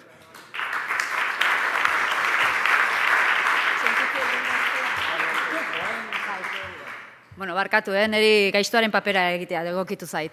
Ibon, hemen gelditu zaite, Millennium proiektuaz agian zehose gehiago esan diezagukezu, eta Jordan Arretxe, hemen da, Noticias de Gipuzkoako kazetariak dinamizatuko du ondorengo solasaldia. Berak aurkeztuko dizkigu solaskideak ere bai. Itxengo eguerdion, itxengo dugu ea Iboni mikrofona jartzen dioten, azkar askoan.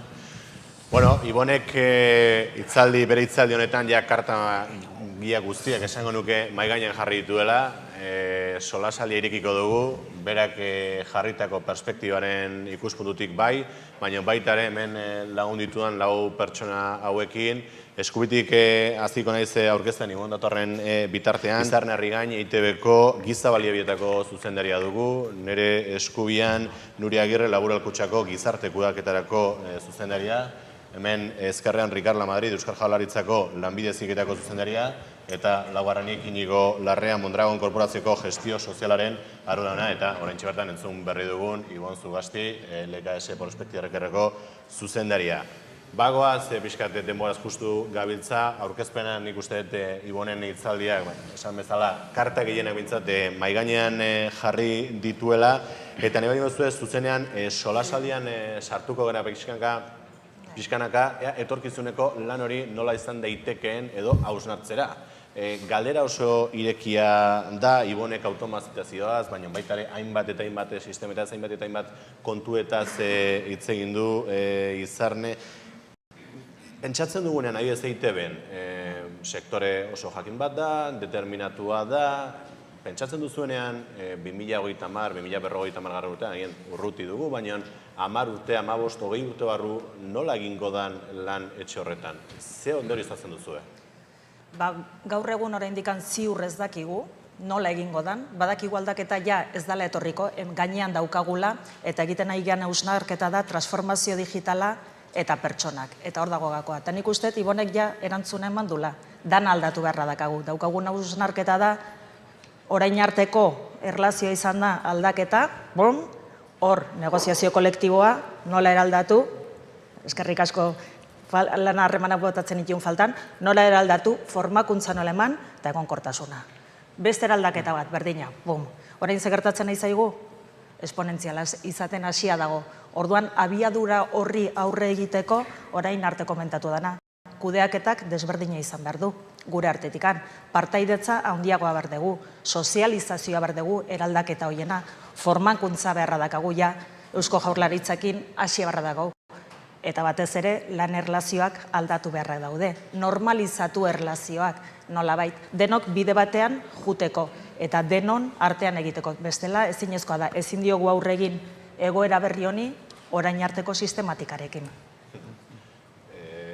Nuria, zuen kasuan, Ibonek berak aipatu daibidez sektore ekonomikoak espezializazio altuko maila bai, baina inkluso batzuetan ere makinek, robotek, inteligentzia artifizialak hori ere ordezkatu dezakela, postu batzuetan behintzat, ez dakit horretan ere hausnartzek hasiak zareten laboralkutxan? Bai, badira urte batzuk azkenean digitalizazioak badau sektore batzuk, eragina egual aurrera hau ero lehen hau ikusi dugun, laboralkutxa digitalizazioan inbertitzen ari da, baina baita ere pertsonetan eta baita ere kulturaren eraldaketan. Gure kasuan, guk nola ikusten dugu? Guk ikusten dugu robotizazioak, automatizazioak gure lanik errepikakorrenak, errutinarioenak hartuko dituela, eta guk ikusten duguna da aukera bat. Gure zerbitzua emateko moduan aukera bat, azkenean automatizazioak, robotizazioak gure bezeroak hobeto ezagutzeko aukera ematen digulako. Digitalizazioa bestaldetik guretzako aukera bada gure diferentzialak balioan jartzeko, eta gure diferentzialak dira pertsonak, gure profesionaltasuna, gure zerbitzua emateko modua, eta azkenean pertsonak egingo duguna da lanik konplejuenak. Gure bezeroak ezagutzea, gure bezeroei aholku ematea, gure bezeroen adibidez bizitza ekonomiko-finantziaren planifikazioa egitea, azkenean pertsonak lanik konplejuenak egingo ditugu, eta lan errutinarioak horiek izango dira, gaurtik ja beste kanaletan egiten ari direnak, eta horiek ja dira automatizazioak daudenak. Herrikar, zuen kasuan, enpresa ez, jendea prestatu behar da hezkuntza publikotik, hezkuntza publiko sistematik, horrelako lan munduan aldaketa, horrelako aldaketak ematen direnean, jendea imaginatzat berdin ezin dela prestatu. Bai, noski, hori da, ez? Gure kasuan, hezkuntzaren kasuan Ibonek aipatu du, ez? Lanbide Heziketaren kasuan, erronketako bat zera da, ez? Bi erronka potente ditugu, alde batetik irakasleok ere aldaketara molatu behar gara, eta bestetik ikasleak, ez? Ze irakasten dugun da nola irakasten dugun. Gurk argi daukagu, inteligentzia artifizialak ez duela inoiz ordezkatuko gizakiaren inteligentzia, ez? Eta orduen, hor jarri nahi dugu fokoa, pertsonangan, ez? Metodologia barrien bitartez eta beste teknika berritzaile batzuen bitartez egiten duguna da, pertsonaren garapen integrala bultzatu, ez? Gure asmoa da, esaten den hori, hain ezaguna den, giza garapen jasangarri hori, ez? Guk ez nahi ditugu behar bada, unean uneko edo gaur egungo pertsona sortu nahi, baizik eta etorkizunean, ikusita, etorre egondan krisialdia ikusita, edozein esparrutan, edozein konplexutasun egoeratan, erantzun posible bat emateko aukera duten, edo gaitasuna duten pertsonak sortzea da helburu. Hori, lortzea nahi dugu metodologia desberdin bitartez, beti ere erronka bat jarriz ikasleei, eta euren artean erronka hori aurre ataratzeko gaitasuna izatea, ez? Nola ez, erronka horretan, fabrikazio mekanikoaren famili profesional horretan dauden ikasleak era batera eta teknologia bat erabiliko dute, pelukeriaren estetikan daudenak beste bat erabiliko dute, soldadurako beste bat, teknologiak integratu, baina gauzak egiteko moduak eta erak bultzatu, ez? Zeharkako gaitasun horiek dira berbada etorkizun horretan, etorkizun horretarako aldaketa handiena eskatzen dutenak, ez? Eta, nola ez, talde lana eta zeharkako gaitasun horiek aldatuko dira guztiz. Talde lana orain pertsonen artekoa da, etorkizuna izango da pertsona, robota, dispositiboa, interneta, konektibitatea. Orduen hor beste horretan gabiltza, hori guzti hori ustatu nahian. Sartuko gara harreman horietan, baina Inigo, aurkezpen erronda honekin bukatzu baino lehen, galdetu nahi dizuke korporazio baten ikuspuntutik, hitz egin du, Ibonek berak ere hitz egin du bere hitzaldian, profilak eta bar, ez da enpresa bakar bat, enpresa talde bat, korporazio bat, hausnarketarik egin duzu, imaginatzen dut, baietz, ze profil eskatuko iran, ez bakarrikan ze mototakoak, zer lotakoak, baizik eta baitare profil horien espezializazioa. Zer etorriko zaigu gainera? Bueno, guk lehenengo erantzuna da, ez dakigu. Eta batez ere 2030 jota. Guk ausardiarekin egin duguna da, esan, bueno, guazen 10 urte. 2028an, gure ziklo estrategikoak, gerozta hori aldatzen dira, no ez moitxuko. Dira, 20, 24, 28. Bota dugu, proiektua jarri dugu martxan, Nerekop deitzen duguna, horre gaina Prospektiker eta beste partner batzuk ere baditugu, planifikazio hori egiteko. Pertsonen planifikazio estrategiko bat. Eta gure lehenengo arazoa zein da, guk negozioari galdetzen dugu, negozio buruei, ez dute 2028an da gutaz parre egiten dute, 2028an ez dago inungo bizibilidaderik, ez? Ez dakitan Gorkak lehen esan dako orainaldi eterno horretan, bizi garenik, baina daukagu kontraesan bat, guk epe luzera inberditugu pertsonekin gauzak, birkualifikatzeko eta arazoak ez eukitzeko, baina negozioak ez daukete bizibilidadea gaur egun, zein izango da gure burua. Horretan, egin duguna da, 2028 jarri jomuga, 2024 eta gero gerturatu, eta emaitza datorren urtean izango ditugu, datorren urtean izango dizut erantzunen bat, baina batez ere, jarri ditugu hor daukagu lantalde bat Industri 4.0na, hor daukagu gure buruik hoberena jarri ditugu, bai MUkoak, Ikerlanekoak, Lortek eta Idekokoak, eta hortan lagunduko digute batez ere plangintza dinamika bat jartzen, ez? Badakigu ez dugula zertatuko, ez dugula esango behira, exacto, 2030an ez, baina inkluso 2028an zer izango dan, baina bai ingo dugu eszenari desberdinak eta dinamika bat sortu, aurreratzea importantea da, eta batez ere birkualifikazio horretarako. Guri beldurrik handiena, beldurrik eta aukerarik handiena baita ere, ez? Kualifikazio bajuko lanpostuak desagertuko dira, eta desagertzen ari dira, eta automatizaren bitartez, eta guzti hori birkualifikazio zarea, eta gero teknologia oso azkar aldatzen den perfiletan ere bai, nola betor, azeleratu behar dugu gure ikasketa prozesuak eta gure eraldaketa prozesuak, eta hortarako ezinbestekoa da jakita noa guazen. Soberan da, aurkezpen hau egin ostean, zuen artean, solasaila horren amateko, Ibon, Inigo Konentxe bertan bota duen mutur horretatik galdetu behar nizun, makinak, ez bakarrik makinak, gainen sistemak eta aldatzen doaz, leku batzuetan gizakion papera ere ordezkatzen dute, ez da lehen aldia historian zehar hori gertatu dana, hori ere esan behar da, zein izango da gure papera? Inigok birkalifikazioaren, horrekalifikazioaren berriz ere, zuk ere esan duzu ez, etengabeko formakuntza hori, zein izan daiteke gizakion papera, pelikuletan batez ere ikusten dugu, makinek gure lekua guztiz okupatzen dutela, zein izan daiteke orduan gizakion papera, eta batez ere zeregineare bai. Bai, nik uste dut erkidego mailan hotz esateagatik giza baliabideak murrizten ari dira. Lan adinean egon dauden pertsona eta egongo diren pertsonak gero eta gutxiago gera. Eta horrek esan nahi du, hor gabezia bat izango degula, ez? Orduan, naiz eta automatizatu, hori da pixka bat gu ditugun eszenategiak. Jadanik industria mailan ikusten ari gera sektore askotan eta zerbitzuetan ere. Ez dagoela kontratazio prozesuak martxan jartzen ditugu eta ez dago jadanik nahiko jendea, ez? Gero, lehendabizi ere, atzo beste bila batean aipatzen nuen, sektore publiko eta pribatuaren artean hor lehia bat sortzen ari da, ere?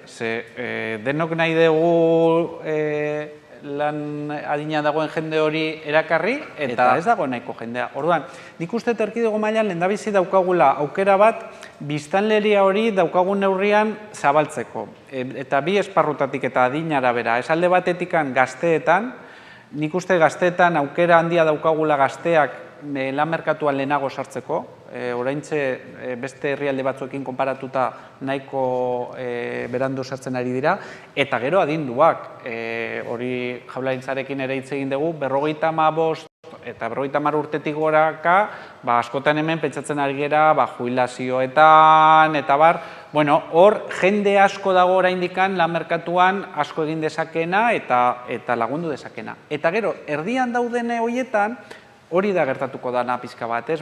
Lanpostu asko, ikusi da finantza sektorean, komunikabideetan ere, lanpostu asko galdu dira, baina aukera da ere hori, jende hori birziklatzeko eta beste sektore batzutan txertatzeko, ez?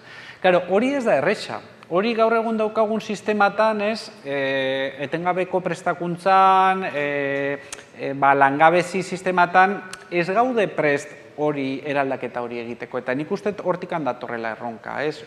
Nola migrazio profesional guzti horiek egin, ez? Eta beste alor batzutan, non ikusten dugun, ez dagoela balio-erantzi bat, ez? Gizakiak ez duelako balio-erantzi hori ematen, nik uste automatizazioa hona dela, guretzako batez ere. Kendu ditzagun, ez, lanpostu horien non ez digun pertsonak ez digun balio-erantzi bat ematen, eta eraman dezagun pertsona hori behar dugun lekura, ez? Kasu horretan, bai finantza sektorean, bai komunikazio sektorean, eskatzen ari zarete, eskatzen ari dira egun dauden langilei, trebezia berriak edukitzea, hau da, orain arte egindakoak ez duela balio. Hombre, orain artekoak ez duela balio ez. Aurrera begira, esan nahi. Bai, balio du eta asko, baina egia da, ere, dana eraldatzen ari dela eta izugarrizko abiaduran. No kazetaria zan eta egiten zuen edukia eta edukia bakarrik. Gaur ez da bakarrik edukian non edo nola jarri. Edukia egiten du eta edozein plataformetan atera daiteke. Eta hori ja beste trebezia bat da. Kendu daitezke zenbait lekutan, kamera batekin, telefono batekin ja notizia egin dezakete, eta ala egin dute. Eraldaketa hori badago. Lanpostu batzuk desagertzen nahi dira, bai, zinta handi horiek ematen zituztenak, olako gauzak, baina adibidez, sare sozialetako profil berriak sortzen ari dira. Esan nahi dut, eraldaketa bat ematen ari da. Baina eraldaketa, hain zuzen ere, modu interesgarri batea. Horei bai, hori nola sozializatu, eta nola eman behar diegun formakuntza hori gure langilei, beraiek egunean eraman dezaten eta kapazitazio hori ilusioz egin dezaten. Eta niretzako erronka hor dago. Gure sektorean behintzat nik ez dut ikusten galduko danik, lanposturik, are gutxiago, desberdin egingo dugu lan. Gure kasuan, egungo profilak garatzen ari gara, esan dut, azkenian guk ikusten dugu robotizazioak, automatizazioak, pertsonak norberan ahalmen eta kompetentziak zabaltzeko, biderkatzeko aukera ematen duela. Orduan, egungo eta oinarteko perfilak garatzen ari gara lan eroseregin konplejoago horietara. Bestetik, gu badaukagu gure behatoki propioa eta etengabe ari gara begira zeintzuk izango diran etorkizuneko profila, zeintzuk izango diran erantzukizun berri horiek, eta zeintzu hortan MUrekin batera birziklapen programa badaukagu, bertan lanean ari dan jendia lanpostu berri horietara bideratzeko. Eta gero, finantza sektorean orain arte emanestan zerbait ematen ari da, eta finantza sektorea izan da historikoki sektore bat oso perfil bakarrekoa. Galdetzen badu, erikusten modu datuak, gurean lan egiten dauen ehuneko altu bat, bada ekonomia lizentziatua, ero da enpresagintzan lizentziatua. Orain, perfil berriak sartzen eta txertatzen hasi gara, kanpotik ekarri ditugu, bertan garatu ero birziklatzea posible ez diena, matematikalariak, ingeniariak, fizikariak, soziologoak. Eta orduan, nik uste dut, lana berez asko aberazten dela. Guk, gure kultura eraldaketan, filosofia kolaboratiboa txertatzen ari gara. Hemen ez da aipatu eta uste dut gauza kultura eraldaketarako ere aspektu garrantzitsu badala espazio fisikoa. Guk gure etxean berrikuntza lan garrantzitsu batzuk egin ditugu, bulego itxiak kendu ditugu, espazioak ireki ditugu, kolaboraziorako eta transversalidaderako espazioak ditugu, eta gainera ere, harreman informaletarako tokiei ere eman diegu garrantzia, eta horrela naturaltasunez albidetzen dugu pertsona bakoitzak izan dituen esperientziak ero praktika honak partekatzea. Orduan, alde batetik, gure pertsonak birziklatzen ari gara, egungo lanpostuetan daudenak lan konplejoagoetara bideratzen ari gara, eta kanpotik ere perfil batzuk ekarri ditugu, orain arteko perfiletatik ezberdina direnak, eta orduan, uste dut talde lan garrantzitsu bat egiteko baliabideak baditugula. Guazen pixkat enpresa munduan, lan munduaz hitz egin dugu, guazen pixkat pertsonetara, euretara pixkat orain Nuriak ireki duen bide horretatik pixkat hausnartzera. Lan berriak gatoz, eraldaketak, hementxe gainean ditugu, eraldaketak ematen ari dira, guk nola egingo dugu lan etorkizunean? Hau da, askotan etxetik adibidez modu bat, etxetik egindako lana, baina beste modu batzuk ere badaude lan egitekoak. Horretaz ere, imaginatzen eta hausnarketak egon direla, baina baita ere gainera administrazio publikoari eragiten dion zerbait da, lan egiteko modu hori, gure egunerokoan ere eragin zuzena daukan horrek. Ez dakit, nola izango da, ez egin dugu pixkat lanetaz, lan egiteko modua nola izan daiteke, agian motza ojota, 5, 10 urte barru? Gure kasuan, ez du hastearen entzuten da, za? Bai. Lehenko aurreko Ibonekin lotuta, guretzat ere automatizazio hori eta lanpostu errepetitibok nolabait eliminatzea ere, guri ere mesederako ere bada, eta aukera politxo badukogu, gure datu guztien arabera, implikazio gutxien, kooperatibaren bizipen gutxien ematen den pertsonak lanpostu errepetitibo eta oso enpobrezituak dituzten lan kontestu oso pobrea dauketen pertsonengan ematen da. Eta horrek nolabait aldatzea eta horrek automatizatzea ematen dugu beste aukera bat ere bai. Dena den zure galdera junda, guk ikusi duguna da, adibidez pertsonei ez dira engantzatzen etxetik lan egitea. Gure lana eta perfil tekniko, kreatiboak eta lan erlazionala da. Eta sarean eta kontaktuak eta bai barruan, bai filialetan, bai beste partner batzukin, nolabait ekosistema baten mugitzea gustatzen zaie eta hori da entxufatzen dira. Badakiguna da, guk erronka handi badaukagula, askotan kultura presentzial hori batzutan badaukaguna, fitxajea eta ordu kontrolatze hori eta toki bertan egon behar izate hori, hori ez daukela zentzurik eta ez daukela gaur eta etorkizunean ere gutxigo izango duela. Eta horre barrera batzuk ere pasatu beharko ditugu. Baina etxean lan egitea adibidez, izan daiteke lan flexible. Eta segurazki etxea eta lana eta denbora librea asko segioen astuko dira. Onerako eta txarrerako. Gure kasuan ere guztizado zein horrekin ez. Eskuntzari lotuta da, irakaslegoari lotuta, bargi dago irakaslegoaren rola guztiz aldatuko dela, ez? Lehenago irakaslegoa zen edukinen transmisore bat, eta gaur egun horrek ez dauka zetxo handirik. Irakasle bat baino askoz ere edukin gehiago dago zarean. Orduen eta ezagutxak, edukinak eta orduen irakasleen rola hor guztiz aldatzen da, ez? Lanbide Heziketan hasi gara lehen aipatu dituduen metodologia horiekin, eta irakaslean rola da talde lanak, beste zeharkako gaitasun horiek erakutsi nola egiten dan, teknologi barriak erakutsi, kreatibitatea nola landu, edo sormena nola landu, intuizioa nola erabili, erabakiak hartzen, edo adostasunetara heltzean nola sistematizatzen dan hori, edo horrelako gauzetan gabiltza, ez? Ja daukagu martxan ere, urrutiko lanbide heziketa, distantziara egiten den lanbide heziketa ere egiten da, eta behar bada, nola gizarteak gero eta egoera anitzago batera doan, erantzun anitzak ere egon beharko dira hezkuntzan eta behar bada enpresatan ere. Guk bai ikusi dugu ikastetxeetan irakasle bat bertan egoteak bai ematen diola balio erantzi bat, badaudelako internetez erakutsi ezin diran gaitasun batzuk edo ezagutza batzuk, ez? Be bai ikusi duguna da irakaslegoa lanpostuan gusturago edo egoteko, eta berbada enpresatan ere egoera bardin izango da, gustura egoteko, ez dugula testuinguru edo enpresa edo kasunetan ikastetxea ez dugula produktuari edo produkzio sistemari gokitu behar baizik eta alrebez. Behar bada, guzti hori gokitu behar da bertan dauden langileei edo danetara. Horrek eskatzen digu ikastetxeetan ere espazio barriak sortzea, eta behar bada enpresatan ere horra joango gara. Espazio barriak esan gurut, bastakindik. Aizialdeerako espazioak, kirolaiteko espazioak, aurrak augiteko espazioak, relaxauta edo relaxauta egoteko espazioak. Behar bada horrek erraztuko du edo txatuko du lanera etortzeak hainbestez kostatzea.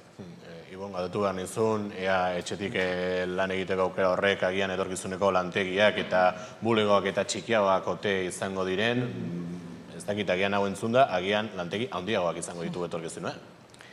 Bueno, guk uste duguna da, ikusten badugu azkeneko hamarkadetan gertatu dana, jadanik ez da, leheno aipatu detena, ez da sortzen lana eta lanpostuak ez dira sortzen leheno sortzen ziren moduan, ez? Gaur egun sortzen diren lanpostuak desberdina dira edo batez ere kopuru handietan, ez? Gehiago sortzen da, mikroekintzailetasuna, enpresa oso txikiak, ekintzaileak proiektuen bitartez lanean ari direnak. Noski, enpresa handiek ere sortzen dituzue lanak eta administrazioak ere, baina ez da leheno sortzen zen kopuruan esan dezagun, ez?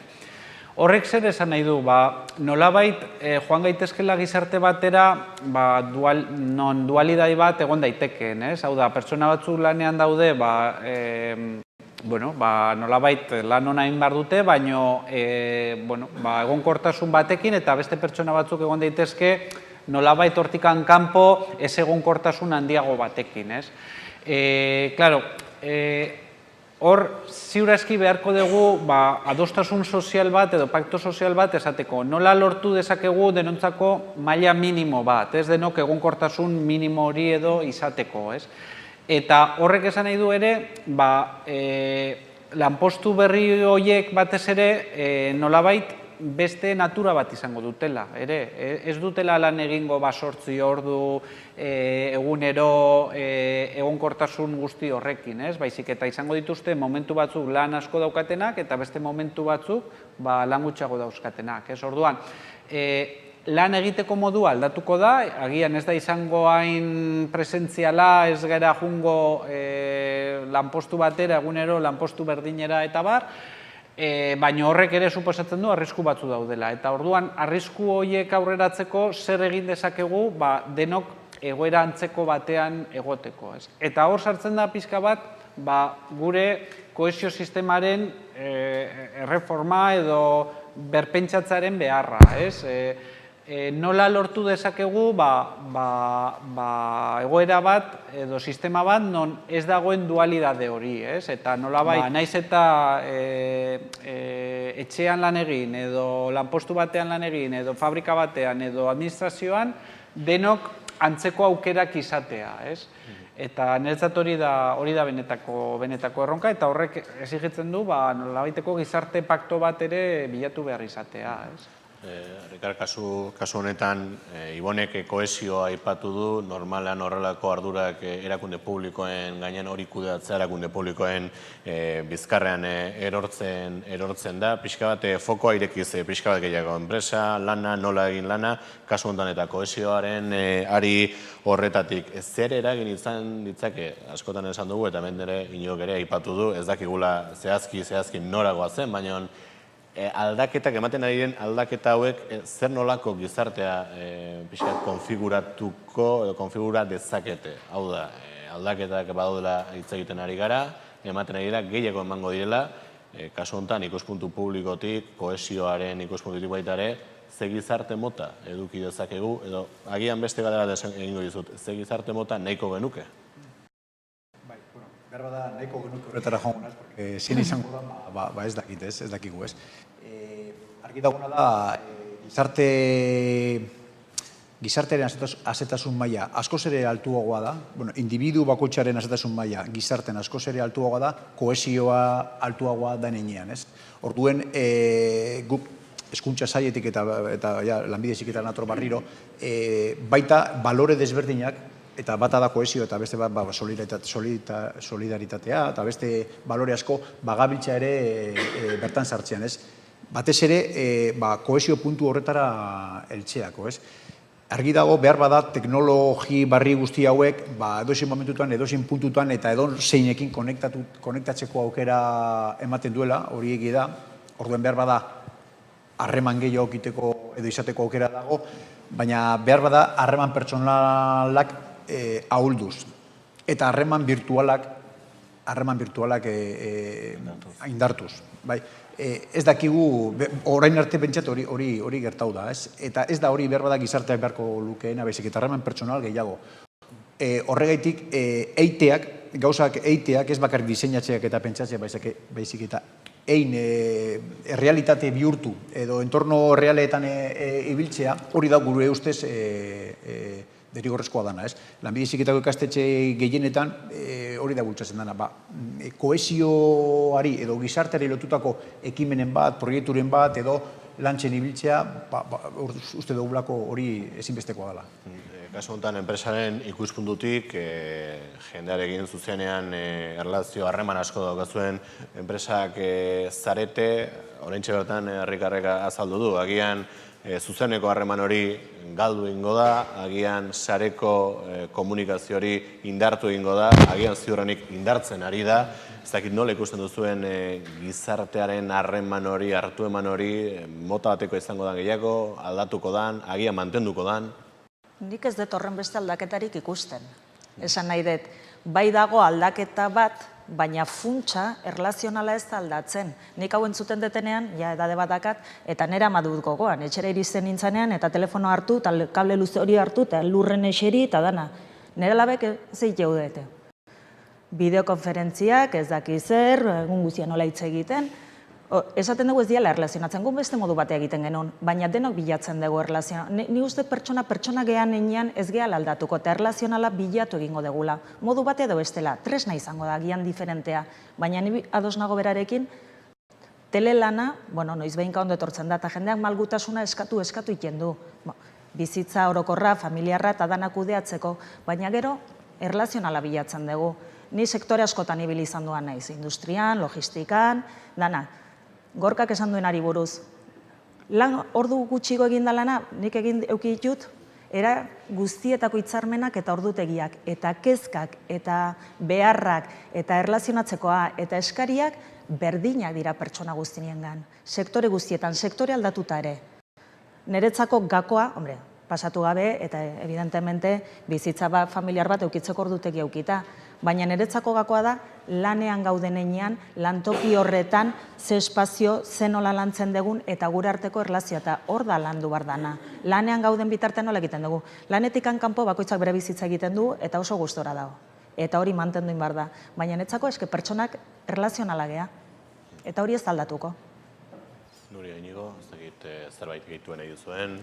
Gure kasuan pixkat, berak komentatzen dauen ari da, pertsonak erlazionala gara, bizitzan ikuspegi finantzierotik momentu garrantzitsuak egoten dira, gu horren konstiente gare, eta laboral kutsaren negozio ereduan, azkenean elementuri garrantzitsuena ero diferentziala, pertsonak bulegoa da, pertsonak gaur egun gurekin beste kanal batzuetatik ere harremantzen dira, baina saiatzen gara beste kanal horietan ere harreman alik eta pertsonalizatuen ematen, ez? Orduan, guretzako gure bezeroekin daukagun harremana gure negozioaren eta negozio ereduaren muinean dago. Zagireni gozurek egiten nahi duzun, edo bestela jendeak galderarik ote badagoen, denboraz kanpo gabiltza, baina galderarik baldin badago, bintzat aukera emango dugu. Ez dago galderarik, hementxe utziko dugu solasaldi hau, Zerne, Nuria, Rikar, Inigo, Ibon, eskerrik asko eta eskerrik asko zuei ere bai. Eskerrik asko.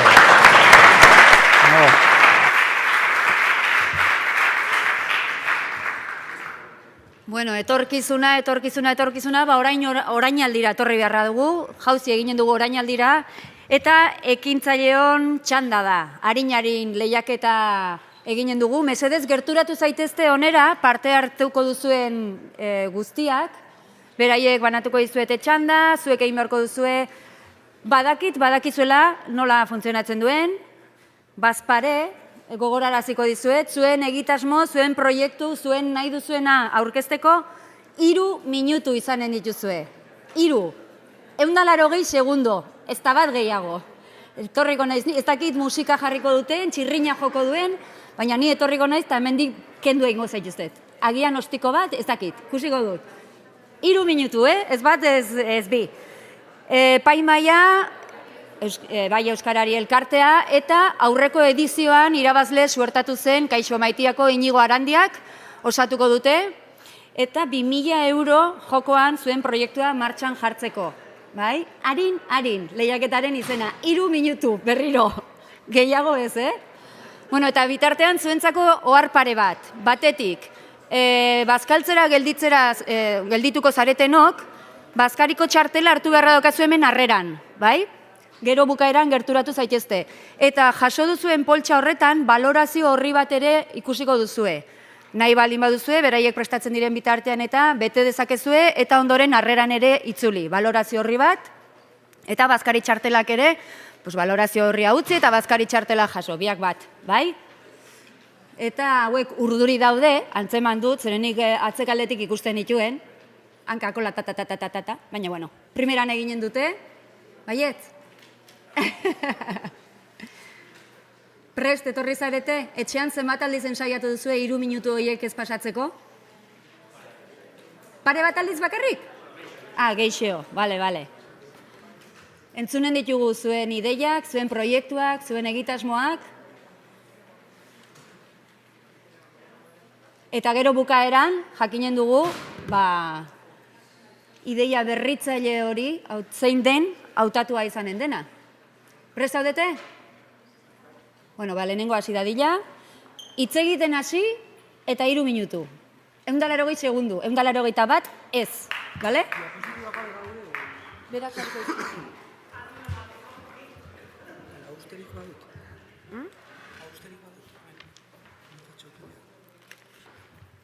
Bai, baina 3 minutu dauzkazu. Honekin pasabar dezute. Zuk pasa.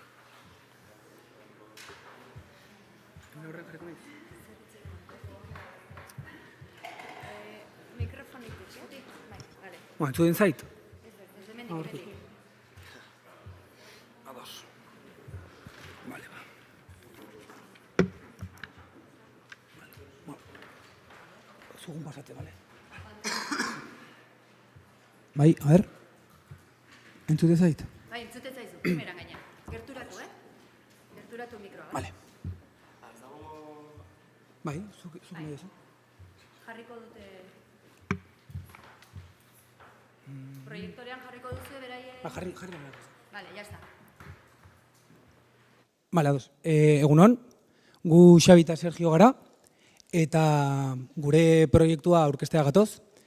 Gure proiektua Green Prime deitzen da, eta duela 11 hilabete hasi genuen ibilbide hau.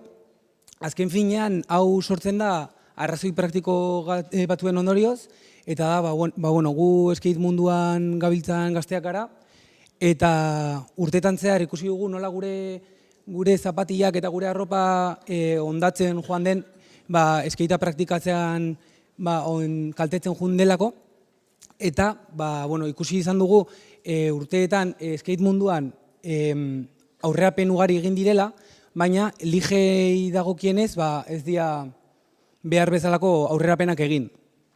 Orduan hortikan sortzen da gure proiektua. Izango litzateke munduan dagoen lehen skateako lija ez urratzailea, zapatiak kaltetzen ez dituena eta berrerabilgarria dena.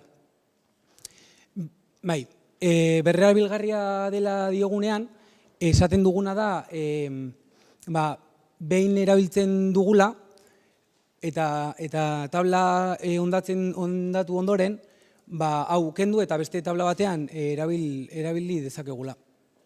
Honekin lotuta bai, esaten dugu gure produktua skate sozialean oinarritua dagoela, batez ere gure salmenta bakoitzeko gobernuz kanpoko erakunde bateri eskaintzen diogulako beste lija bat, hauek herrialde, garapen bideetan dauden herrialdeetako aurrak ahalduntzeko skatearen bidez. Era berean, maiatzaldean, Palestina aldean egon ginen, bertako gobernuz kanpoko erakunde batekin lanean, eta bertako aurrekin egon ginen lanean, bai eta Jerusalemeko emakume skater taldearekin. Bideo bat grabatu genuen, Sabatan Shekels deitu genuena, eta agertu ginen Red Bullen, Quatron, Diario Vasco eta bestelako komunikabideetan. Eta era berean, etorkizunari begira ere bai, nahi dugu bide honetatik jarraitu, eta horretarako, gure eskit sozial proiektuarekin nahi dugu azaroan Etiopiara jun, bertako gobernuz kanpoko erakunde batekin lanean jardutera, eta era berean gure hizkuntza ezagutaraztera bertan ere bai, honen bidez, aitzaki honekin ere bai, gure euskal kultura ezagutarazteko, eta behintzat jakiteko nondikan gatozen, eta hori. Eta besterik gabe, eskerrak ematea bai euskarari, eta antolakuntzari, eta hori.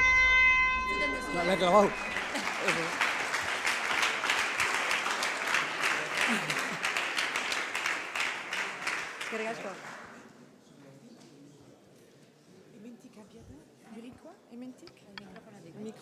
Hor ez da bi? Bai.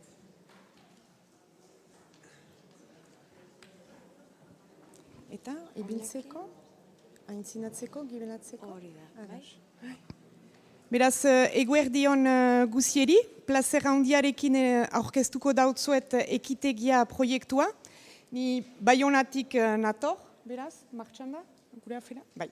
Eta ekitegia proiektua da Euskal Coworking leku baten sortzia iparraldean.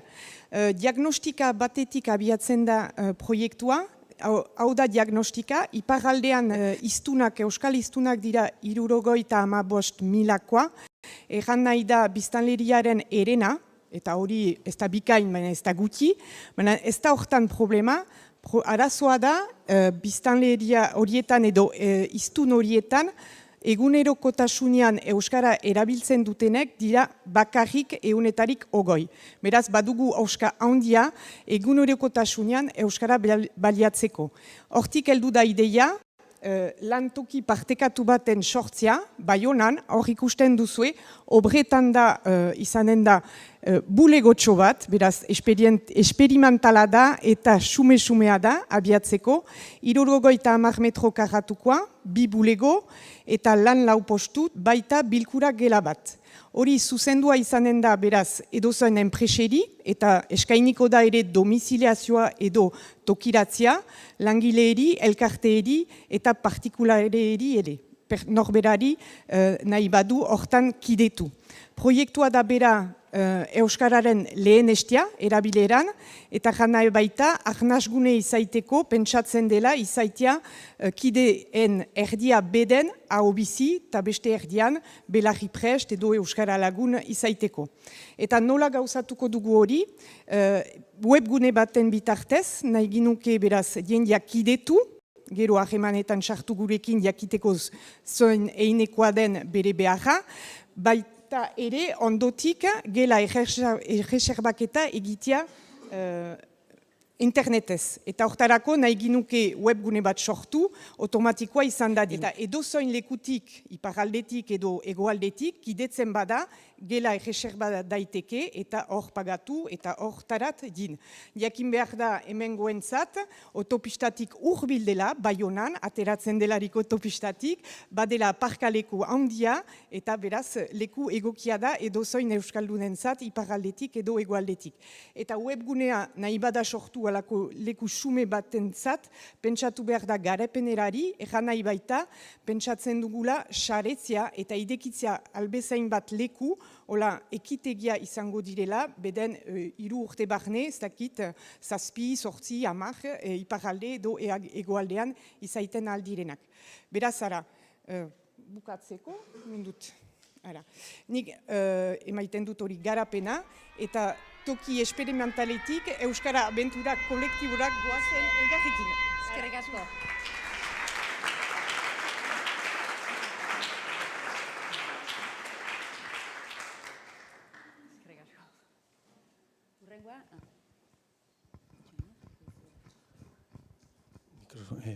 Kambiatzeko ordenadoritik edo... Ba. Obendikan, eta nola da? Motorrean... Bueno, kaixo eguerdion. Bueno, eguerdion ni batura proiektu orkestean nator. eta iruditzen zego baina orain iraldaketarekin nahitzen egiten ari ginela, irten bide eman dio zeiokela ze askori. Kontatzeko, batura da pertsona eta kolektibo desberdinetik sortutako ideia bat, eta azkenen batuen helburu nagusia da ekonomia eta jendearteen eraldaketa bat eragin nahi duten esperientzia guztien mapa bat osatzea. Mapa honekin zer lortuko da, alde batetik bisualizazioa ematea erakunde guzti hauei, eta beste alde batetik ere kontsumo arduratsua eduki nahi duen herritar hori erreferentzia tresna bat ematea. Horrela lortuko da, merkatu soziala sustatzea, eta baita ere ekonomia sozial eraldatzailea. Eta sinisten dugu, azkenean denentzako onuragarria den proiektu bat dela. Orduan, produktu finala edo esan dezagun mapa bat dela azkenean, horrelako mapa honetan azalduko da kokatuta erakunde hauetako bakoitza nun dagoen, nola kontaktatu berarekin eta zer egiten duen, baino, horrelago aplikazio bat ere egin nahi da honen inguruan, baino hala ere ez da mapa soil batean gelditzen asuntoa, gure ekarpena da elkarrizketa bat ere egitea erakunde hauetako bakoitzari, eta azkenean elkarrizketa honekin lortzen duguna da erakundea bera ezagotu, eta ikusi egin diagnostiko bat ze puntura arte betetzen dituzten ekonomia sozial eta eraldatzailearen 16 puntu hauek. Gure ustez beharrezkoa diren balore batzuk dira, eta orain eraldaketaz ari ginela eta genezken arazo guzti hauek iruditzen zaigu hemen dagoela irtenbide bat dela 16 puntu hauek betetzea eta benetan gogoa edukitzea eta bermatzea zure erakundean betetzen ari direla. Orduan, elkarrizketaren bidez diagnostiko bat egiten da eta proposatzen zaie erakundei nola hobetu dezaketen gaizki egiten duten hori edo hobetu dezaketen hori, eta beste alde ere esate zaie zer egiten duten ondo. Eta beste alde batetik ere, instituzioi proposatzen zaie, bereien eskualde herrialdean edo dena delakoan, ze gabezio dauden, esaten zaie. Azkar esplikatuko nola funtzionatzen duen, aurrena identifikatzen dira esperientzia hauek, ondoren elkarrizketa pertsonala egiten da, ondoren mapa honetan, analizatzen da elkarrizketan lortutako informazioa, gero visualizatzen dira mapan, eta informazio guzti honekin egiten da analisi bat, eskualde bakoitzak adibidez zer daukan hobetzeko, eta zer egin dezakeen hobetzeko, formazio edo dinamika ezberdinak eskainiz, eta baita ere, saretzen dira erakunde guzti hauek, elkar artean ezagutuz eta elkarren arteko sinergiak aurkituz, eta interkooperazioa eta saretze hori sustatzen dugu. Orduan, ja bukatzeko, sinisten degula batura proiektu komunitarioa dezela, azkenean mundu guztiarentzako onuragarria dena, helburua dauka ekintzailetza eragileak aktibatzea, elkar ezagutzea eta elkarren arteko saretzeri hori lortzea, eta onera gatoz, azkenean bultzada txiki bat behar duelako proiektu honek.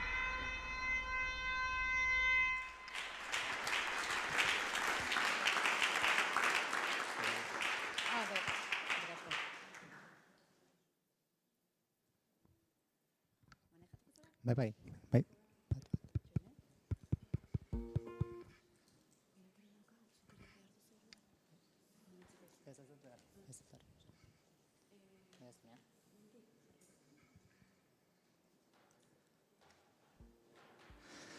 Kaixo, nik amets bat daukat, eta da Microactivity, eta robotikan sormenaikiko jarrera aktibo bat bultzatu nahi dut. Nondikan natorren, 16 urtetik kantautore izan naiz, euskaraz kantuan, eta aurreko urtean eukin un aukera bat, eta izan zen mundu mailan konpetitu nula emaitin. Eta, ze egin nahi dut, egiten ikasi, ez? Hor ikuste zuten bezala, 12 urtetan abioi bat eraiki nahi nun, eta 14 hor egan dabilela. Sentitzen dut, ez ikusi izana oso ongi, ez? Eta, hause da eskaintzen dietena gazteei, robotikan murgiltzeko batez ere daukadan esperientzian edo ingenieritzan edo nahi izan dut servomotoren batez ere kontrola eta mugimendua gaztetatikan bultzatu gerora ingeniari ikuspuntu hori eduki dezaten eta lan mundura murgildu dezaten. Talentua, kreatibitatea eta gizartean onura sustatzeko zenbait proiektu ezberdin dauzkat, abilan, ala nola elbarritu batentzako aulki bat diseinatu nun, horrezko matrikula lortu eta ingenieritzan, eta baitare badauzka, egin genuen izan zen, hidratazioa neurtzen duen dispositibo bat, diabetesa daukaten paziententzako. Hoi aurkeztu genuen emaitin, eta 7., 6. inguru gelditu ginean hor Bostonen. Eta, hoxe, hau daukazute ja probetan edo, bai egin genuen bai diseinu, bai fabrikazio eta mekanikazio pauta guztik, eta disfrutatzen nahiko nuke batez proiektu honekin eta animatzea baitez. Eta sinistu ezagun gu geuen, zertik abilakea eta bertan lau gazte euskaldun aurkitu nituen eta benetan emozionante izan zen. Eta zuekin disfrutatu ezatute. Hau izan zen hidratazioa neurtzen duen dispositiboa. Bayerren aurkeztu dela. Alemanin, Txinara junda eta eraberian oain berriz Bilbon hackathonian parte hartu dugu eta Uzteleran astebukara honetan NASAn parte hartu duten hackathon batian. Eskerrik asko eta plazer bat zuekin.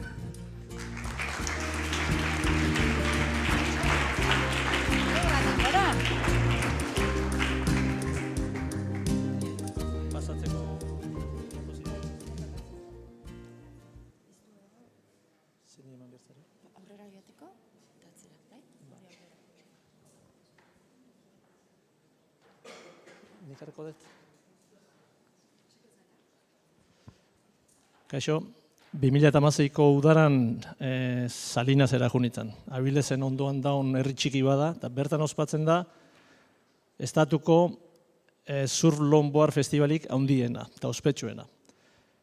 Bertako lagun batekin diru zor bat daukan.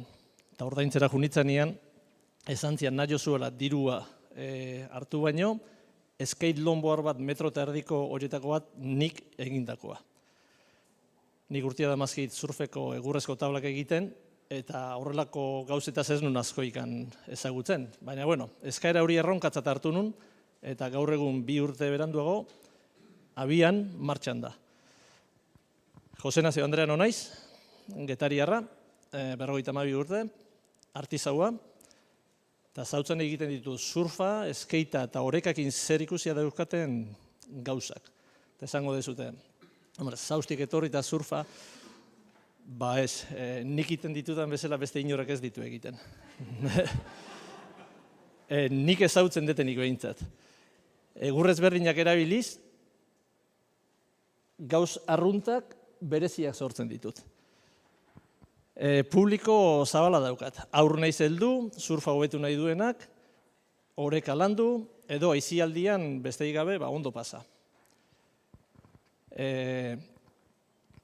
Abianen gauzak mimos egiten ditugu.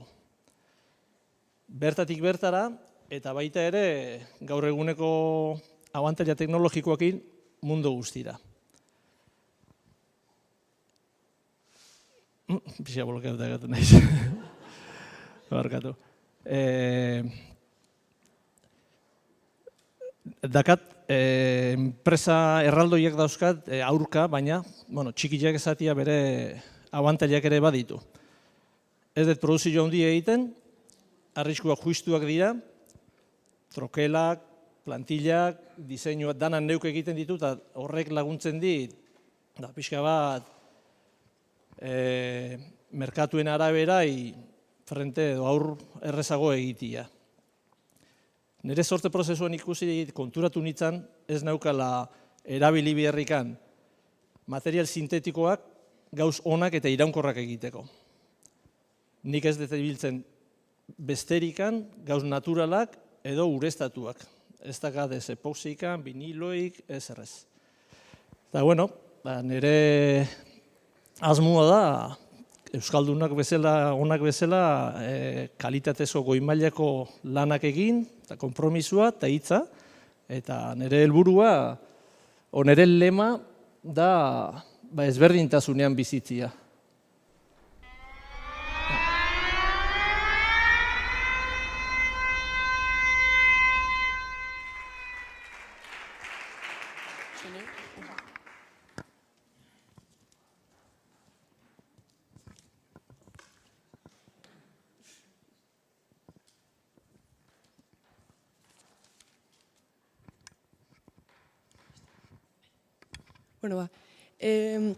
Denok erosten ditugu produktuak, bai teknologia, bai arropa, baina inoiz galdetu duzu zeure buruari, nor dagoen gauza horien atzean? Zoko jameiden materialak eta teknikak hartzen ditugu, produktu desberdinak eginez. Baina horrekin 3 helburu dauzkagu. Bat, emakumeen eta komunitateen inpaktua eta laguntza izatea. Bai lanaren bidez, bai enpleguaren bidez, eta bai apoio emozionalaren bidez. 2, pertsonak ezagutu, pertsonak konektatu. Poltso guztiak pertsonaren historiarekin etortzen dira. Eta erosleak berarekin konektatu alda web horriaren bidez. Eta 3, pentsarazi. Ze geure erosketekin benetan mundu alda dezakegu. Kuxinak poltsoetan eraldatzen hasi ginen, baino denbora pasa da eta material naturalekin pile bat gauza egin ditugu denboran. Transparentzia bilatzen dugu, ze portzentaiak etortzen dira ere etiketan. Horrela, jartzen duzun dirua badakizu nora doan. Gure salmentak web orriaren bidez, denden bidez, enpresen bidez, eta beste marken kolaborazioen bidez egiten dugu. Eta orain 20 emakume 3 herrialdetan 7.000 produktu, 300 formakuntza ordu eta 50 konexio beste organizazioarekin gara. Eta hurrengo pausua gu, gipuzkoarrak izan da, beti galdetzen diguzte, zergatik Marrokon eta Indian? Benetan orain nahi duguna da genero indarkeriari aurre egin, horregatik gure talde berria genero indarkeri sufritu duten emakumeekin lan egitea da, gero bezeroaren konexioa aplikazio baten bidez, eta bukatzeko Gipuzkoan teknikak gure amonek erabiltzen zuten teknikak berreskuratzea da, baina irudi batek 1000 hitz baino gehiago esaten dutelako, ez dakit doan edo ez, bueno, ez doa, baina, bueno, bai.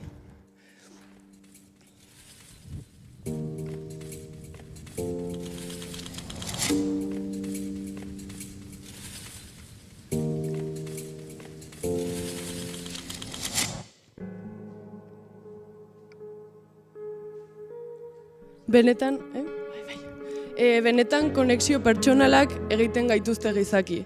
Beraz, bila dezagun produktuen bidez humanizazioa. Eta jazta. Bueno, geratuko da.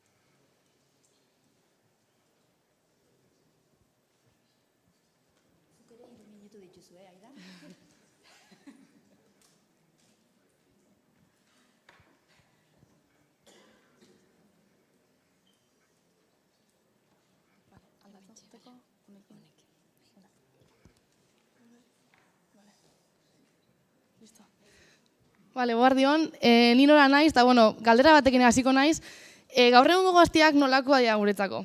Nik uste da kointzidetzen dugula, esatiakin hormonen estanda badiala, ez?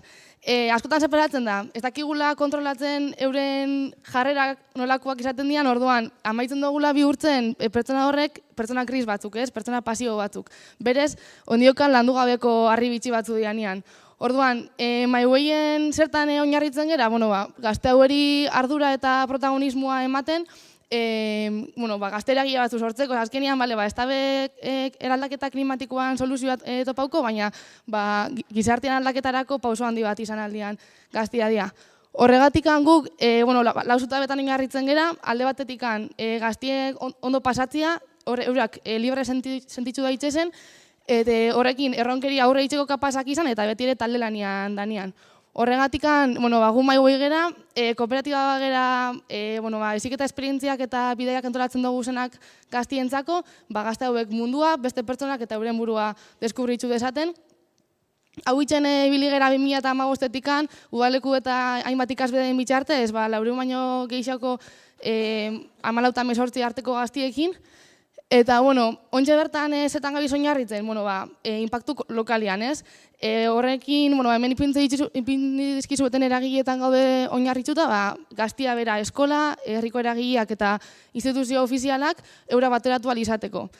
Zeba, udana ekimen bat izan da sortzen abizena, zuk zeuk ekimen da ditzen dana, eta ekitaldi batekin hasiko gera, egun batekoa izango dana, alde batetik Euskal Herri mailako udaletxea eta gaztien arteko loturuan bitxartez, gaztien parte hartze aktiboa sustatzeko eta herriko eragitara gerturatu izateko gazte hauek, eta izango da konpetizio moduan antolatu dugun ekitaldi bat, 10 eskolan artean, konpetizio batan ez, 20.000 eurotan balorautako ikasbide bateko dabe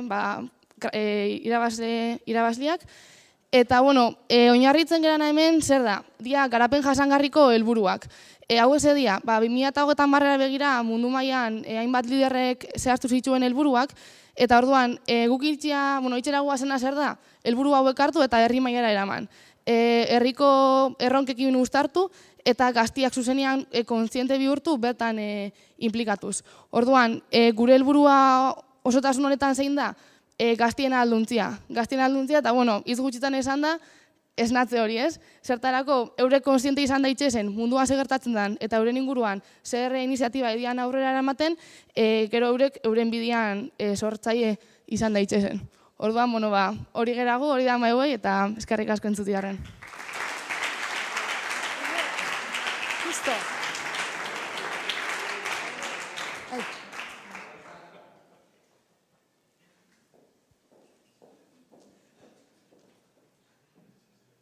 Mikroa... Behar duzu... Ez.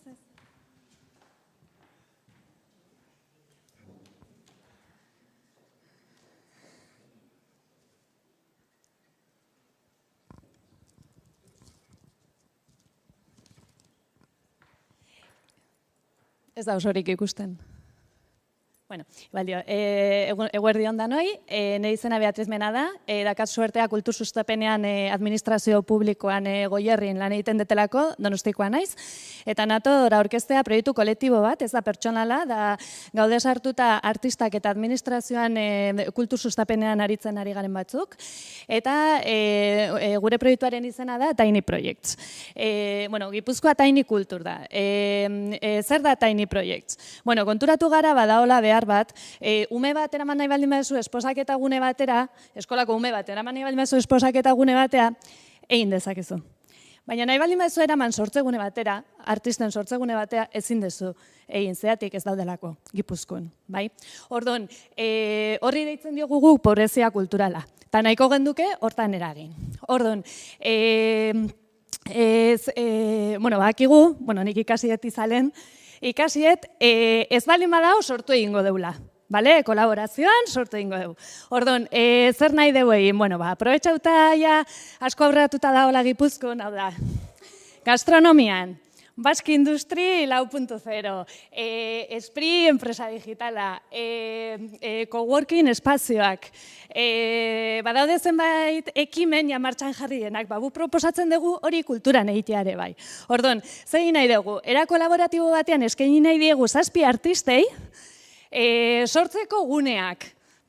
Topatuko dugu libre dauden lokal batzuk, administrazioekin kolaborazio hitzarmen batzuk sinatu, eta horiek eskura jarri baldin eta dauden ongi komunikatuta besteik ez, berdin dio itxasondon baldin badaude. Eta gero, topatu nahi ditugu erakusteko, beren lana erakusteko leku berriak adibidez.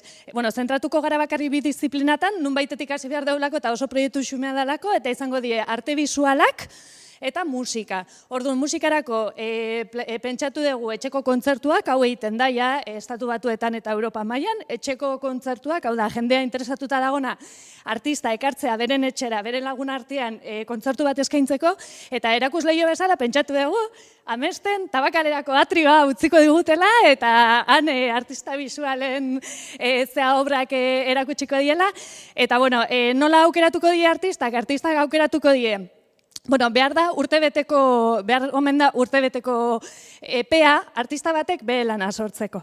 Eta orduan, egingo dugu bekatu bezala 7 egongo da hor komite bat, aukeraketa egingo duena, espertona, eta urte horretan egingo zaie proiektzioa, bilatuko die, oain daudela mezenazgo norma forala eta besteak, lortuko dugu zeintzu dauden interesatuta, berai gerora proiektzioa emateko, eta eskerrik asko, zen bukatu zaitu.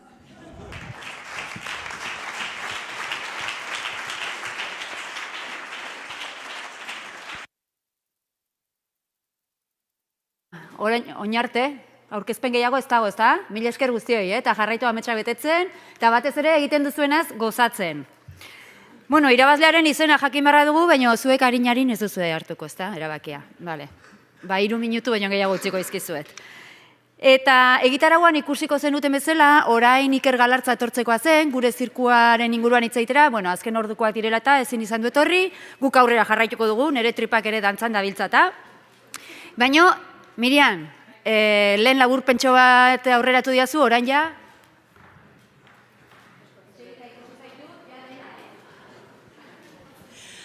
Bueno, ikusten dezute, norbetek leheno galdetu dit, baina dena bete behar dezu? Hori izan asmoa. Baina agian hortikan hasiko naiz, dena bete dut, baina ez da dena bete. Eta ikuste ba ez dute, zuek ondo ikusten dezute atzetik, ni hemen egoten izenean atzeraka bota behar dute begira da, zenola baita hemen bide bat ireki da, ez?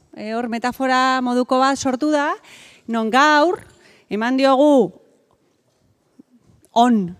botoi bati zerbait irekitzen eta konexio horiek sortarazi edo nola baiteko elkarrizketa horietan, ikuste dituzute pertsonak nola dauden batak bestei begira, elkarrizketa horiek bide bat irekitzeko horri agian eman diogula, ez? Hori lehenengo metafora moduan, goizan esaten izuen, hasi gala nola baiteko estenategi edo etorkizuneko bide honeitan, ez? Ekonomia eta etorkizuna, arratsaldean etorkizunak, arratsaldean ez, nian hau, bigarren partean etorkizunak ka horrekin, ez? Ez dago etorkizun bakar bat, eta bigarren partean, hemendik, beratik, nola baita izan da, nola etorkizun horri, nola ekonomia eta giza garapen horri erantzun bat ematen ari zareten, ari garen, digitalizazioa eta transformazioaren bitartez. Eta hor nolabait azaldu dira oso argi nolabaiteko konexioak. Konexioak hezkuntzarekin, prestakuntza, profil berriak, ez? Nolako jakituria eta ezagupena izan behar dugu, bestetik nola eman erantzuna merkatuari gure enpresetatik, horrek ze eskatzen duen, ez? Ikusten genuen realitatea oso bizkor doala, baina zuzendaritza eta lidergoa eman bartzaiola horri eta hemen ateratzen ziren eredu aldaketak eskatzen direla, aurrera pausoak eman behar ditugula, egokitu egin behar ditugula gaur egiten ditugunak etorkizun horrekin, ez? Orduan, profil hauekin eta merkatuari eta gure industriak horretara egokitzen, hirugarren elementu bat atea da ere, lana. Eta nola lanak, lan moduak berritzen ari diran, lan egiteko modu berriak sortzen ari diran, edo eskatzen ari diran, espazio eta zere aritu zarete, ez? Horretan ere, badirudi zerbait berria, berritasuna, asko errepikatu da, ez? Eta gure burmuinaren hemisferio, eskubiko hemisferio hori, ez? Sormena, berritasuna, sormena, ez? Eta hemen, atera dira, bideak, fletxak, etorkizun honi erantzun horri ematen, ez? Eta nolabait ere finkatu da goizeko lehenengo partean esaten zenutena. Guztiaren zentruan, gaurko jardunaldiaren tituluaren lehenengo hitza, pertsonak, giza garapen jasangarria, garapena eta sustengarritasun hori, baina norentzat eta nola egingo dugun, eta ikusten dezutenez, agertzen diran guztiak, bai beltz hauek, kolore beltza, eta beste, nola egiteko irudi hauek pertsoneta zaritzen dira, ez?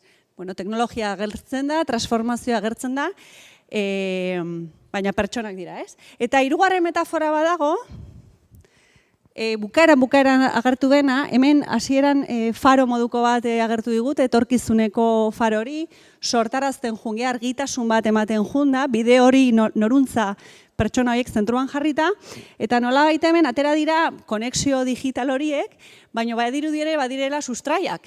Euskadin gainera oso zuaitzalea gea, sustraiak asko daude, eta horretaz ere hitz egin dugu, nortasunaz hitz egin dugu, euskeraz hitz egin dugu, lurraldeaz hitz egin dugu, eta pertsonetaz hitz egin dugu. Zorionak, eskerrik asko eta zorionak. Bueno, argi dago hemen norbaitek lan egin bali badu, gehienok hitz egin, baina lana Mirianek egin du, Bai edo ez, bai. Mural hori, ezakit, salan jartzeko agian ez, baina zenbatek nahi duzu enpresatan eta jartzeko? Polita da, Robert, ja, pintzelada bat falta zitzaion horri, Miriam. Irabazlea, norden? Abai. Robert Gutierrezek agian erantzuna baldin badu, oraintxe jakinen dugu, zuetako nor izan den irabazlea. Oso txintxoak izan zarete denboraren kontuarekin, beraz, niretzat denak zarete irabazleak. Robert, ez dator Robert, ez? Bai, baduzue erantzunik? Bueno, txalo barro berri ere bai, Saltxa guzti hau erak antolatu du.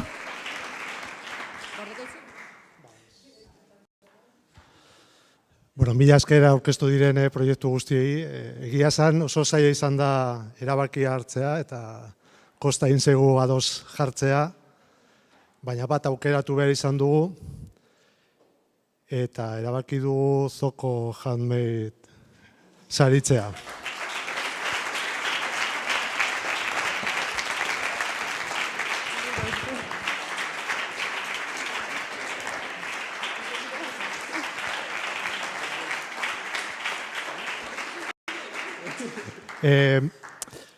Besteak ere oso ondo proiektu erakargarria ziren eta ikusten dugu gainera garatzeko aukera, baina interesatu zaigu batez ere honek daukan inpakto soziala, Gipuzkoan ere orain garatu nahi dutena kontuan hartuta, Gipuzkoan eragingo duelako eta Gipuzkoako Foru Aldundiaren helburuetako bat sari honekin hori ere bada, eta zerbait erastekotan, eta horretan ere bastante ados agertu gara, aurkezpenean gaztelerazko agertu da, bideoetan eta iruditzen zaigu, kasu honetan euskara ere izan daitekeela, askotan hitz egiten da, etorkinak integratzeko tresna, edo baztertze arriskuan dauden emakumeak eta barneratzeko tresna. Beraz, zorionak eta ondo inbertitu. Ez dakit jaseran. Ez nun espero, ze beti aurkezpenak gaztelerak egiten ditut, baina erronka zan niretzat euskera zeitia, eta egia zan nervioso neon, urduri neon. Mila esker, ze 2.000 euro hauekin laguntza handia da ja taldea egiteko eta hasteko. Gipuzkoan benetako efektu bat izanez, eta espero dut, ez dakit, urrengo hilabetetan notizia gehiago izatea gure proiektuaz, eta parte hartu nahi duzuenok, benetan orain denbora dakagu hitz egitea, eta hitz egiteko, eta hori da, mila esker.